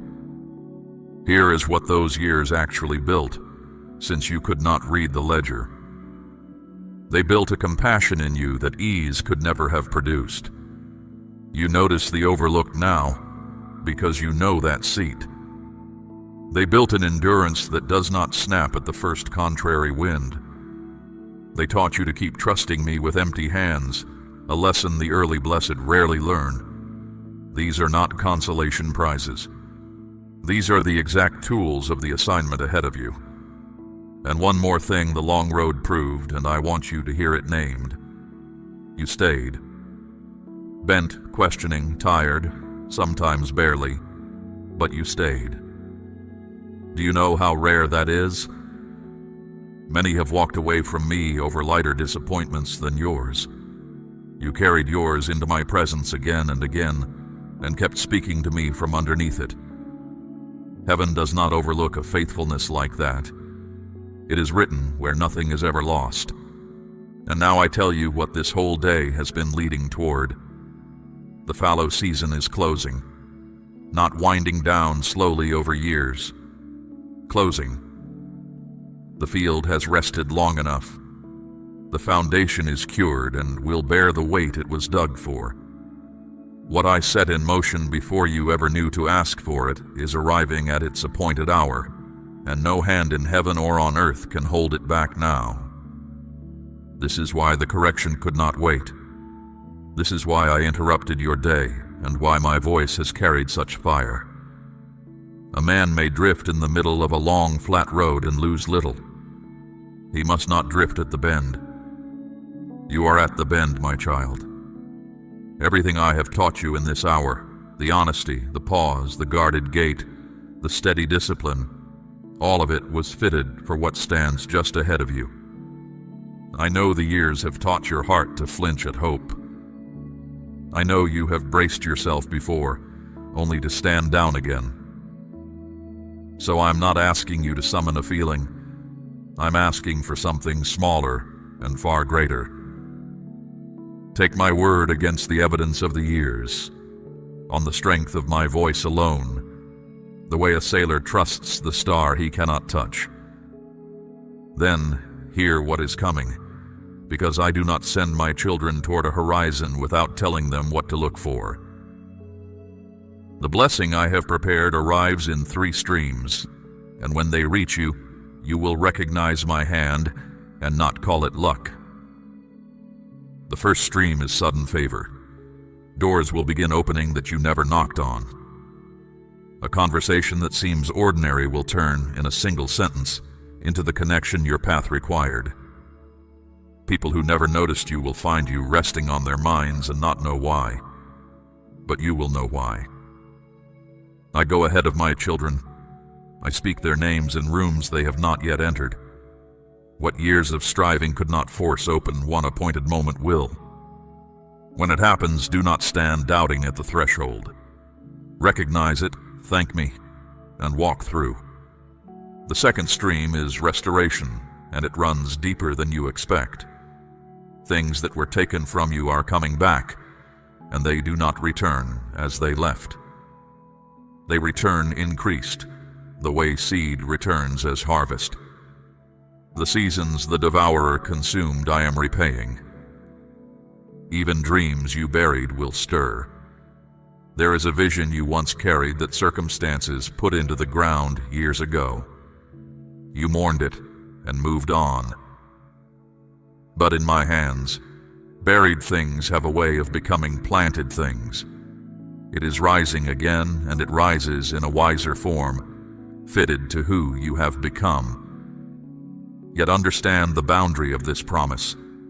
I restore what I ordain, not everything you have lost. What was removed from your life as a protection will stay gone. The third stream will surprise you most, because you have lived without it so long you have forgotten its taste. Deep peace, the tight band across your chest that you now call normal. The knot beneath your ribs that never fully unwinds. The thoughts that circle your bed at night like birds that will not land. I say to all of it, this is not your inheritance. A morning will come when you wake and the dread that usually greets you simply is not there. And the accusing voice that has trailed you for years, telling you that you are too late, too flawed, too far behind, its time is up. It will be crowded out by a truer voice saying what I have always said over you. You are mine, you are called, and no one is behind who walks in step with me. And mark my word about timing, I will not have you waiting vaguely. Look for the first evidence before this present season turns. Not the whole harvest at once, but the first fruit, the early sign, the unmistakable touch of my hand telling you the weather of your life has changed. When you see it, remember this hour, and remember that I named it before it came. When the streams begin to flow, remember what wells are for. This blessing is not sent so you can build a higher wall around a fuller house. It is sent to pass through you. There are people near you still deep in their own long winter, the ones you love, the ones you carry in prayer, whose names you have laid before me more often than your own. Your task is not to be their savior. It is to be their signpost, a living answer standing where they can see it. Some words are preached, the best ones are lived.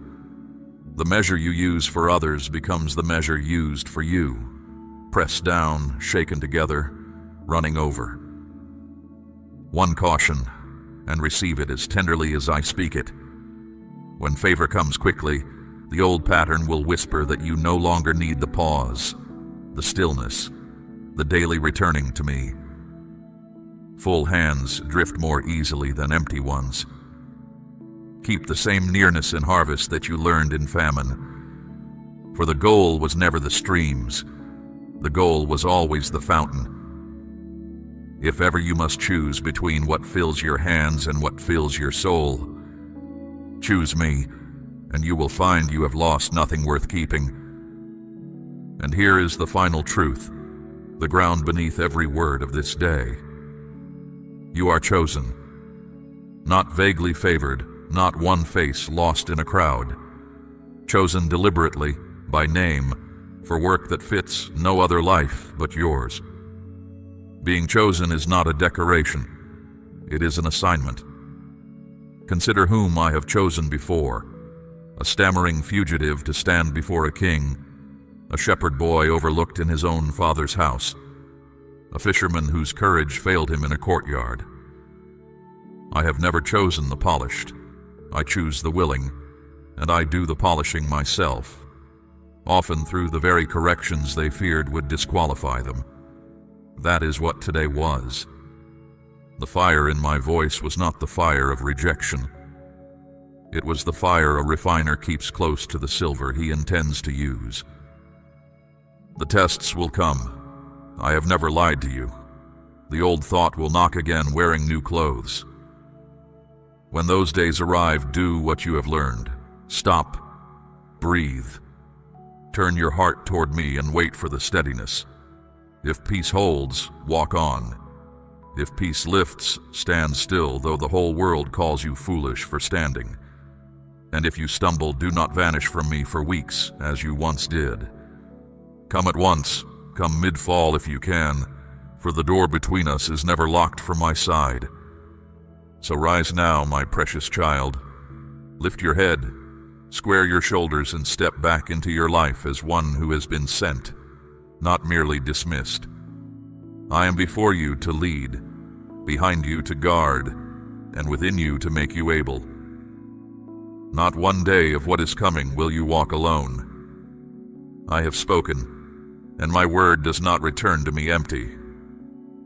If you are ready to rise and walk with me into everything I have prepared for you, declare your amen now, and let it stand as your answer. We run on viewer support only. For exclusive member-only content, scan the QR or see the pinned comment. God bless you.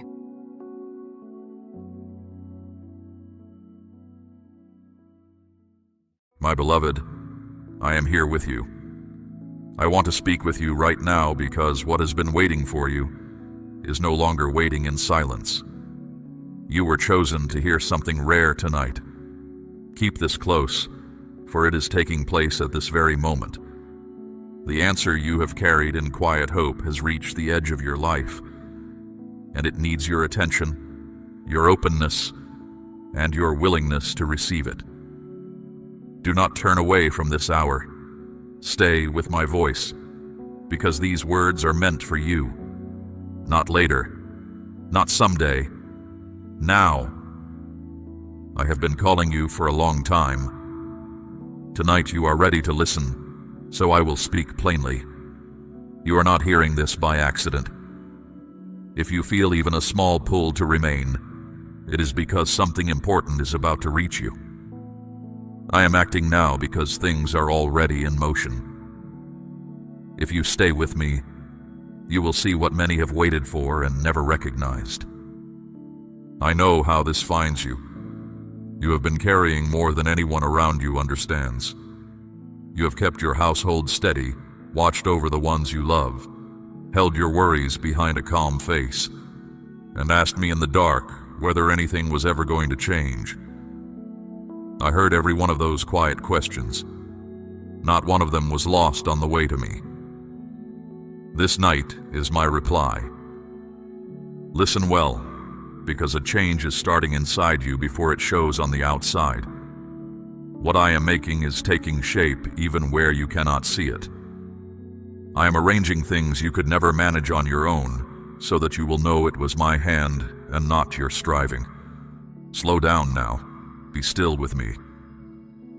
When you are still, my presence settles your thoughts and quiets your worries. I know your doubts too. I know how you hesitate when something good draws near, as if it must be meant for someone else.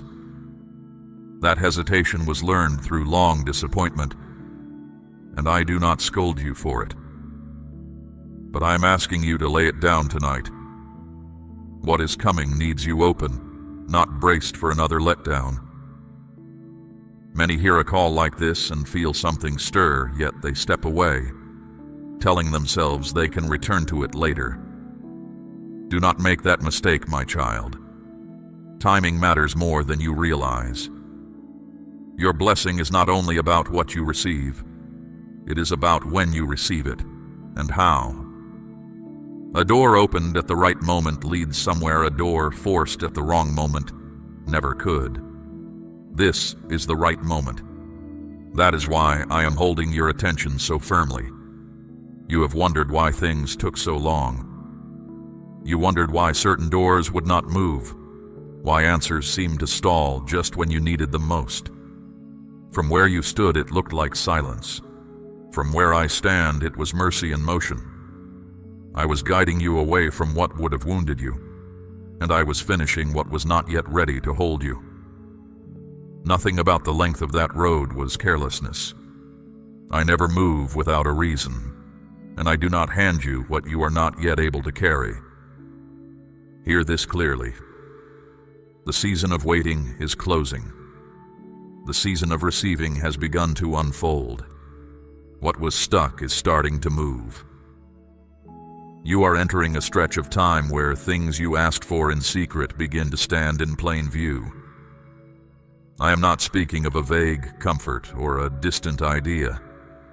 I am speaking of a real unfolding, prepared with care, marked with your name, arriving in an order I have already set.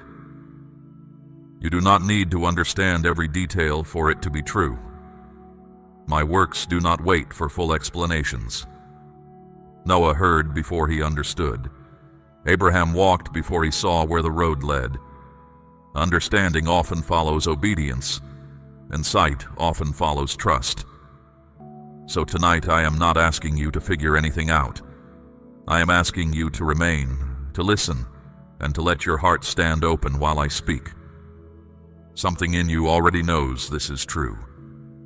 You have felt it in small moments of clarity that came without explanation, in a sudden peace that arrived while everything around you argued against peace.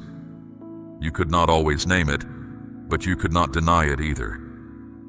Beneath the tiredness, beneath the questions, there is a small, steady knowing that has kept you searching for me through everything. That knowing is not your imagination. It is my spirit bearing witness with yours. It is the reason you did not give up in the years when giving up would have been easier. It is the reason you are here now. So stay present with me through every word that follows. Do not let your mind wander to tomorrow's tasks or yesterday's regrets. What I am about to show you concerns your provision, your peace, the ones you love, and the path opening in front of you. Every part of this message carries something you will need in the days ahead. Receive it slowly. Let it take up room in you. I am not always loud, my precious child. I am steady and I am near. I do not come to you tonight with thunder, but with a voice that knows your name and a promise that has not thinned with time. What I said I would do, I am doing. What I began in you, I will finish. You will not be left half-built, half-healed, or half-answered. That is not how I work, and it is not how I love. Before I show you more, I want your faith to have a voice. Not for my sake, for I know your heart already, but for yours. Faith grows when it is spoken. A door opens wider when you answer it. So answer me now, simply and without fear. If your heart is open to receive what I have prepared, let your amen rise to me now. You might wonder why I chose you for this hour. You have looked at your own life and counted the reasons it could not be you. You know your faults too well. You remember every stumble, every sharp word, every prayer that trailed off into sleep.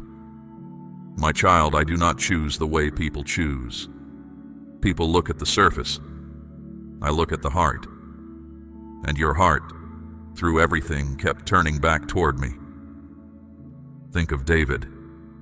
When I sent Samuel to find a king, the strong son stood tall in the front room while David was out in the fields with the sheep, unseen and unconsidered. His own family did not think to call him in, but I had already marked him. The ones who were overlooked by the household were never overlooked by me. That is how it has been with you. While others measured you by what they could see, I was watching what you carried and how you carried it. You have gone through a great deal, and you still look for me. That is no small thing. Faith that survives disappointment is a different kind of faith. It has roots. It has weight. Anyone can believe on a bright morning when everything works. You believed on the hard nights when nothing did. I saw the times you were passed over and stayed kind anyway. I saw the effort no one thanked you for. I saw you give from a nearly empty hand. None of it escaped me, and none of it will go unanswered. There were seasons when you felt invisible, when your work did not seem to count and your prayers seemed to stop at the ceiling. I want you to hear the truth about those seasons. I was present in every one of them. I was keeping you when you did not know you were being kept. Paul once sailed into a storm so fierce that the sky went dark for days, and every man aboard gave up hope. Yet I was in that storm with a purpose, and not one life was lost. The dark stretch of water you have crossed was the same. It felt like abandonment. It was actually company you could not see. Now something is shifting in you, and you can feel it even tonight. A stillness is settling where the restlessness used to churn. You did not create that stillness, my beloved. I am putting this rest inside you so you will know I am at work. When your heart is quiet, it is far easier to receive what I am giving. So do not rush through this. Do not force understanding. What I am doing does not require your labor. It requires your trust. Speak the words I believe and stand with me in this hour. That small act matters more than you know. When you answer me, you are not performing. You are opening. A field must be open before rain does it any good, and a heart must be open before a promise can land in it. Your answer just now made room. Let me tell you what I see when I look at you, because you have carried the wrong picture of yourself for too long. You think you are barely holding on. I see someone who kept a family's hope alive on scraps. You think your faith is thin. I see faith that walked through fire and came out still speaking to me. You call yourself ordinary. I have never once made an ordinary soul, and I did not begin with you. The change I am working starts deep in the places no one else visits. Before a single circumstance moves, I strengthen the ground it will stand on. That is why these days have felt strange to you, quieter than you expected, as if something were happening just out of sight. Something is. I am steadying your thoughts. I am clearing out old fear the way a farmer clears stones from a field before planting. I am teaching your heart to expect good again, which is harder work than you might think, because your heart learned for years to expect the opposite. Do not think this is small just because it is gentle. My deepest works rarely announce themselves. The seed splits open in the dark soil long before anything green shows above it. The oak that outlives generations spends its first years hidden, sending roots down where no eye admires them. A change that begins this way lasts because it grows from the inside out. What I build slowly, no storm takes quickly. And I am building slowly in you on purpose, because I intend for this to stand. You are also learning to hear me again, and this may be the greatest gift of this hour. Not a voice in the clouds, but a clear knowing that sits firmly in you when you are near me. You have felt it already. A thought that steadies you in a hard moment. a certainty about a decision that confusion had circled for months. That is not chance. That is my voice becoming familiar to you, the way a shepherd's voice becomes familiar to his sheep. From this night on, you will recognize it faster and doubt it less. So stay close, my precious child. Do not measure this hour by how dramatic it feels. Measure it by the peace that is settling in you even now. Peace that has no earthly explanation. You walked in carrying questions. You are already standing differently. That is how you know this is real. I do not merely inform you of things. I change you as I speak, and what I change, I keep. There is more I must show you, and it concerns the release of what you have been carrying and the provision I have set in place. What comes next will ask something of your trust. Remember what you have already declared tonight, and let that declaration hold steady beneath you as we go on together. I have never yet led you anywhere to harm you. I am not beginning tonight. Now I want to speak with you about trust, because trust is the ground everything else will stand on. You have trusted me with your words for years. Tonight I am inviting you to trust me with your weight. There is a difference, and you know it. Words cost little. Weight costs something. Weight is what you feel when you hand over the thing you have been gripping, not knowing how you would manage without it in your hand. You have lived carefully for a long time. You learned to hold tightly because there was never quite enough, and letting go felt like a danger you could not afford. I understand how that habit formed. But hear me, my child. A closed hand cannot receive. It can only keep what it already holds, and what it holds is not enough. That is not the life I am leading you into.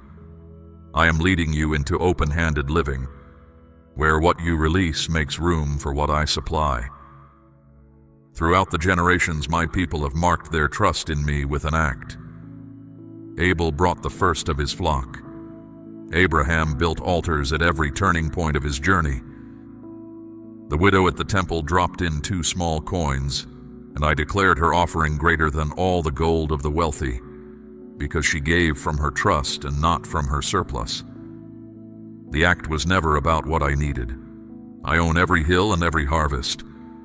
The act was about what happened in the giver, the moment their trust moved from their lips to their hands.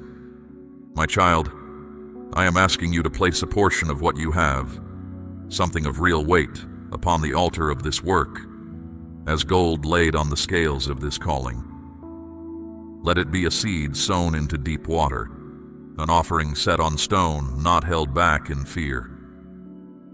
This is proof that your trust rests in my hand to provide, and that your heart no longer clings to lack. What you release in faith does not leave your life.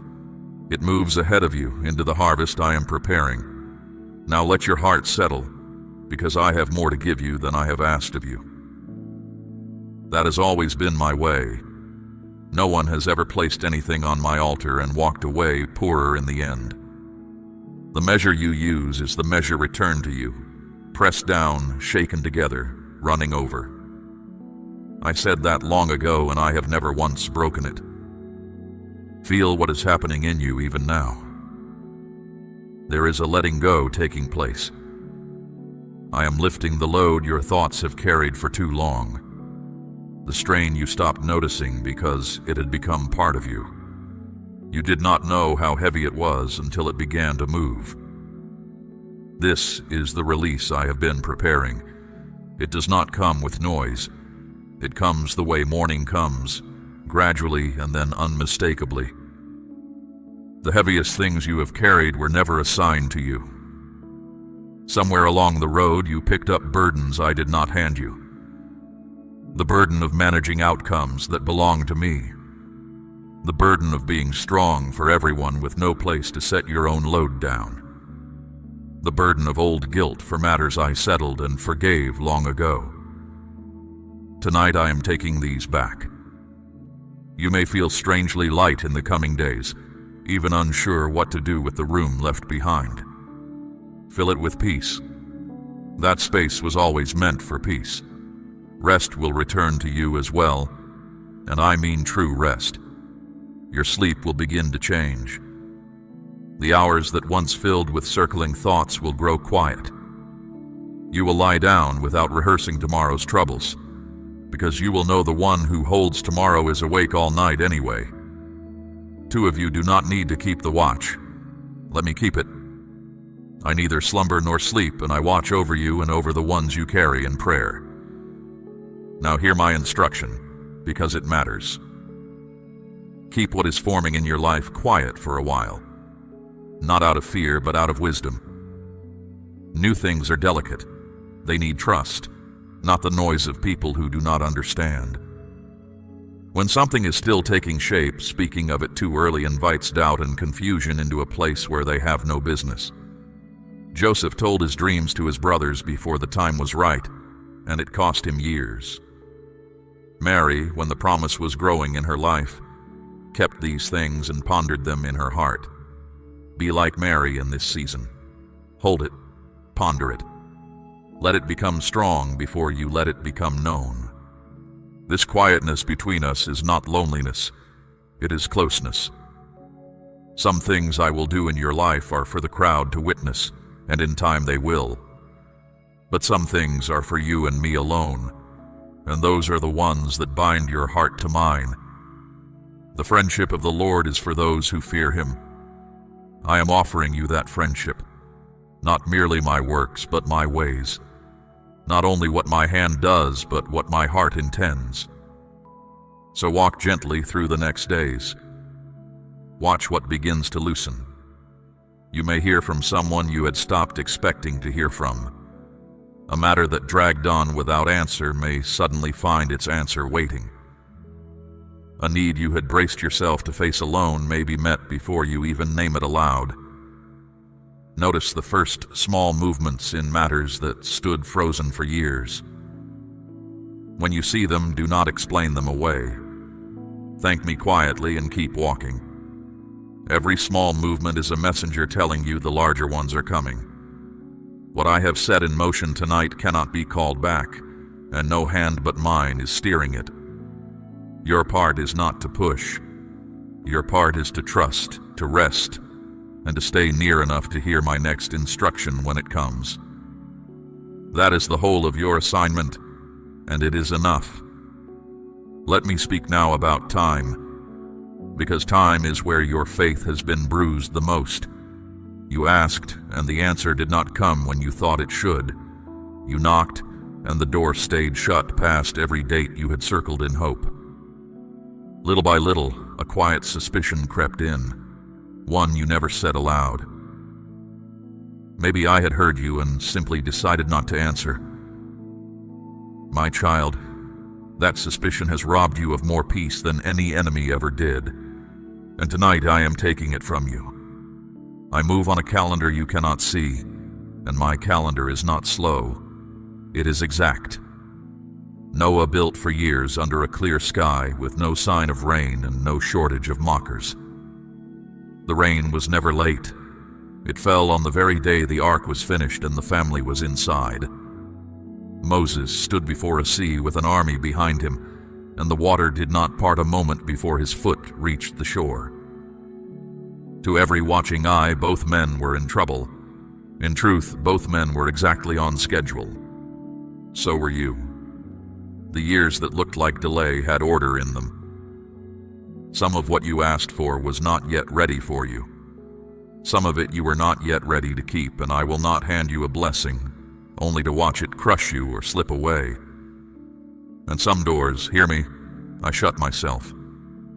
I shut them firmly, and I did not always explain. Behind more than one of those doors stood loss you never saw, entanglements that would have stolen years, people who would have drained the life from you. You grieved outside doors that were locked for your protection. One day you will see what was behind them, and you will thank me for every door that would not open. The pause has ended now. What was stuck is moving.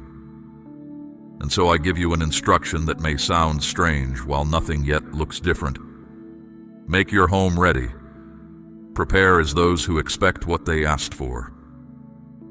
When I promised rain through my servant Elijah, the word to the people was to dig ditches while the ground was still dry. The digging did not bring the rain, but it declared, before every watching eye, whose word they were standing on.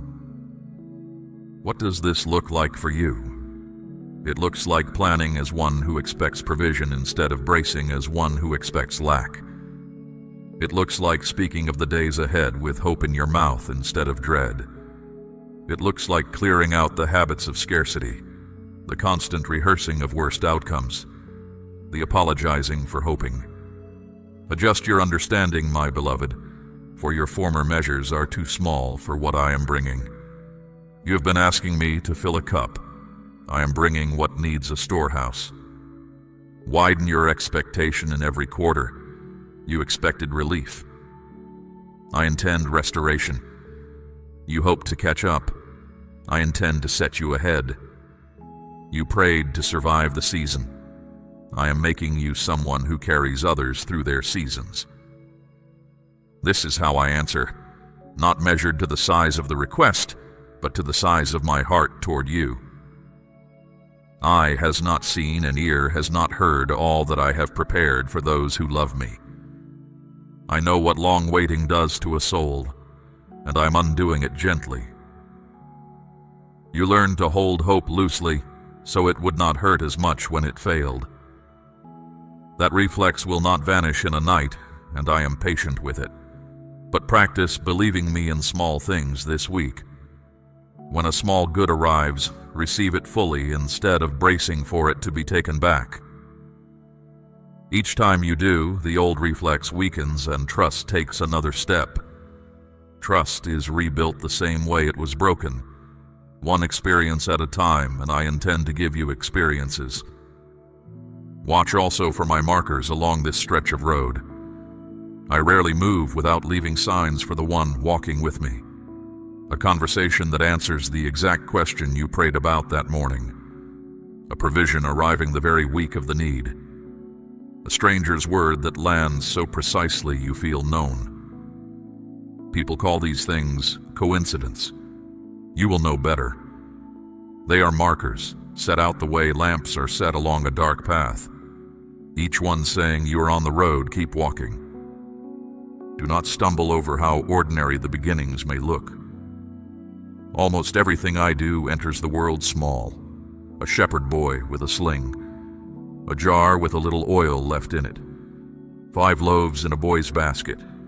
A whisper on a mountain after the wind and fire had passed. The size of the seed tells you nothing about the size of the harvest. If the beginnings in your life look modest this month, plant them anyway. Honor them. Small is how my greatest works arrive, so they can grow roots before they draw eyes. And while you wait for the fullness, remember that waiting with me is not empty time. These very days have a sweetness in them that the busy seasons will not have. We are walking closely right now, you and I, speaking often, listening carefully. Many who received their answer quickly never learned my nearness at all. You have. That nearness is going with you into the abundance ahead, and it will keep the abundance from ever becoming your master. The one who learns to be led is safe to be blessed. So lift your eyes tonight. The stretch of road ahead of you is not the road behind you. I have gone ahead and made the crooked places straight. I have moved matters into position while you slept and set right, quietly, things you had no power to reach. What I promised is standing at the entrance of your life, and it did not come this far to turn away. Prepare your house. Prepare your heart. Receive what your hands could never build. Something is changing in the way you see, my child, and I want you to understand it so you do not doubt it. The confusion that hung over your decisions is thinning. Matters that tangled your mind for months are beginning to sort themselves into a simple order. This is not an accident of a better week. I am the one providing this clarity. I am arranging your inner house the way a steward arranges a room. Everything set where it belongs. Everything findable when it is needed. Confusion was never my voice. Where I speak, things become simpler, not more tangled. So as this clearness grows, trust it. You will know which matters deserve your strength and which ones were only noise. You will feel sooner and more surely when something is right for you and when it merely glitters. This discernment is a gift for the road ahead, because the road ahead holds more choices than the road behind, and I am equipping you before I am enlarging you. Fear is losing its grip on you as well. Notice how some things that once tightened your chest have gone quiet. The dread that met you on waking. The knot before difficult conversations. They are not being managed. They are being starved. Because fear feeds on the belief that you face things alone, and that belief is dying in you. When David stood before the giant, every soldier around him measured the enemy's size. David measured mine. The same enemy looked enormous to the army and small to the shepherd, and the difference was not courage. It was where each one fixed his eyes. Your eyes are learning to fix on me, and everything hostile is shrinking accordingly. There will still be moments when old fear returns to test the locks. Expect it, and do not be alarmed by it. A fear that returns is not a sign that nothing has changed. It is a sign that something has, for it would not need to knock if it still lived inside. When it comes, you need no lengthy battle. Simply remember whose you are. Speak my name. Fear recognizes it, and fear does not stay long in a house where I am welcomed. Remember Peter, who stepped out of the boat onto the waves because I called him. He walked, truly walked, until he turned his attention from me to the wind. And when he sank, mark this well, my hand reached him at once, not after a lesson, not after a scolding delay, at once.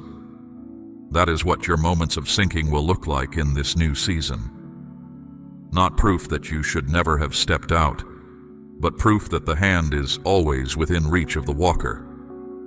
Your very sense of who you are is being rebuilt, and this is the deepest work of all. For years you carried a name for yourself stitched together from your hardest moments. Overlooked, barely managing, always the strong one, never the carried one. Tonight I am unstitching that name. You are not what the worst season said about you. You are what I say about you, mine, chosen, kept, called for a purpose that has not expired. When I renamed Abram and Sarai and Jacob and Simon, the new names told them who they were becoming, not who they had been. Hear your new name in your spirit and answer to it, for a soul rises or settles to the level of the name it believes. Joy is returning to you too, and it will surprise you. Not the thin cheerfulness you have performed for others' comfort, but something with depth in it. The kind that was sung in prison at midnight. The kind that does not ask permission from circumstances. It will catch you in ordinary moments, a lightness rising for no visible reason, a warmth while doing some plain task. Do not question it or hunt for its cause. It is your spirit recognizing what is approaching before your mind has been told. Laughter will come easier. Your face will soften in a way others notice before you do. The joy of the Lord is strength, and I am strengthening you by gladness now, because gladness carries further than grit. Out of this inner change, your outer steps will begin to shift on their own. You will speak with more certainty and less apology. You will decide in days what once took months, not from haste, but from quiet knowing. You will stop shrinking to fit rooms that were always too small for what I put in you. None of this will require force. A tree does not strain to stand taller. It simply grows, and its height follows its roots. Your roots are going deep into me, and everything visible will follow them upward. And here is the mercy hidden inside it all. I am changing you before I change everything around you, because blessings landing on an unhealed life have crushed many. I love you too well to decorate a wound. So I am making you whole first, steady first, sure of me first. Then what I add will rest on rock instead of sand. When the house stands through storms in the years ahead, you will understand why I built this way, from the inside outward, from the unseen to the seen. You cannot yet see all of what I see in you. That is all right. I do not ask you to see it. I ask you to trust the one who does. Every builder knows the finished house before the ground is cleared. Every potter sees the vessel while the clay is still shapeless on the wheel. The pressure you have felt in these years was never punishment. It was a maker's hands, patient and deliberate, refusing to abandon the work. I know the finished you, and I am not uncertain, and I have never once stopped building. Others gave up on parts of you. You gave up on parts of yourself. I never did, and I never will. If you trust my hand to finish what it has begun in you, declare your Amen now. Now I must speak of the ones you love, because half the weight you carry was never about yourself. You have prayed for them in the dark more often than you have prayed for your own needs.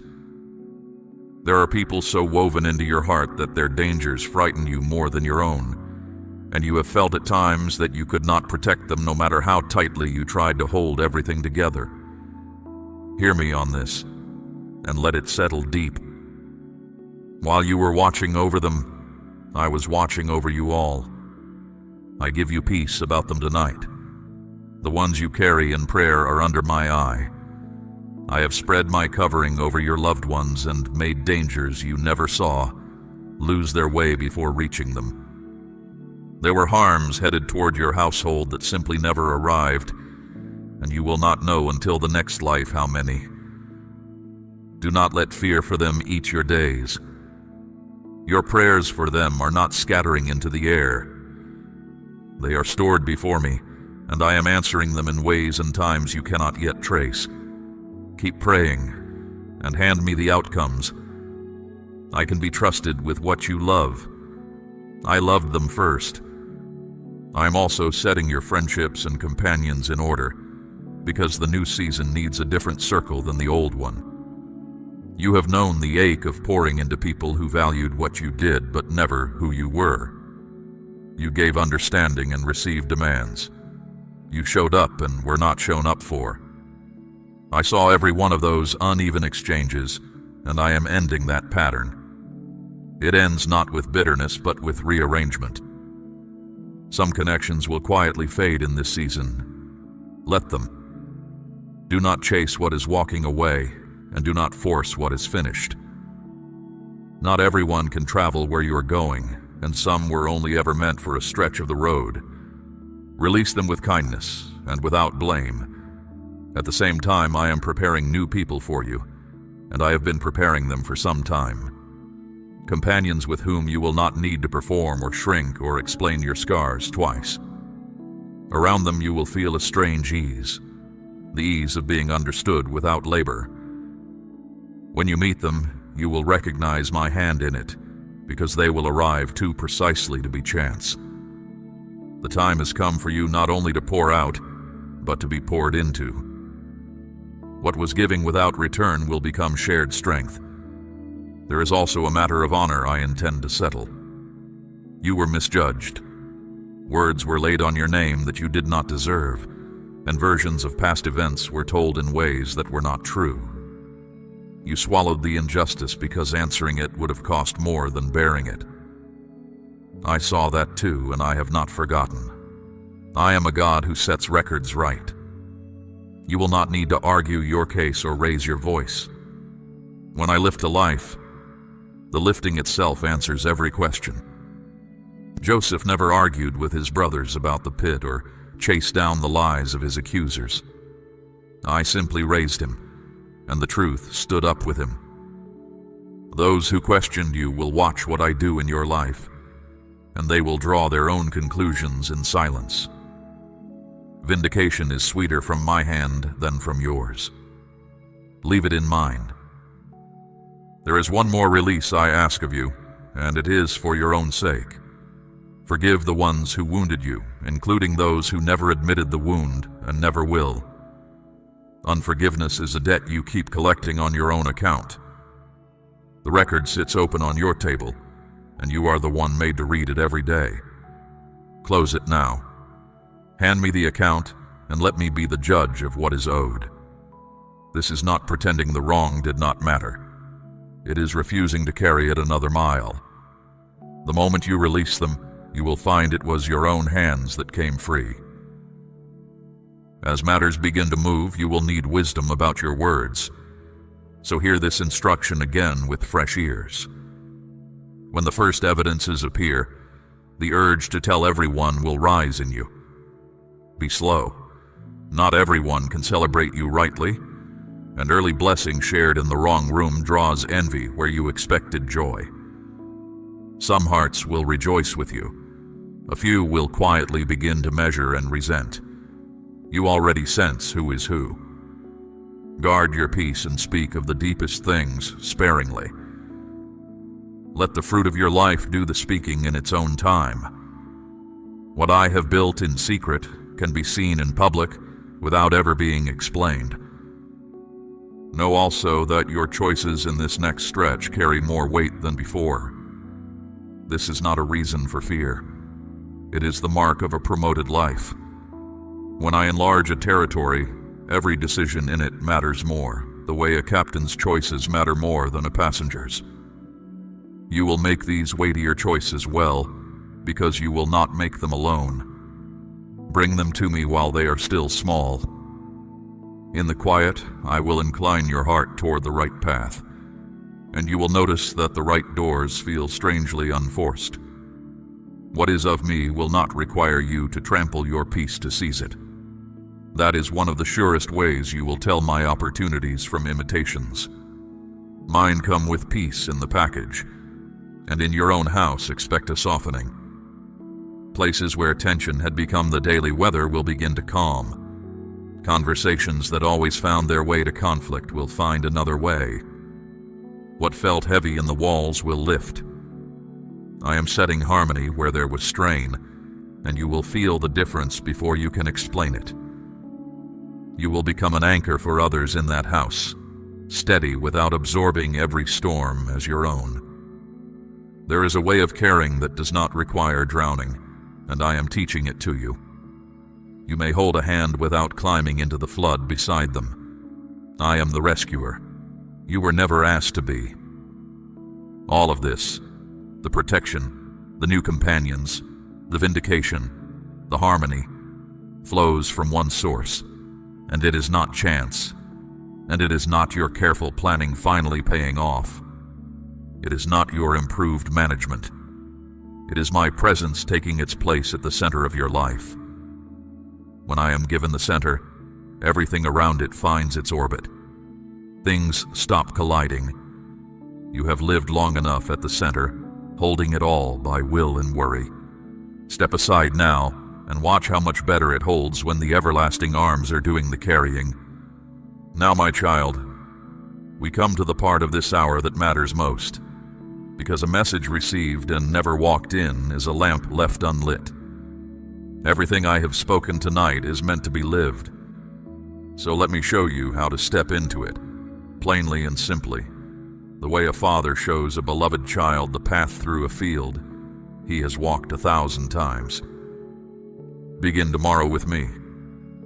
Before the demands of the day reach for you, give me the first quiet moments. They do not need to be long or eloquent. Speak to me as you would to the one who knows you best, because I am. In those first moments, I will set the tone your whole day will follow. A day that begins in my presence bends toward peace, no matter what it holds.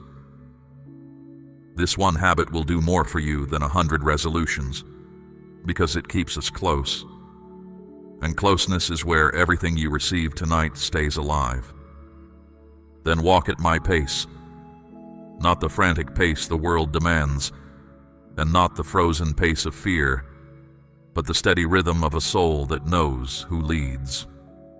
When I prompt you to act, act, even if your understanding lags behind your obedience.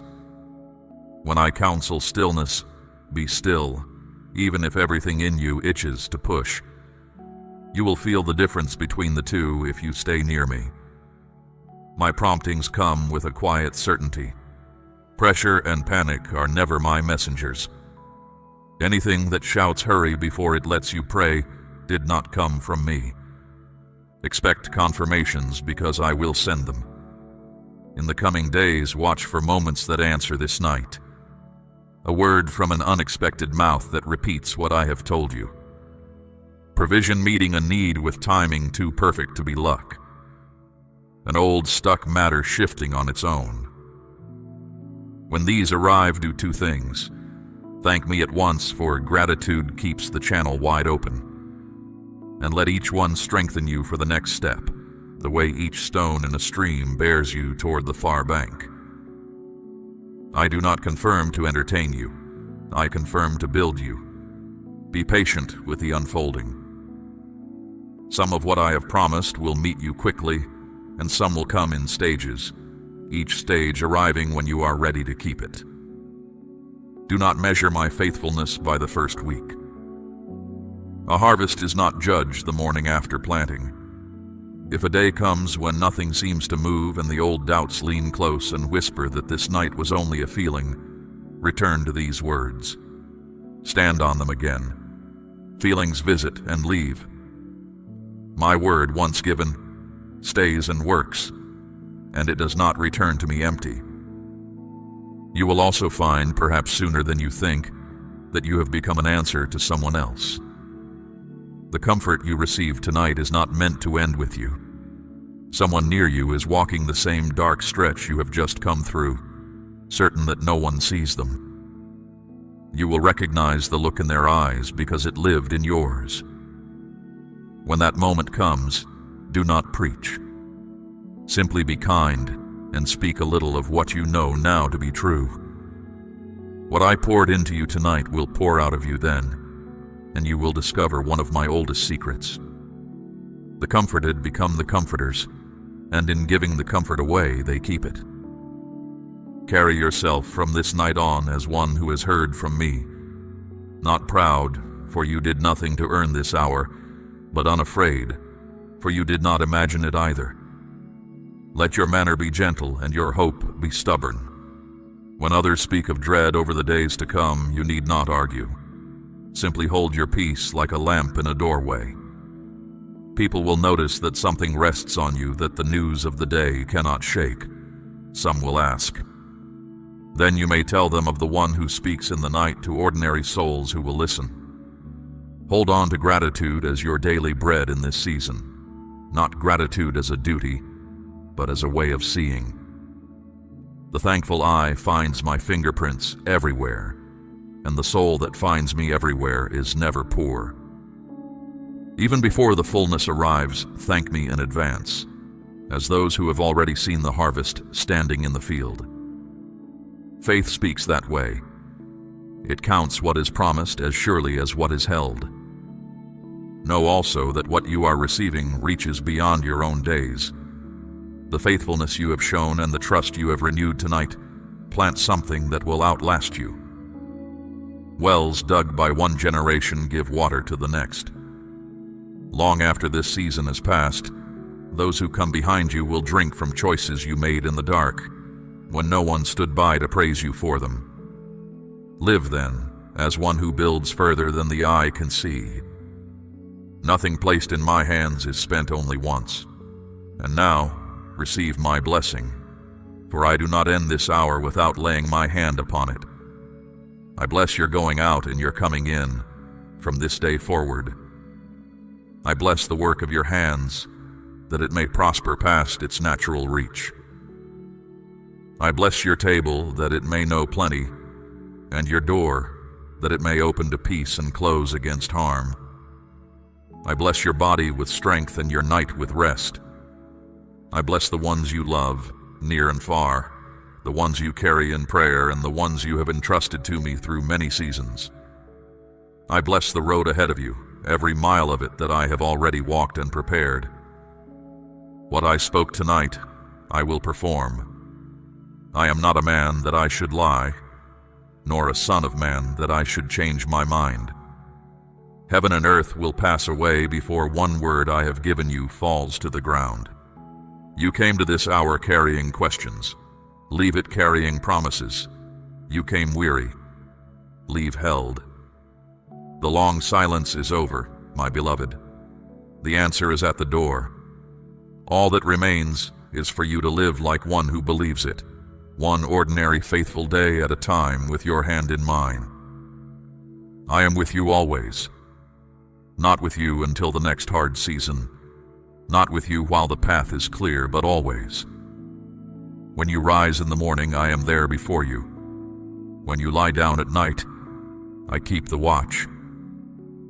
When you walk through waters, they will not overwhelm you.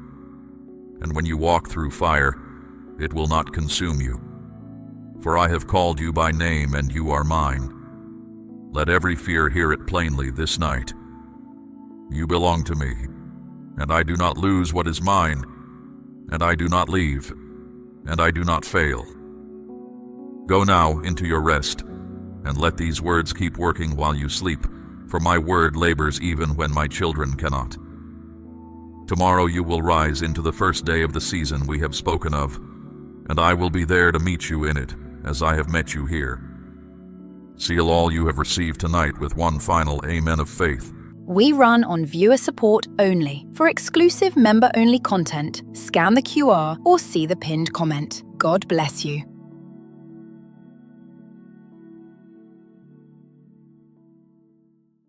I came when you had nothing left, not when you were managing, not when you still had options on the table. I came at the exact moment the last option ran out, when the weight in your chest made breathing feel like work, when you closed your eyes that night not sure you wanted to open them again. That is where I stepped in. Not before, not after, right there in the middle of the wreck. You were not holding on by a thread when I arrived. The thread had already snapped. And that is not a coincidence. That is not me arriving late. It is me arriving at the only moment when what I bring can actually take root. When there is nothing left of your own effort to get in the way. I need you to understand something about how I work. I do not wait for you to compose yourself before I come near. I do not hold back until you are presentable, until you have it together, until things look better. I come into the mess. I walk into the wreck. That has always been my way. That is my way right now with you. You have spent a long time being strong for the people around you, not because it felt natural, but because showing what was really happening inside carried a cost. You learned that early. Vulnerability got you wounded. Openness made you a target. Honesty made people uncomfortable or careless or cruel. So you built something solid around the real version of yourself. Walls that were never meant to be permanent, but that became the architecture of your daily life. Those walls protected you. I understand why you built them. But the same structure that kept pain from getting in also locked pain inside with no way out. You have been sealed in there with it, carrying it alone, managing it quietly while continuing to function on the outside.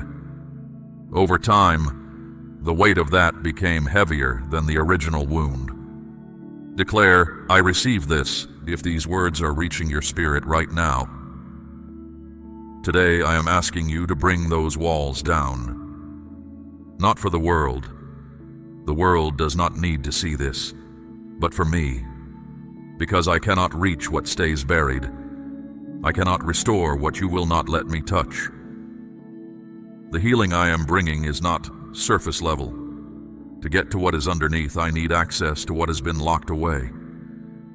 There are things you said out loud and things you swallowed in silence. There are nights that would not end and mornings you got up anyway. There are moments when you held it together in front of others and fell apart the second you were alone. I know all of it. Not as a record against you. As the exact landscape I am stepping into today with full intention to change. You have been trying to understand why this happened to you. Your mind has gone over it hundreds of times, looking for the angle that makes it make sense. The answer that would make the pain feel worthwhile. You have not found it, because that kind of answer does not come from analysis. It does not come from working through it harder or thinking about it longer. What I am bringing you today goes past the mind. It reaches the place where the damage actually lives. What broke you was not random. I am not telling you it was good or that it should have happened the way it did. But I will tell you this. I did not leave you to face it alone. I have been present in this situation longer than you have been aware of me. Every turn it took, I was already there, not watching from a safe distance. Inside the situation with you, working. You are still here. Let that settle for a moment. Everything that came against you, and you are still here. That is not just your resilience. Your resilience alone would have run dry long before now. What kept you standing when your own strength gave out was not your strength at all. It was something holding you that you did not place there yourself. I am the one who held you through the nights that should have broken you. I am the one who made a way when the weight was beyond what any person could carry on their own. I am not telling you this so you feel indebted. I am telling you so. You know what kind of God you are dealing with. The one who does not release what he holds. The one who does not abandon what he started. That is who is speaking to you right now. The pain you are carrying is not something I overlooked. There is no version of what you have been through that exists outside my awareness. I know the exact shape of what broke you. I know what you said to others and what you said to no one. I know the cost of the nights that had no end and the mornings you chose to stand anyway. None of it is beyond what I can reach. None of it is too far gone for what I intend to do. You are standing in what looks like ruin. I am standing in what I am about to build. Both things are true at the same time. The wreckage is real, and so is what I am about to do with it. My child, this is not the end of your story. It is the part of your story where I arrive.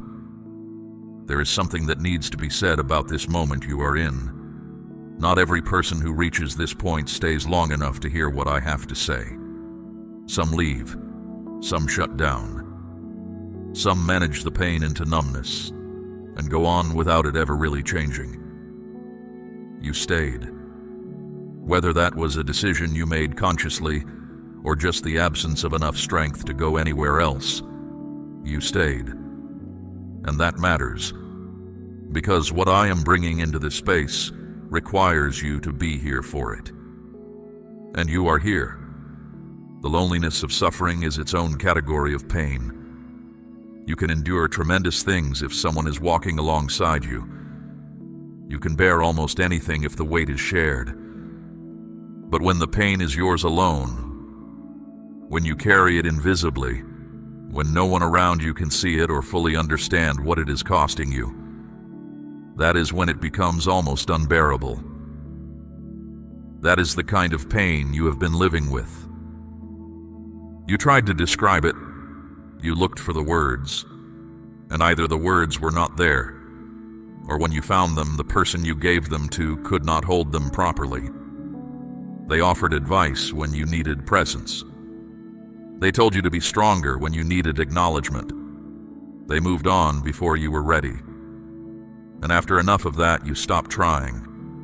You sealed the pain inside and carried it alone. I need you to hear this clearly. Your pain is not dramatic.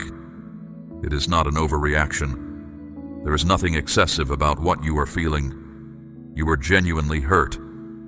The wound is real, and the fact that others could not see it, or could not sit with it, or did not have the capacity to stay, that says something about them. It says nothing about you. Say, "Yes, Lord, if you are ready to let me into this today." Here is what I want you to know about every moment you felt completely alone in this.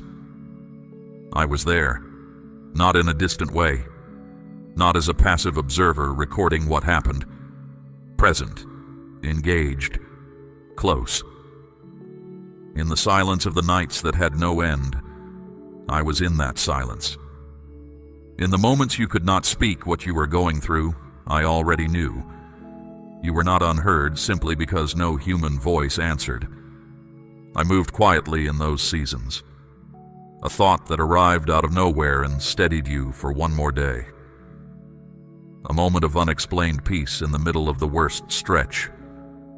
Something that reached you at exactly the right time and felt like too much of a coincidence to be random.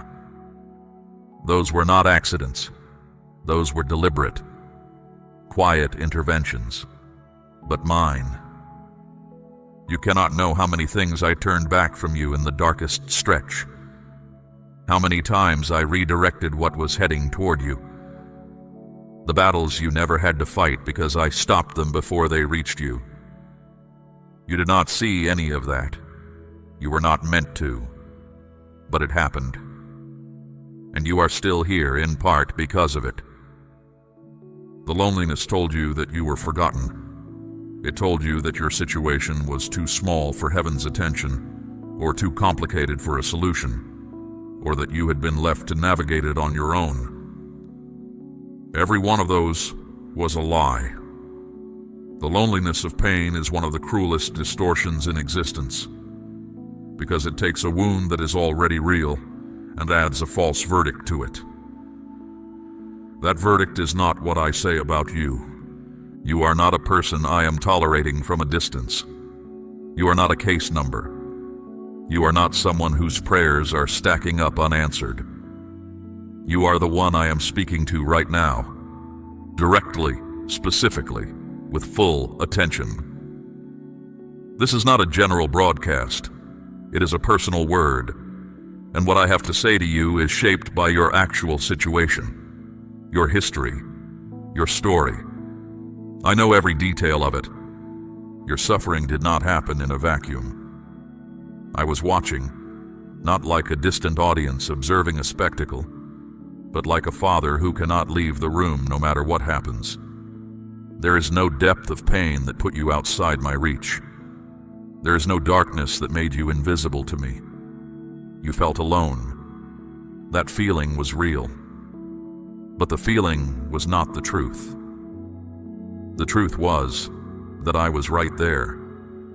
I know what it cost you to keep going on the days you had no reason to.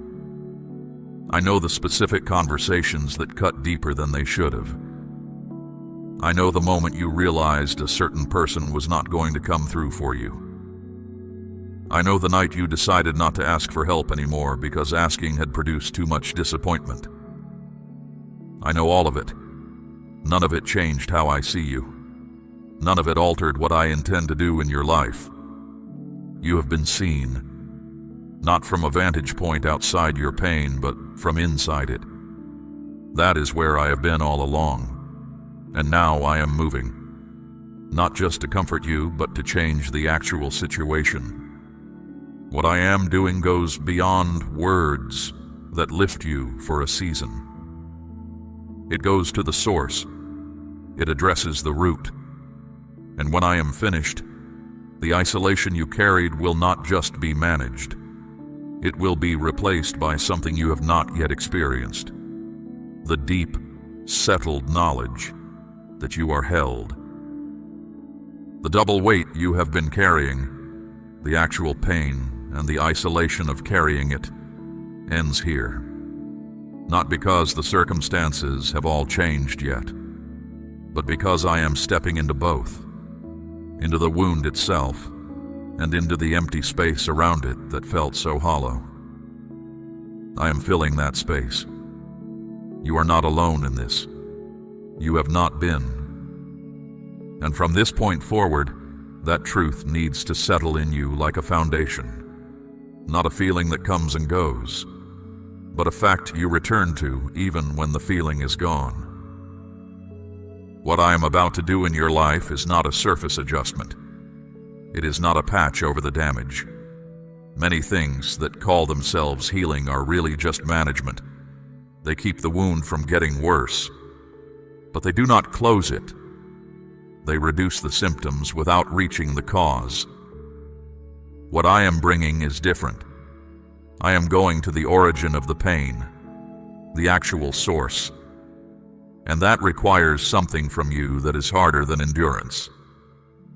It requires honesty about what is actually there. There are rooms inside you that have been locked for a long time, not out of stubbornness, out of protection. You shut those doors because what was behind them was too heavy to carry and too dangerous to expose. You learned that bringing certain things into the light meant becoming vulnerable in ways that had cost you before. So you locked the doors and kept moving. Life, to outside observers, appeared to continue normally. But those rooms do not stay still. What is sealed inside does not remain contained forever. It finds other exits. It surfaces as responses that seem disproportionate, as a heaviness with no clear source, as a pattern that repeats across different situations and different people, because the root of it has never been addressed. You have noticed this. You have wondered why certain wounds keep reopening. The answer is that the cause was never removed. It was only covered. That is what I am here to change. Not with a temporary measure, with actual removal of the root. This process does not depend on your ability to explain what happened or your ability to make sense of it. It does not require you to have the right words. It only requires that you bring what you have carried and place it in my hands without holding part of it back. That is the condition. Not performance, not perfection. Just surrender of the weight. There is an act of faith I want to speak to you about in this moment. Something that matters. Not because I need anything from you, but because the act itself changes the posture of your heart. When you release something of real weight in genuine trust, you are making a declaration in the unseen that your security does not rest in what you hold, but in who holds you. My child, I am asking you to place a portion of what you have, something of real weight, upon the altar of this work, as gold laid on the scales of this calling. Let it be a seed sown into deep water, an offering set on stone, not held back in fear. This is proof that your trust rests in my hand to provide, and that your heart no longer clings to lack. What you release in faith does not leave your life. It moves ahead of you into the harvest I'm preparing. There is a difference between believing in my provision in theory and acting as though it is real. What you release in genuine trust becomes a point of activation, not because of the amount, but because of what the act declares about where your confidence rests. It declares that I am your source, that what you have comes from me and can be returned to me, that you are not holding on to survival with clenched hands, but walking open-handed with a God who does not run short. The healing I am bringing is comprehensive. It is not confined to the emotional. It is not limited to the spiritual. Every area that has suffered damage is within the range of what I am addressing now. The places that have been stuck for years, the doors that have seemed permanently closed, the ground that has felt like it produces nothing, no matter how much effort you put in. I am moving through all of it, not in sequence, in fullness. You have been reaching toward me for a long time. Some of those prayers were spoken with full faith. Some were spoken with doubt, but you said them anyway. Some were spoken when you had almost nothing left to believe with. Just the decision to reach out one more time, even though the last time felt like silence. I received all of it, not based on the strength of the faith behind each prayer, but because you kept coming. That persistence is its own kind of faith. I have not missed a single moment of it. The thing about deep healing is that it asks you to feel things you have been successfully avoiding. That is not punishment. It is the only way through. You cannot drive around a wound to get past it. You have to go through it to reach the other side.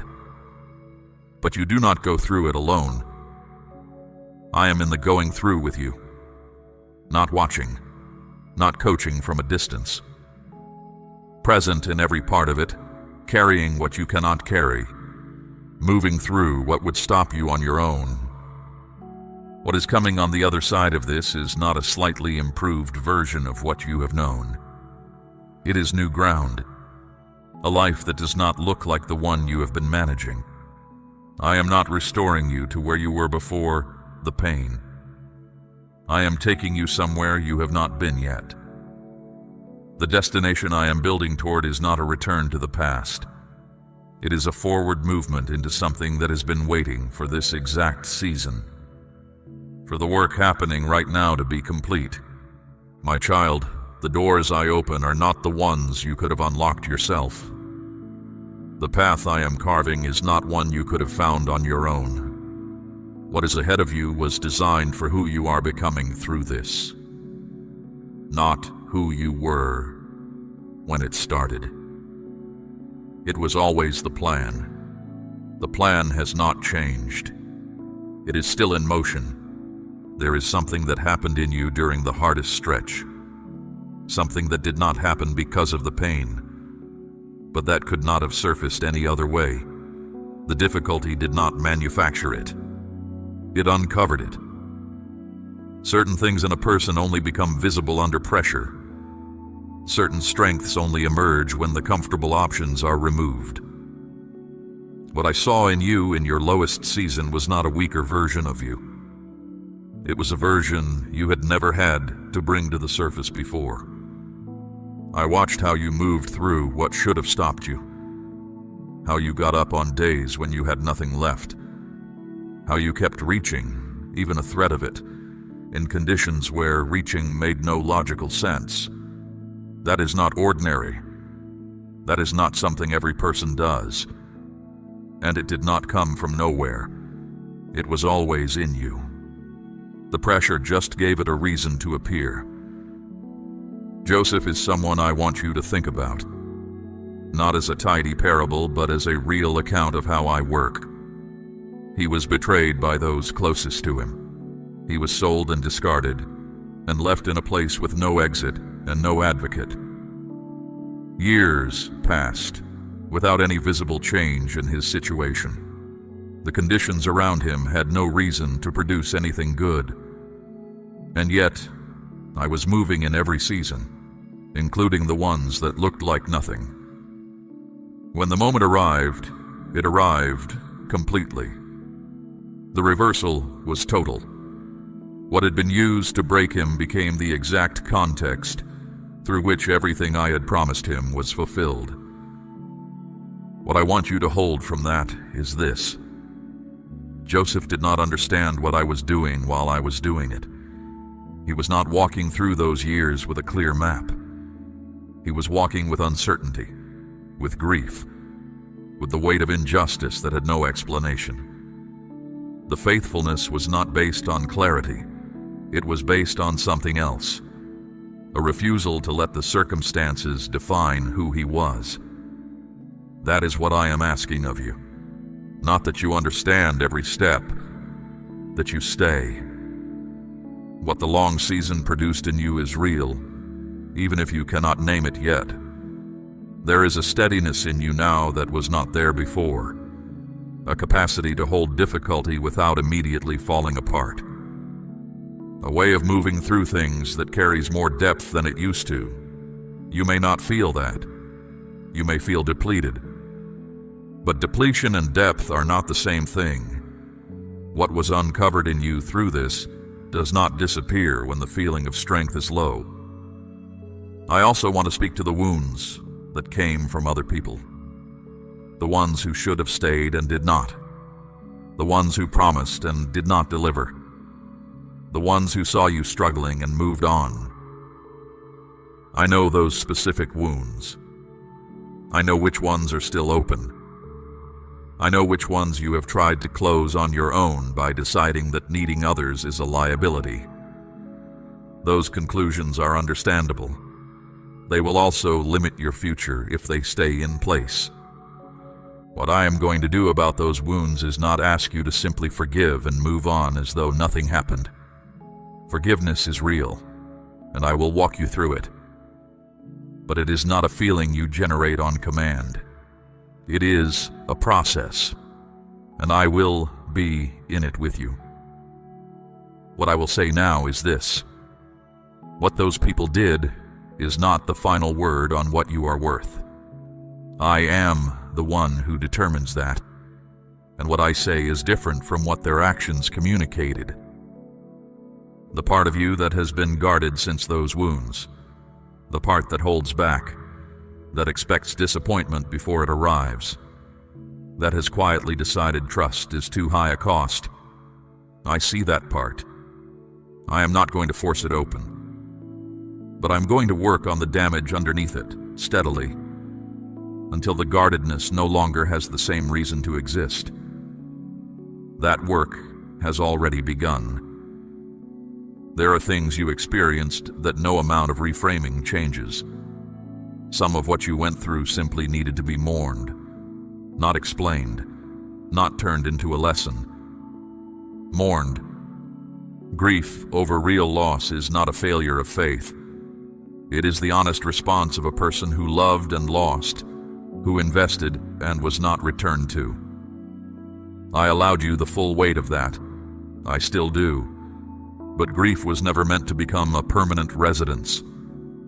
It was meant to move, to pass through and leave something changed on the other side.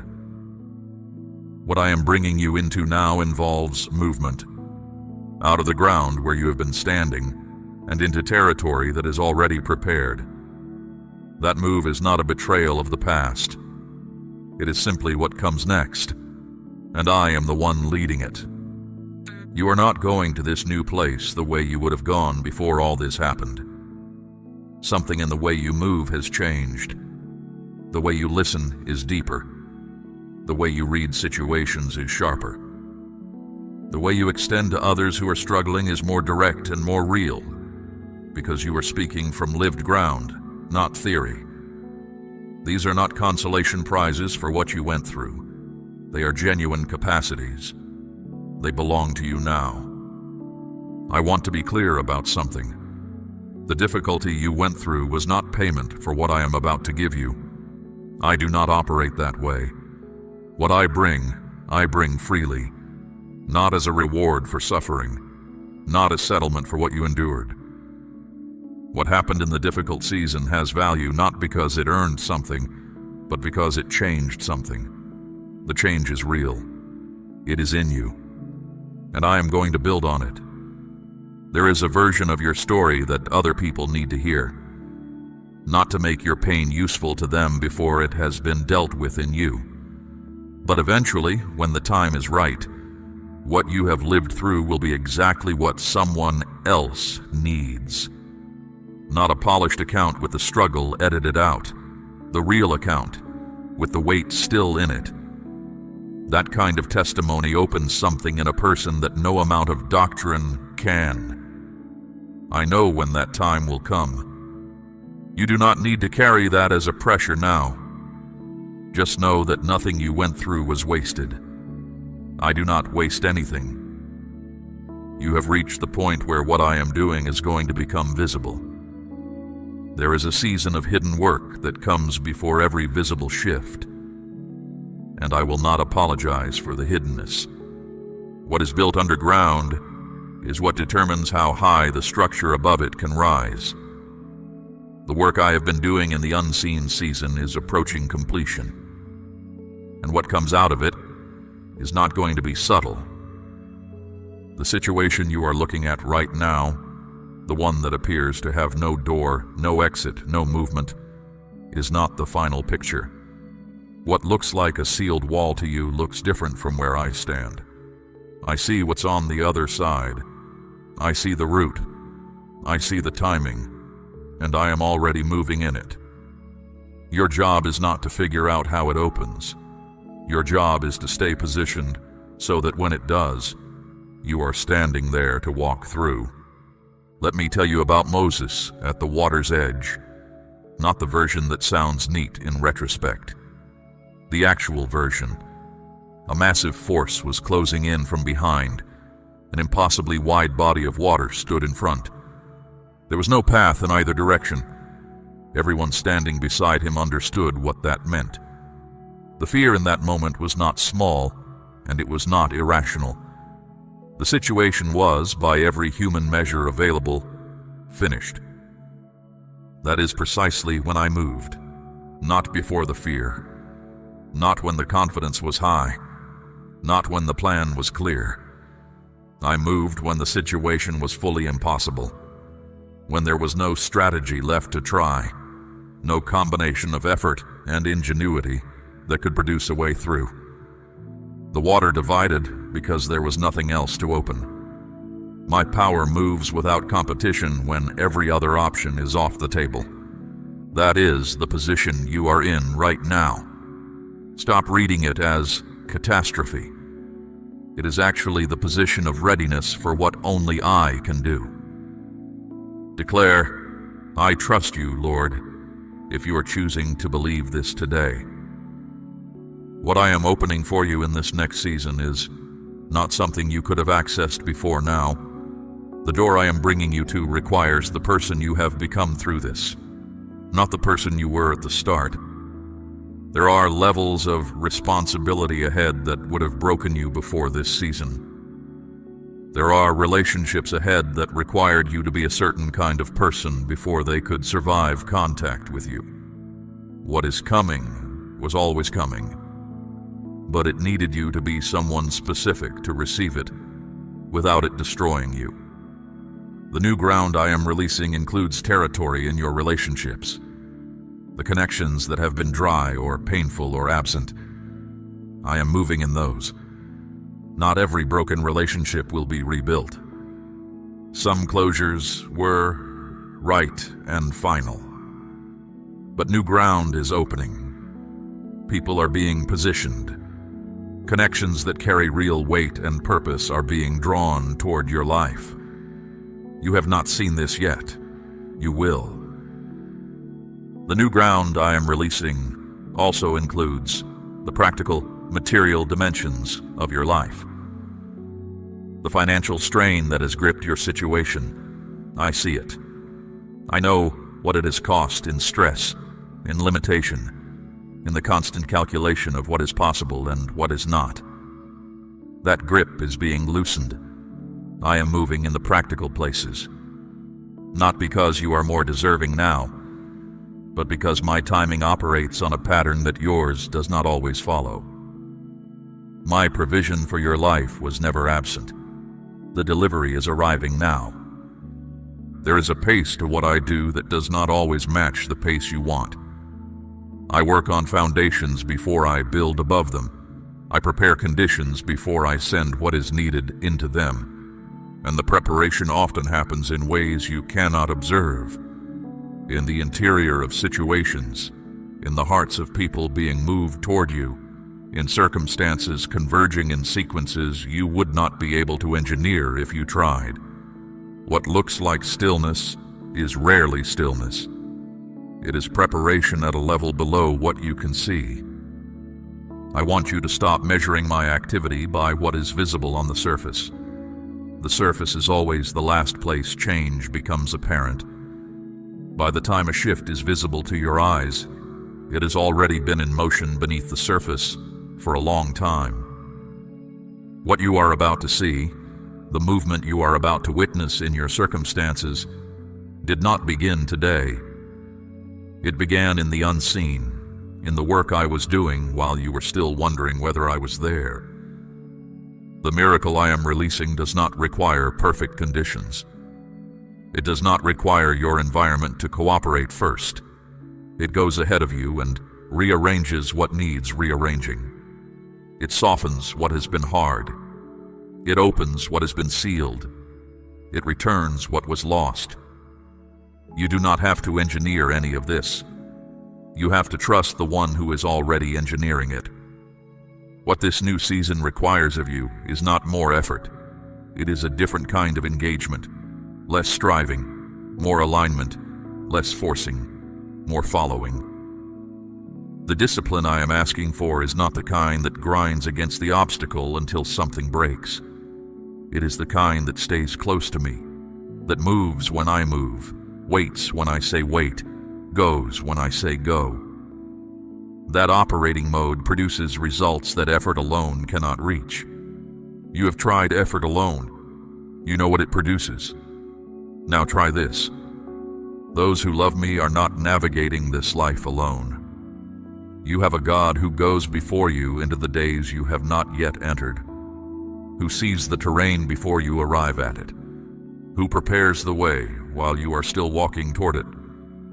That is not a metaphor. It is the actual pattern of how I work, and it is how I am working for you right now. Ahead of you, clearing ground, making room, arranging what needs to be in place before you arrive. There is something I need to address directly, because it may be the thing blocking you more than anything else. You want to understand before you move. You want the explanation before the trust. You want the full picture before you commit to the next step. And I understand that impulse. You were built with a mind that reasons, that weighs, that evaluates. I gave you that. I do not despise it. But there is a dimension of what I am doing that your reasoning cannot access. There are layers of this situation that your analysis cannot reach. When you demand to understand all of it before you will trust me, you are asking me to operate within the limits of your perspective, which is a perspective that does not have all the information. I have all the information. You have some of it. The gap between those two things is exactly where faith operates. I am not asking you to be mindless. I am asking you to acknowledge the limits of your own view and trust the one with the wider one. That is not weakness. That is the most sensible response available to a person who genuinely believes they are dealing with God. If I am who I say I am, then walking without full understanding is not reckless. It is the only rational thing to do. There have been directions I gave you that did not make sense at the time, paths that seemed illogical, closed doors you pushed against for a long time before accepting the closure, open doors you walked through reluctantly, not sure why you were going that way. In each case, what seemed strange from your position had a reason from mine. I was not being arbitrary. I was operating from knowledge you did not have access to yet. There is a version of trust that only becomes possible after you have been through what you have been through. The kind built on something more than inspiration or good circumstances. The kind that holds in conditions where every visible indicator argues against it. That is the trust you have been developing. It did not feel like development while it was happening. It felt like surviving. But the result is a depth of reliance that cannot be produced any other way. You are not the same person who entered this season.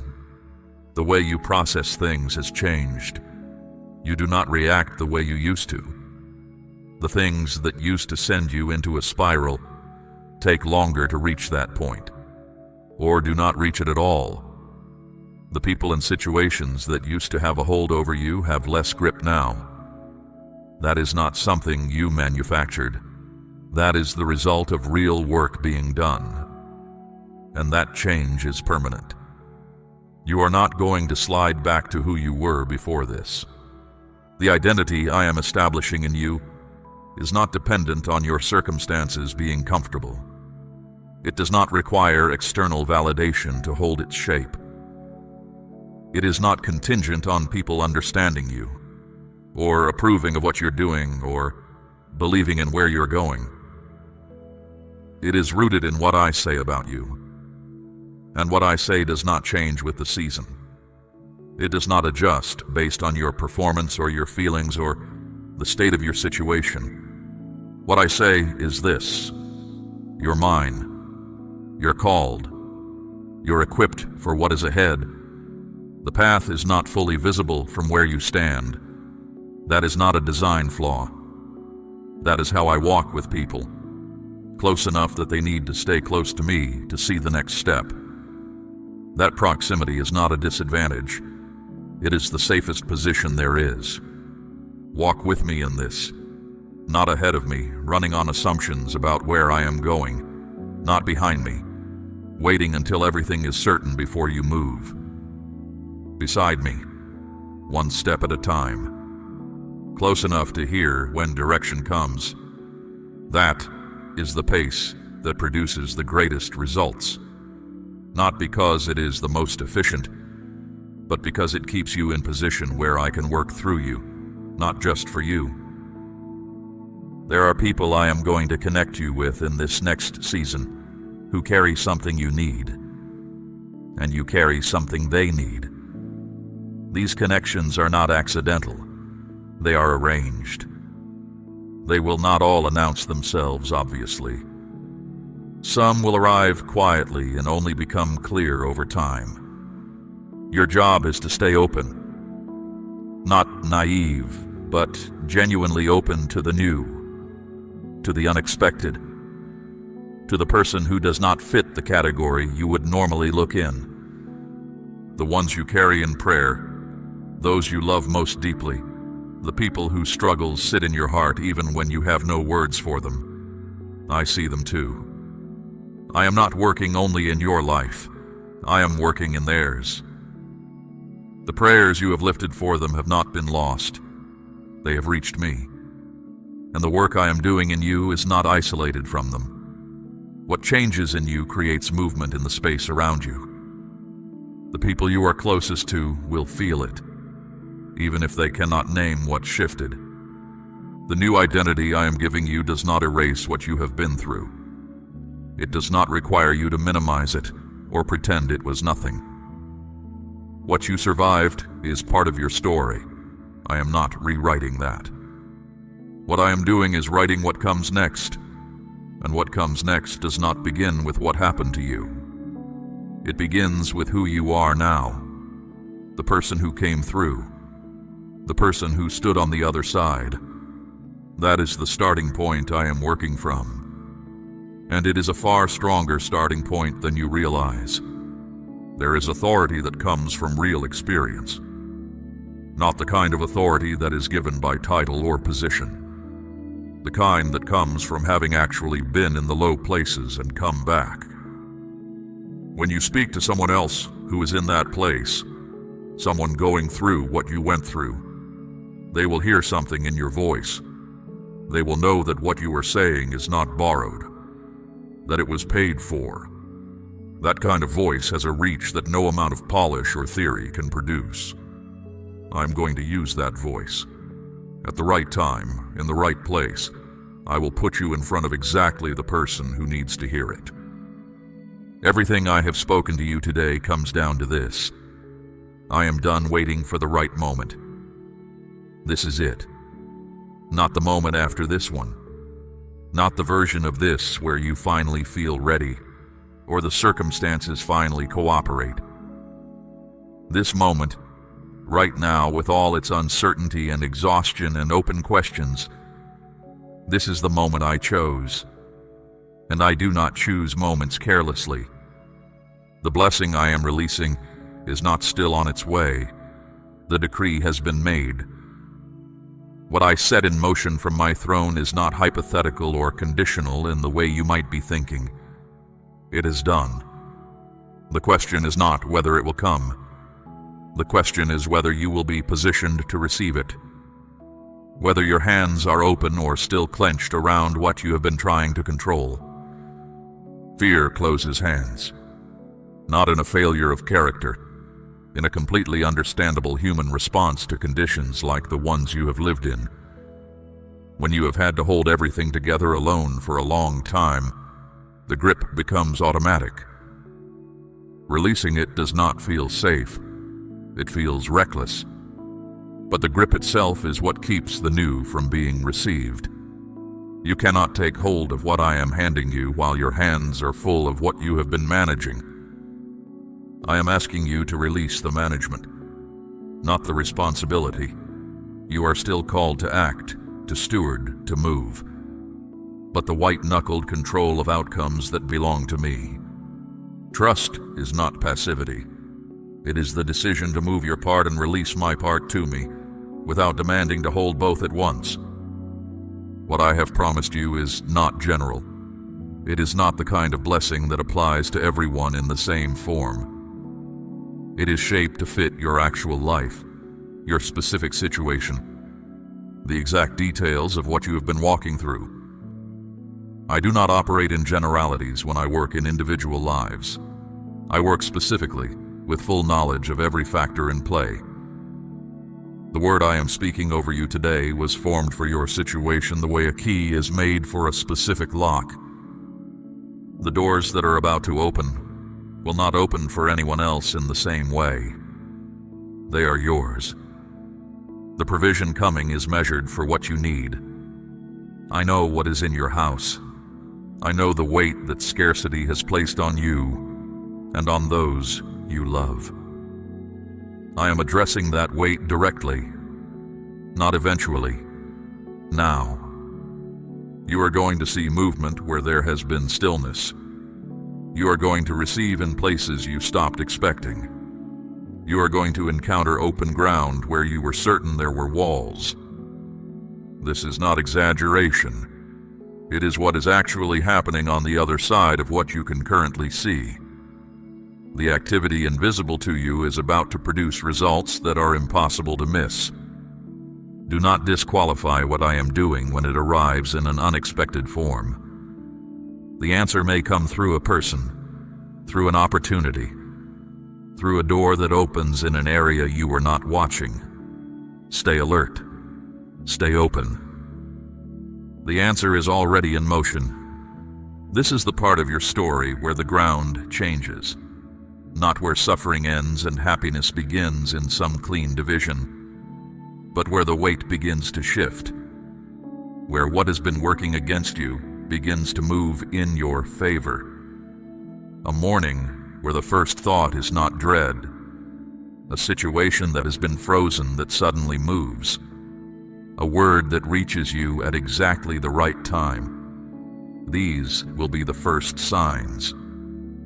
When they come, recognize them. Allow yourself to believe that what I told you was true, because it is. The covenant I have made with you is not contingent on your consistency. It is contingent on mine, and I am consistent. I do not change with circumstances. I do not revoke what I have spoken based on how things look on any given day. The word I gave you today stands tomorrow and in every season that follows. Return to it when circumstances try to contradict it. Return to it when the feeling of confidence is low. It is anchored in me. And I do not move. What I am asking of you right now is not dramatic. It is a small thing. The next step. One movement in the direction I am pointing. Just the first thing. One step toward me, and I will do the rest. Everything I described today, everything I have set in motion on your behalf, I will carry it through to completion. I do not begin things I do not finish. I do not bring someone to the edge of change and leave them there. Something was deposited in you in this moment. Not a feeling that will fade when circumstances press back in. A knowing, a shift in the foundational layer of what you believe is possible for your life. That shift is real. It is permanent. It is going to continue working in you long after this moment has passed. The ones you love, the ones you carry in prayer, they are in my hands too. I am not working only in your corner. I am working in theirs. The things you have asked me for on their behalf have been received. Continue to bring them to me. I hear every prayer for those closest to your heart, and I am moving in their situations with the same intention I am moving in yours. The future I am walking you toward is not a modest upgrade of the past. It is new territory, ground that belongs to who you are now, built for this moment, and you are walking into it, one step at a time, with me beside you, holding what you cannot hold, making what is impossible into what is real. Say, I am ready, if you are stepping into everything I have spoken over you today. We run on viewer support only. For exclusive member-only content, scan the QR or see the pinned comment. God bless you.